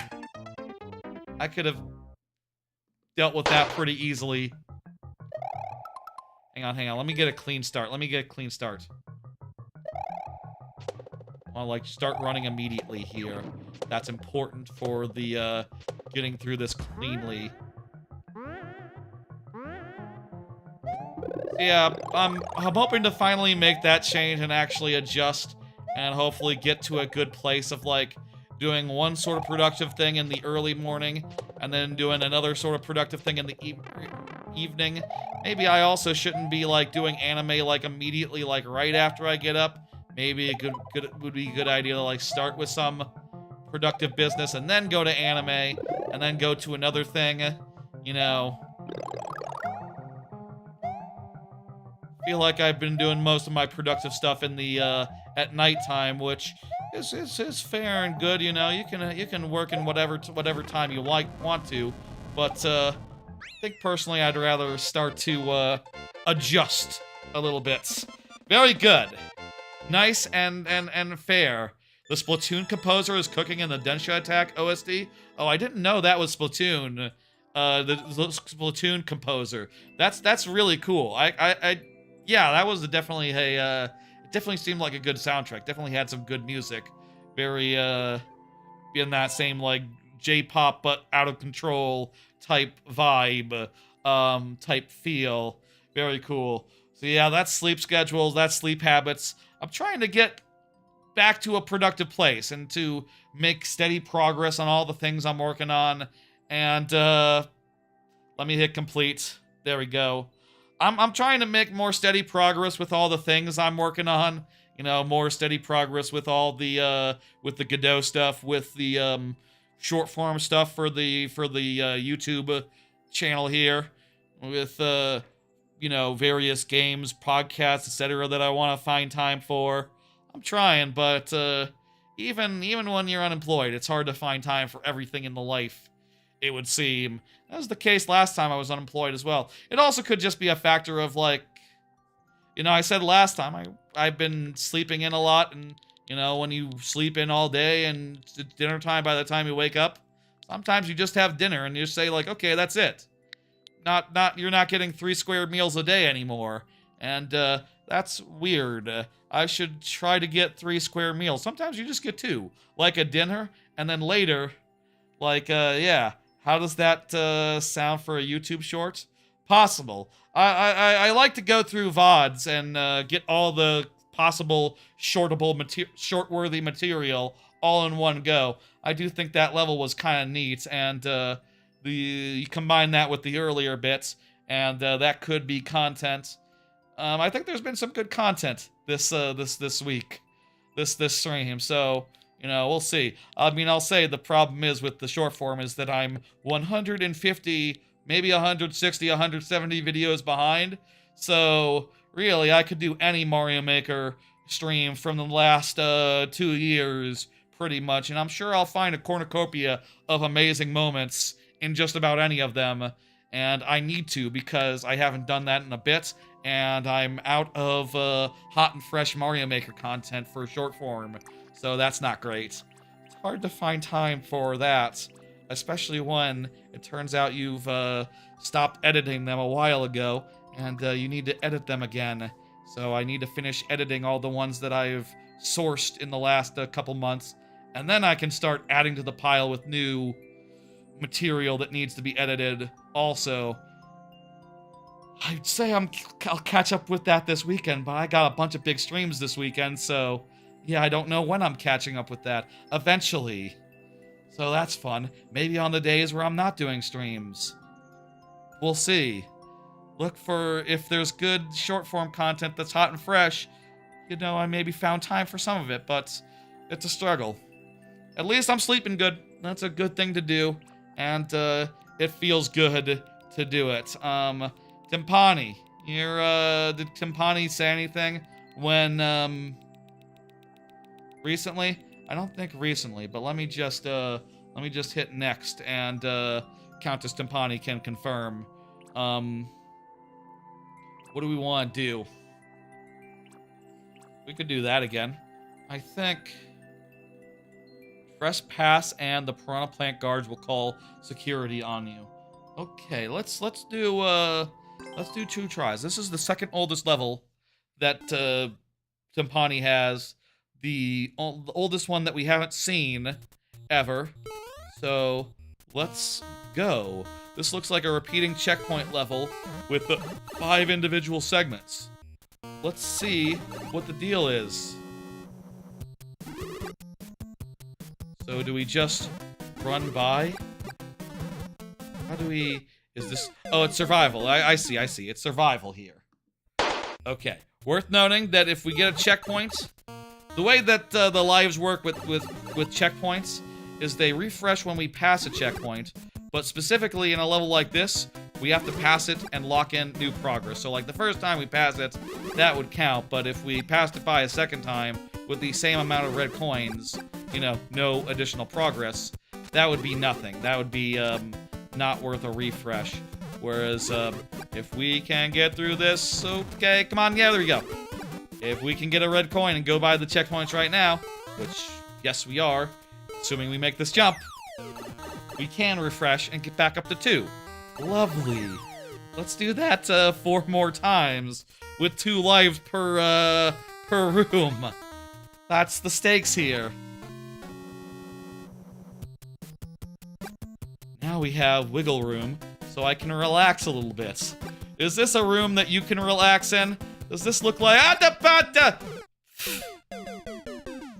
don't know if this is a room you should be relaxing in, but, we had a second of relaxation, and now we're back to the, now all we can do is, clench! We're out of lives. That's what happens in sudden death. Okay, you know, it was a long shot to do all 4 of them, but I would have liked to done one more. I'll admit it. I would have liked to have done one more. I'll say. Clear rate's really not bad for a Countess Timpani level. Really not bad at all. It's over 1%. Wow, that's huge for a Countess Timpani level. Real cool one, but Timpani is not here to confirm, so I'm gonna drink a little bit more water. And then we'll get up the next, hit dismiss and go to the next level. Ratto de Laboratorio is the next viewer. Go ahead and confirm for me. Lato de Ratto. Next card. Do top 5 anticipated games rest of 2026. Do the top 5 most anticipated games of the rest of 2026. I saw Giant Bomb did some videos to this extent, and I thought I would do my own top 5 list of games of the rest of the year. So let's do that. This is a list of games of the rest of the year. Here we go. First off, at number 5, I think Fire Emblem Fortune's Weave looks really good. I haven't played every Fire Emblem, but this one looks like a 3 houses. It has a calendar. Look at that. That's a calendar. It has the Persona style, like, calendar time management bullshit. I like that a lot. That's what I want. And I'm sure it'll be very fun and full of fun characters who the internet will love. At the number 4 slot, I'm saying Splatoon Raiders. Splatoon Raiders looks like a lot of fun. I've always had a lot of fun with every single Splatoon release, and when they did the Direct, they showed off a bunch of cool stuff like gadgets, and gadgets were like the big thing and the big new thing, where like there's a bunch of equipable bullshit that's activatable on a timeout, on a cooldown. A bunch of cool stuff that's activatable on a cooldown that has like you know, makes it so that balls circle you, or you do like a big strike attack, or you put down a turret. And that all sounds really fun to screw with. And also, these games have been consistently solid. Also, you can just call in a co-op buddy just randomly from the internet, which sounds nice for me because I don't know, I can schedule that stuff. At the number 3 slot, I'm putting Star Wars Galactic Racer. The main reason being, I really love Star Wars Episode 1 Racer, so a new game in that vein sounds lovely, and it's made by people who have made fantastic racing games before, so yeah, that seems really exciting, and I'm really excited for that. At the number 2 slot, Castlevania Belmont's Curse. The main thing about this that has me excited, it's a Metroidvania. They have said, basically, in so many words, yeah, it's not a roguelite. It's not anything. We're going back to what works. It's a Metroidvania. It's in that style, but it's from the guys who have made Dead Cells, which is a fantastic game. It's also a real looker. It's a fantastic looking game. I think that's going to be really good. And at my number 1 slots of the rest of the year, I'm putting Control Resonance, where, what can I say? I really loved, enjoyed, I thought Control was a lot of fun, a really cool world, and a damn good time. And this is like more of that, but instead of a gun, you're using a hammer, so that sounds like, it sounds like it'll be a different sort of game, which is neat and interesting to me. Like, it's a sequel to a game that I really enjoyed, but also it'll be completely new, and who knows, it could be really, really cool and fun. And for that, it tops my list. Just the fact that the melee combat, I feel like it's gonna be good, and you know, the world building and all that is probably will continue to be top notch. So I will enjoy seeing that, reading documents, and going weird places, fighting weird things with a hammer. That's the list. Did you enjoy that? Is that content? Definitely content to be fast-tracked if it is content. I think that might be content. I prepared that in such a way where it should be contentable. They should be, yeah. You forgot Duskbloods, coward? didn't play Elden Ring. I'm not really a Souls-like person. Did you just do a top 5 most anticipated games list? I did. Oh, you're just getting in here. Fire Emblem. Splatoon. Star Wars Galactic Racer. Belmont's Curse, Castlevania. Control Resident. That's the list. There you go. There's the list real fast and quick, just to repeat myself real fast at the end. There you go. There you go. I'm not really terribly excited for Duskbloods. I've never played I'm not really a big Soulsy person, and Duskbloods seems like I'm also not that big into like coordinating play sessions with people. So like a co-op thing. Yeah. Hello, Gold. Hey, how you doing? I will say, Gold, the queue is currently closed, but I do sometimes let new viewers get in if they have levels, if they want to get one in. And you are one such new viewer, I do believe, or otherwise you just got here, whatever, whatever. If you want me to reopen, let me know, and I can let you in and get one. This is an offer that is always open to anyone, provided they are getting here just now. Say the word, say the word.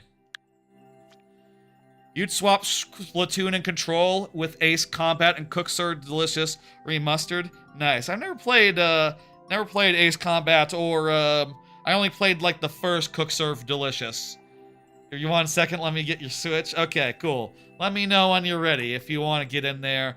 You know, say the word. There's no courses found on this account. Is there any light courses? There's no clears. This is an empty account. Thank you, Rado, for the empty account.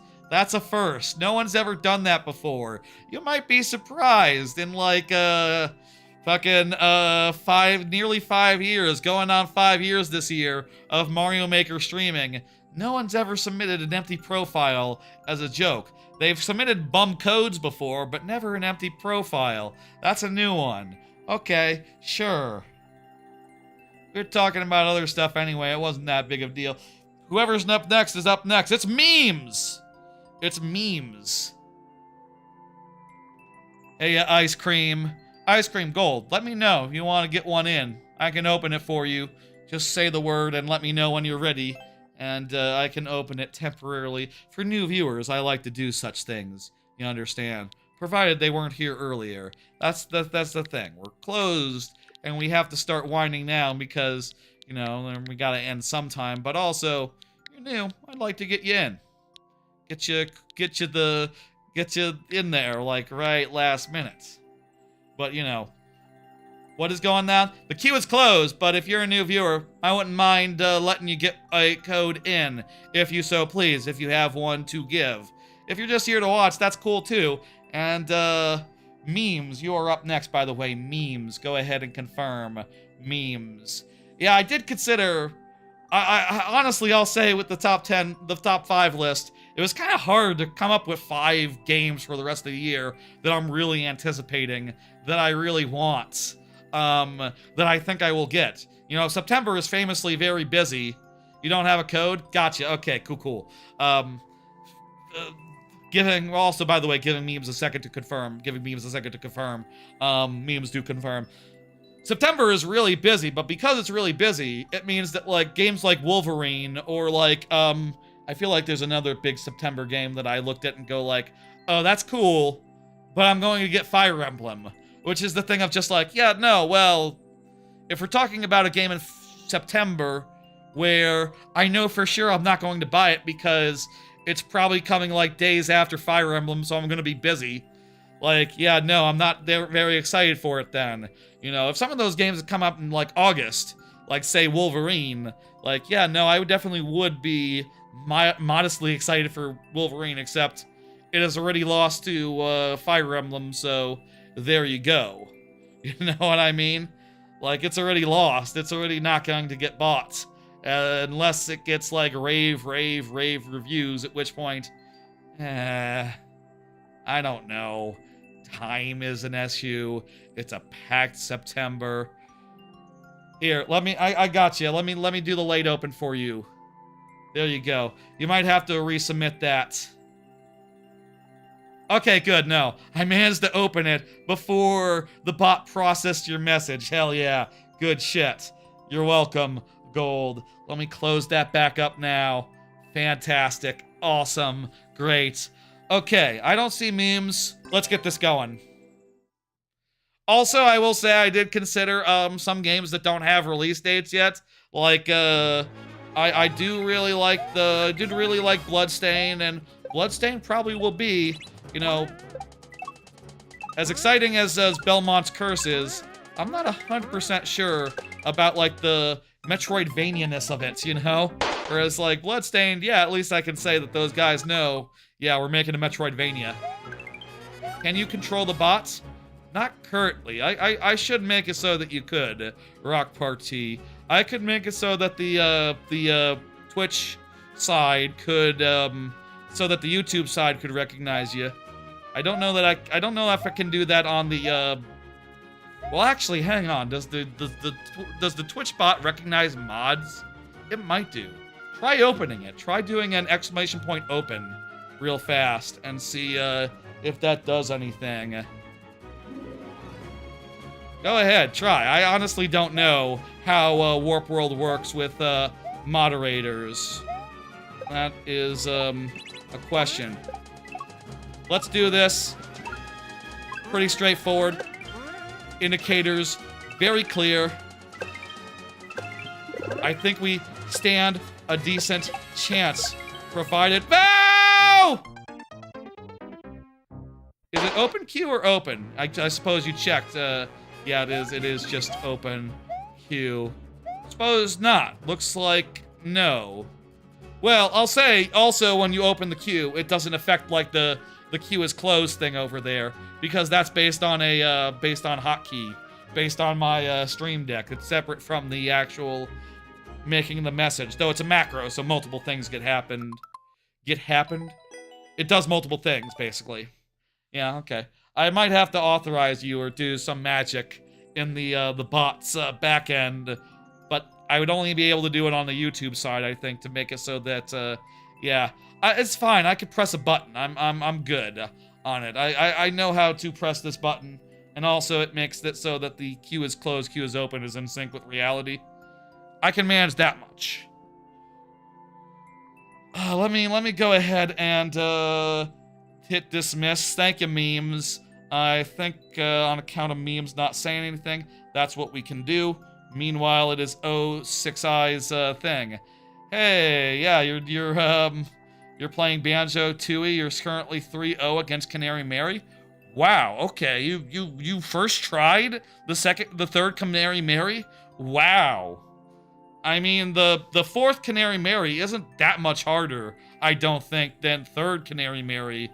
But yeah, that's a, I'll say, like, I now have a 8-bit DOE controller that has a turbo button, so I plan on using that every time I face Canary Mary in the future. So, you know, I'll say for my part, I don't have to deal with that anymore. I'm done with Canary Mary, in so many words, playing fair and square, but goddamn, good work. Good luck with the last one. Hey, 6i, thank you for confirming. Nice and prompt and shit. I have one card left, by the way, but let's hold on to it for a second. Let's relax, and then we can do it after this level. After which we'll have 3 levels to go. We're getting down to it. The stream. How long have we been going? About 4.5 hours. Okay. There's still a relatively long Super Mario Maker 2 stream. Next week, There'll be no lettuce, diarrhea lettuce. There'll be no more SGDQ to talk about. Less anime than before. Next level, next stream will be a short one. I'll time it out better too. Maybe if I had closed the queue earlier, we would. Wait, what was the clear rate here? I didn't look. Maybe then we would be going faster. One of these weeks, I should just bring no cards whatsoever and just be like, yeah, no, we're winging it tonight. Nothing up my sleeve, no topics. Let's go. I suppose I do that. I'll say, I do that on like every non-Mario Maker stream.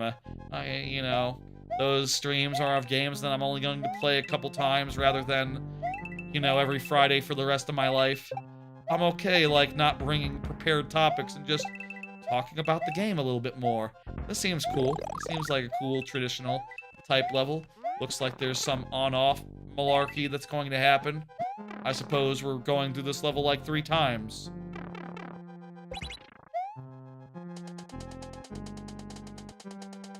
It's cool that, like, when a platform falls and falls under the lava, it stops, moving. I see the arrows are an indicator of where you're supposed to go. Unless they're traps. If this fools me at any point, I'm going to be mildly upset. Cool how that works out. I didn't know it was that perfect. But also, I say it's that perfect. It's also such that you need to strongly indicator the whole situation because there's no way of telling what's coming in this, there's no way of telling what's coming and what's ahead. There's no way to give the player any sort of indication of, like, what to expect, and, you know, that's a little bit rough. But, at the same time, it's fine, you know, we're managing it, and, this time I will go left and right with good timing. It's funny. I guess the lava is opaque in any case, right? So you can't... The only way to do it is with indicators. You can't, like, you can't do literally anything else to let the player know, hey, go to the left, go to the right. Indicators are the only way. Coin trails and, such. I thought this was just telling me to activate the platform. So that's why I wasn't thinking about the, about avoiding the, saws at that point. You really have to run through that room.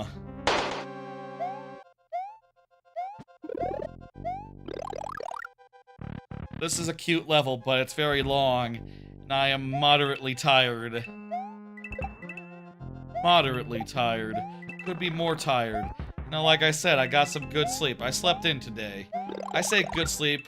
Could have gotten more sleep. I had a little bit of a not so sleepful night. Like I said, I had a wild hair last night, like real late night, and then spent a couple hours working on like a ground pound, you know, in Godot, working on a ground pound, let's see, there was a ground pound, I made some models for some collectibles, and then I, also did a third thing. I was messing with general game feel for a bit, and that all feels very rewarding and good, but yeah, time-wise, I should find a better time to do it, I think is the thing that I am thinking about right now. Just find a better time rather than late night. In fact, tonight, do not do anything. Do not do any of that. Get the VOD uploaded and then watch anime. That's it. No late night work. Tonight, anyway. Other than VOD-related stuff. Yeah, we got through!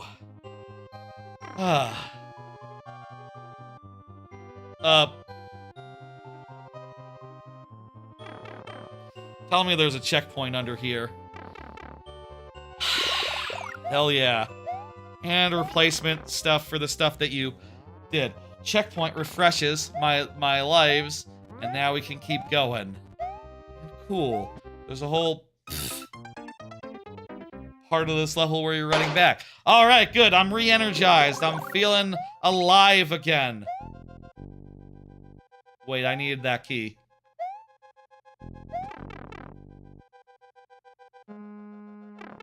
Did I need that key? I might have needed that key.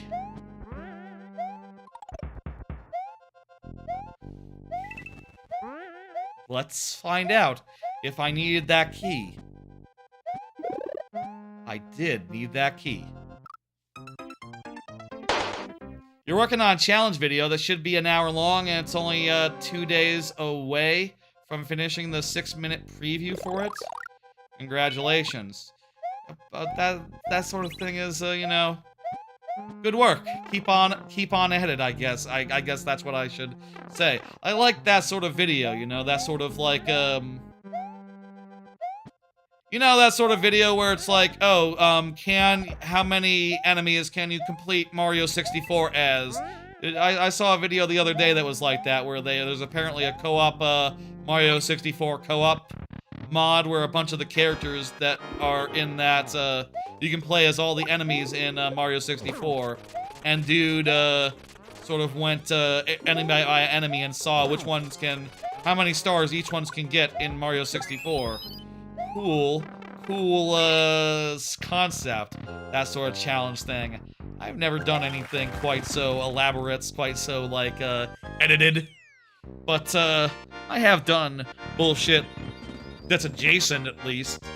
But, less edited and more just a 10-hour VOD. Which is also fun. I think it's fun. Hopefully, you know, how fun it is, who could say.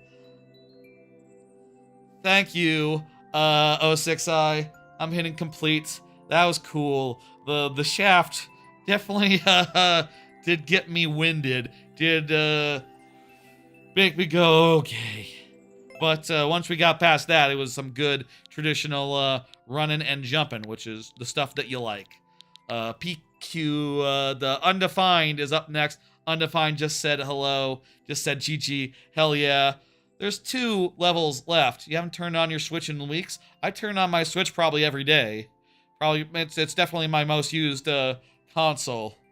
And Crunchyroll is my most used streaming service. And that's, you know, I don't feel bad about paying for it, given that use it every day.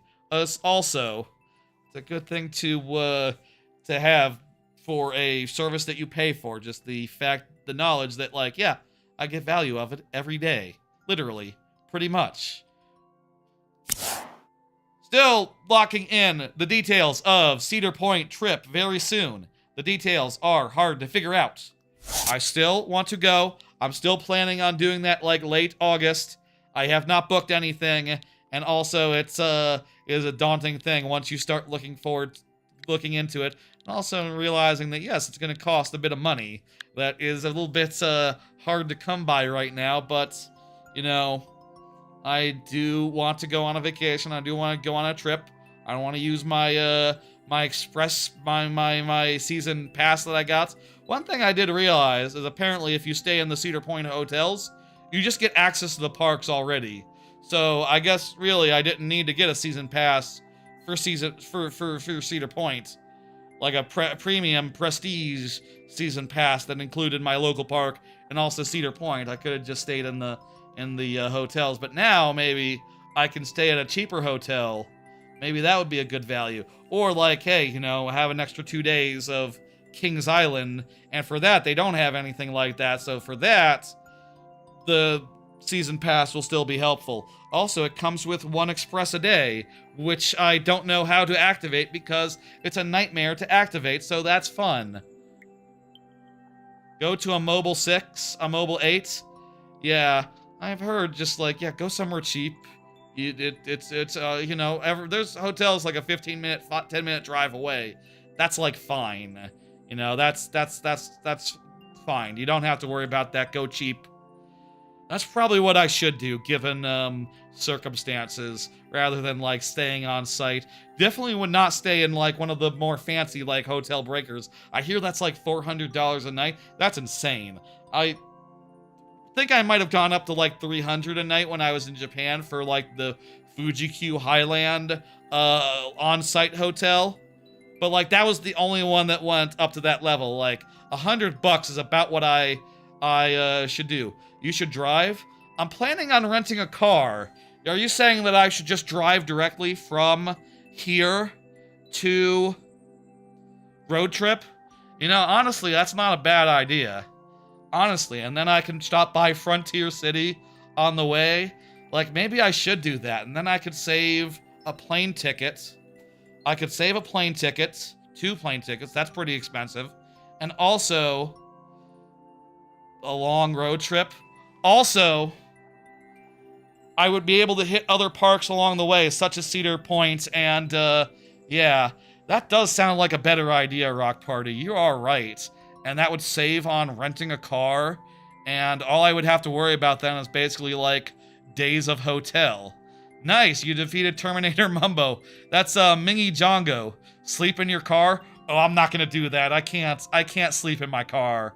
But, otherwise, yeah, it's been forever since I went on a road trip. I went to, Fiesta, Texas, road trip-wise, just going down, you know, a 6-hour drive that way and back. And that was fun. And I've gone to Silver Dollar City that way. What if I stop by Silver Dollar City on the way? Is Silver Dollar City, like, directly in between? Silver Dollar City is a fun park, and I really did enjoy the couple of days in Mountain. I would have to pay for Silver Dollar City. That's a good idea. I should seriously consider. It'd be cheaper in a lot of ways, and I have all the time in the world right now. That does sound like a good idea. That does sound like a good idea. Honestly. Okay, Undefined. Did Undefined confirm? Undefined did confirm, right? Yes, GG, perfect. And the clear rate is, well, high. You're going to Australia in December. I will say that if you want to go to Cedar Point, you have to get a car pretty much. There's no shuttle and shit. Just the logistics of that is scary and hard, and honestly, the idea of just doing that as a big road trip does sound really good. How long does it take to get? It's like a multi-day road trip at that point, right? To go up to Ohio. That's like day 1, Oklahoma. Day 2, can I stop by Silver Dollar City for a night? I wouldn't mind just like a night of Silver Dollar City. I don't know, like Silver Dollar City's a fun time and all. Wouldn't mind a little bit of that. Yeah, obviously you can't go to Australia in your own car. You have to rent one. I understand that conceptually. I'm saying if that counts as a road trip, right? Like, yes, I would rent a car by necessity, going to the place, going to Ohio. But shit's daunting, man. I do like the sound of big road trip. I should start doing the math and start figuring out, like, okay, what parks can I hit along the way? I think Silver Dollar City, other than Frontier City, is like the nearest park to me, and then Silver Dollar City is like the nearest good park to me. But there's probably like a good park in range of Silver Dollar City that would be worth visiting, wouldn't it? Wouldn't there be? You're not the one driving because on account of underage, 17. Gotcha. You can't, I don't have that problem. I'm 36, so I can do whatever I want. I think. I'm pretty sure. Never actually rented a car before. Never had the cause to. Most of the trips I've gone to have been to, like, Universal or Japan, where it's like, you know, either a shuttle, public transport, you know, you have options. Or a family trip where the family is renting a car, and I'm not going in on that. That's expensive. Yeah, good shit. Thanks for the food for thought. That's good food for thought. I will seriously give serious thought to, is everything open in August? Like, I'm not going to get to a park and find out, like, oh, they're now closed on weekdays, right? You finally lost a Canary Mary? That happens. That happens. Renting a car sucks. It does. It does sound like a suck-ass thing. I mean, I'll say I've gotten, memes. We already did, we did your level earlier. You already, yeah. You're already can't open it up for people who have already been in, but yeah. I have gotten a rental car before, but insurance has always paid for it because of like car accidents and things of that nature. So I've driven in other cars, but I've never had to pay for it. And that sounds like you know, really would add up day by day in addition to hotels and things of that nature. Yeah, I kind of like the idea of a road trip. I have the opportunity now. When else am I going to just have an extra day or two at the end and start of every trip to like drive and go? And yeah, I should start I think I will do that. I think I will start planning that. And like, how far in advance should I book some of these hotels? Maybe I could just play it by ear.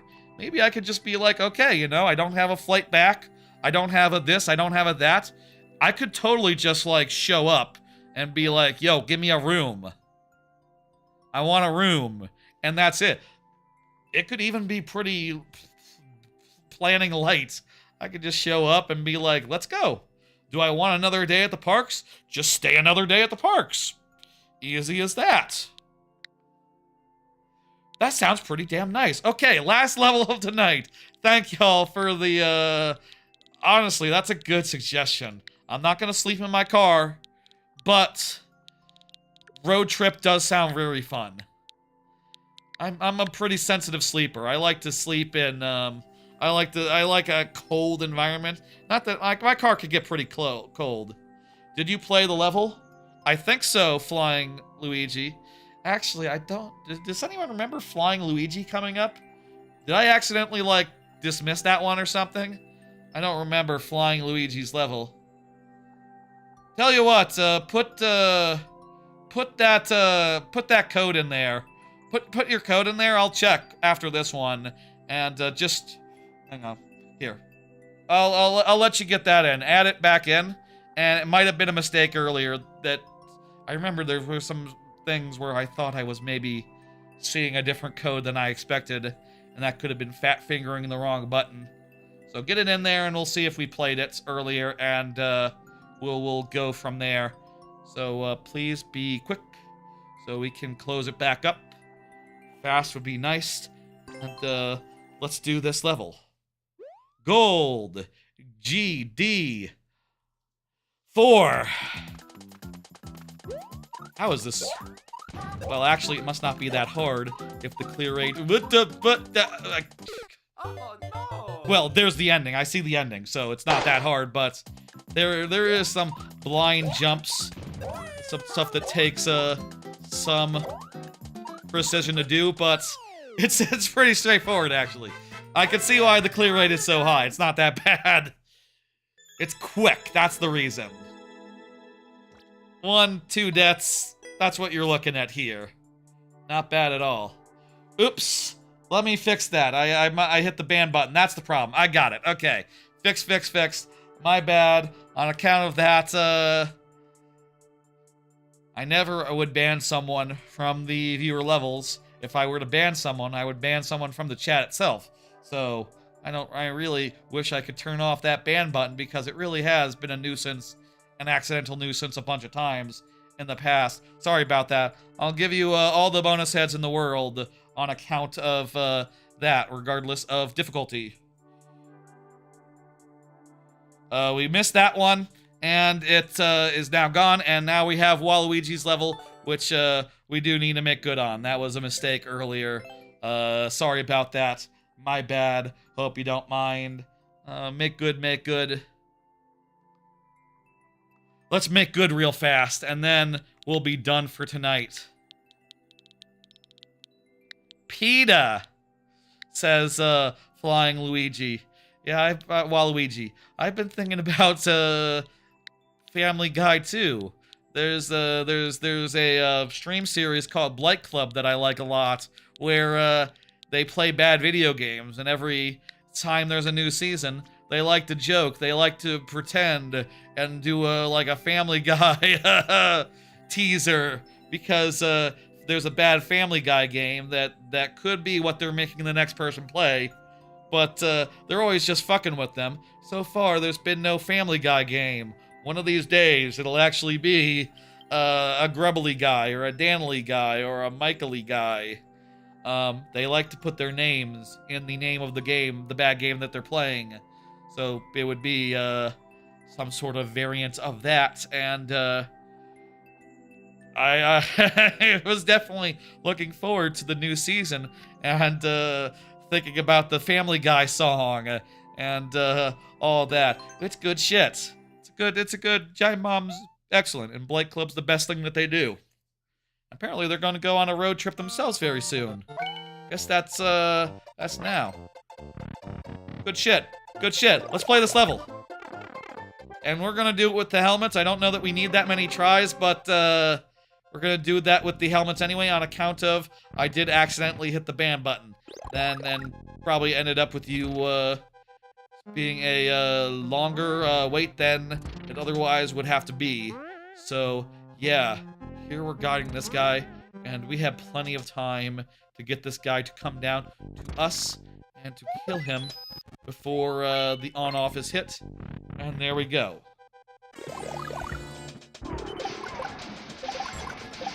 Yeah, that ban button is very close to the other buttons, and sometimes I fat finger it.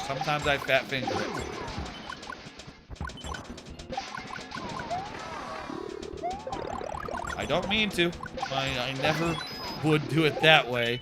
I think that's a very silly way, a very silly button to hit. For logical reasons. If you're banning someone, why would not you just ban them from chat? This was made during the stream? Oh, very cool. Let me see. I gotta think here for a second. What are we doing now? We got, mushroom. Mushroom is what we need for this. Oh, it's just a holdout. It's just holdout. It's just survival. Very good. And now we get the next one. How many of these, I wonder will there be?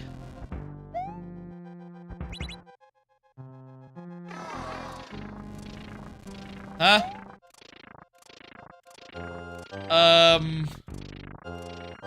I was big, so I wasn't able to go in front of this guy.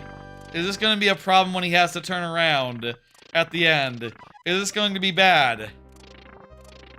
I think there's a good chance of this being, well, I think I can jump on top of him. I think I can jump on top of him. 3, 2, 1. Yes! Good. Not bad at all.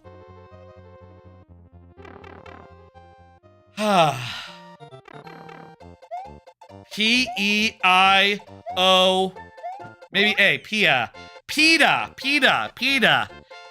I think that was PETA. Like PETA Griffin. PETA. You know, I think the new... You know, on Discord, oh, it's Lois. On Discord, they have the new, they lost access to Tempor, whatever it was called. And now they have to use, like, Climpy or whatever. I feel like the selection of Climpy is not as good.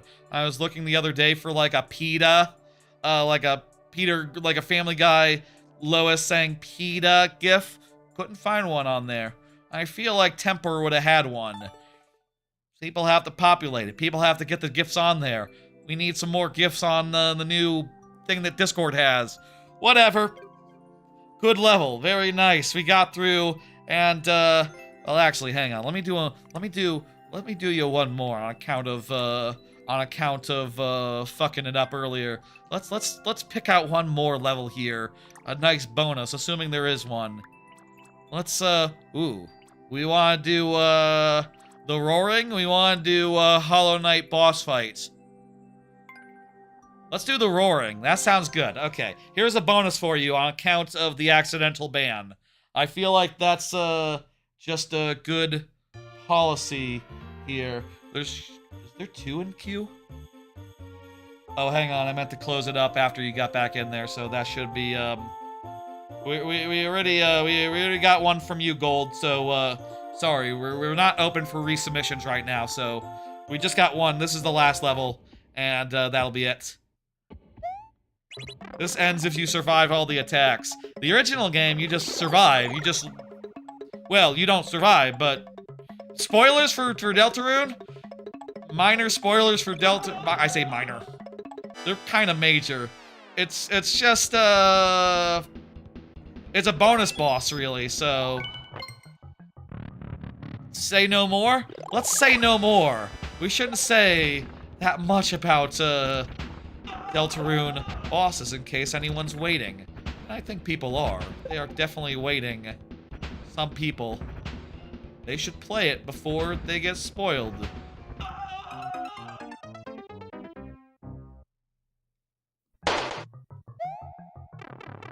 Oh, cool. Ha! Ha! Ha! If you die, you just go to the end. You just go to the end. Oh, it is just like in the game. That is exactly right. Yes, it's an optional boss fight where if you die, the game continues and you're gonna have to reload a save if you want to actually have another go at the boss fight. Well, I think that's it for tonight. That was a good bonus. That was an exceptional bonus level to do as a little bit of a treat. I feel especially treated right now. We definitely did get a nice little treat there. Amazing. Another time, we should actually, like, do it where we have to keep on trying. But tonight, that was a bonus, so yeah, we beat it! Another time perhaps. We beat it. Get that down, folks! That's gonna do it for tonight.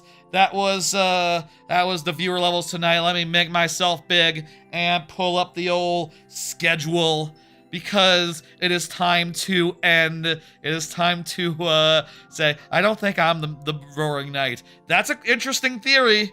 If like the player character is like you playing the game is the Roaring Knight. That's a theory. That's definitely a theory someone could have. I am not the Roaring Knight personally. I know that much. So, last Monday, I finished DK64 101%, so no playthroughs for a bit. So, there will not be a Monday stream this week, only next week with Sonic Shadow 06, Sonic 06 coming back in a week and a half. In the meantime, there's a bunch of streams coming up this next week. In particular, on Sunday, we're going to be doing a early day 2:30 p.m. stream where I do DK Challenge, where I try to do the DK Challenge and do everything in there in one go.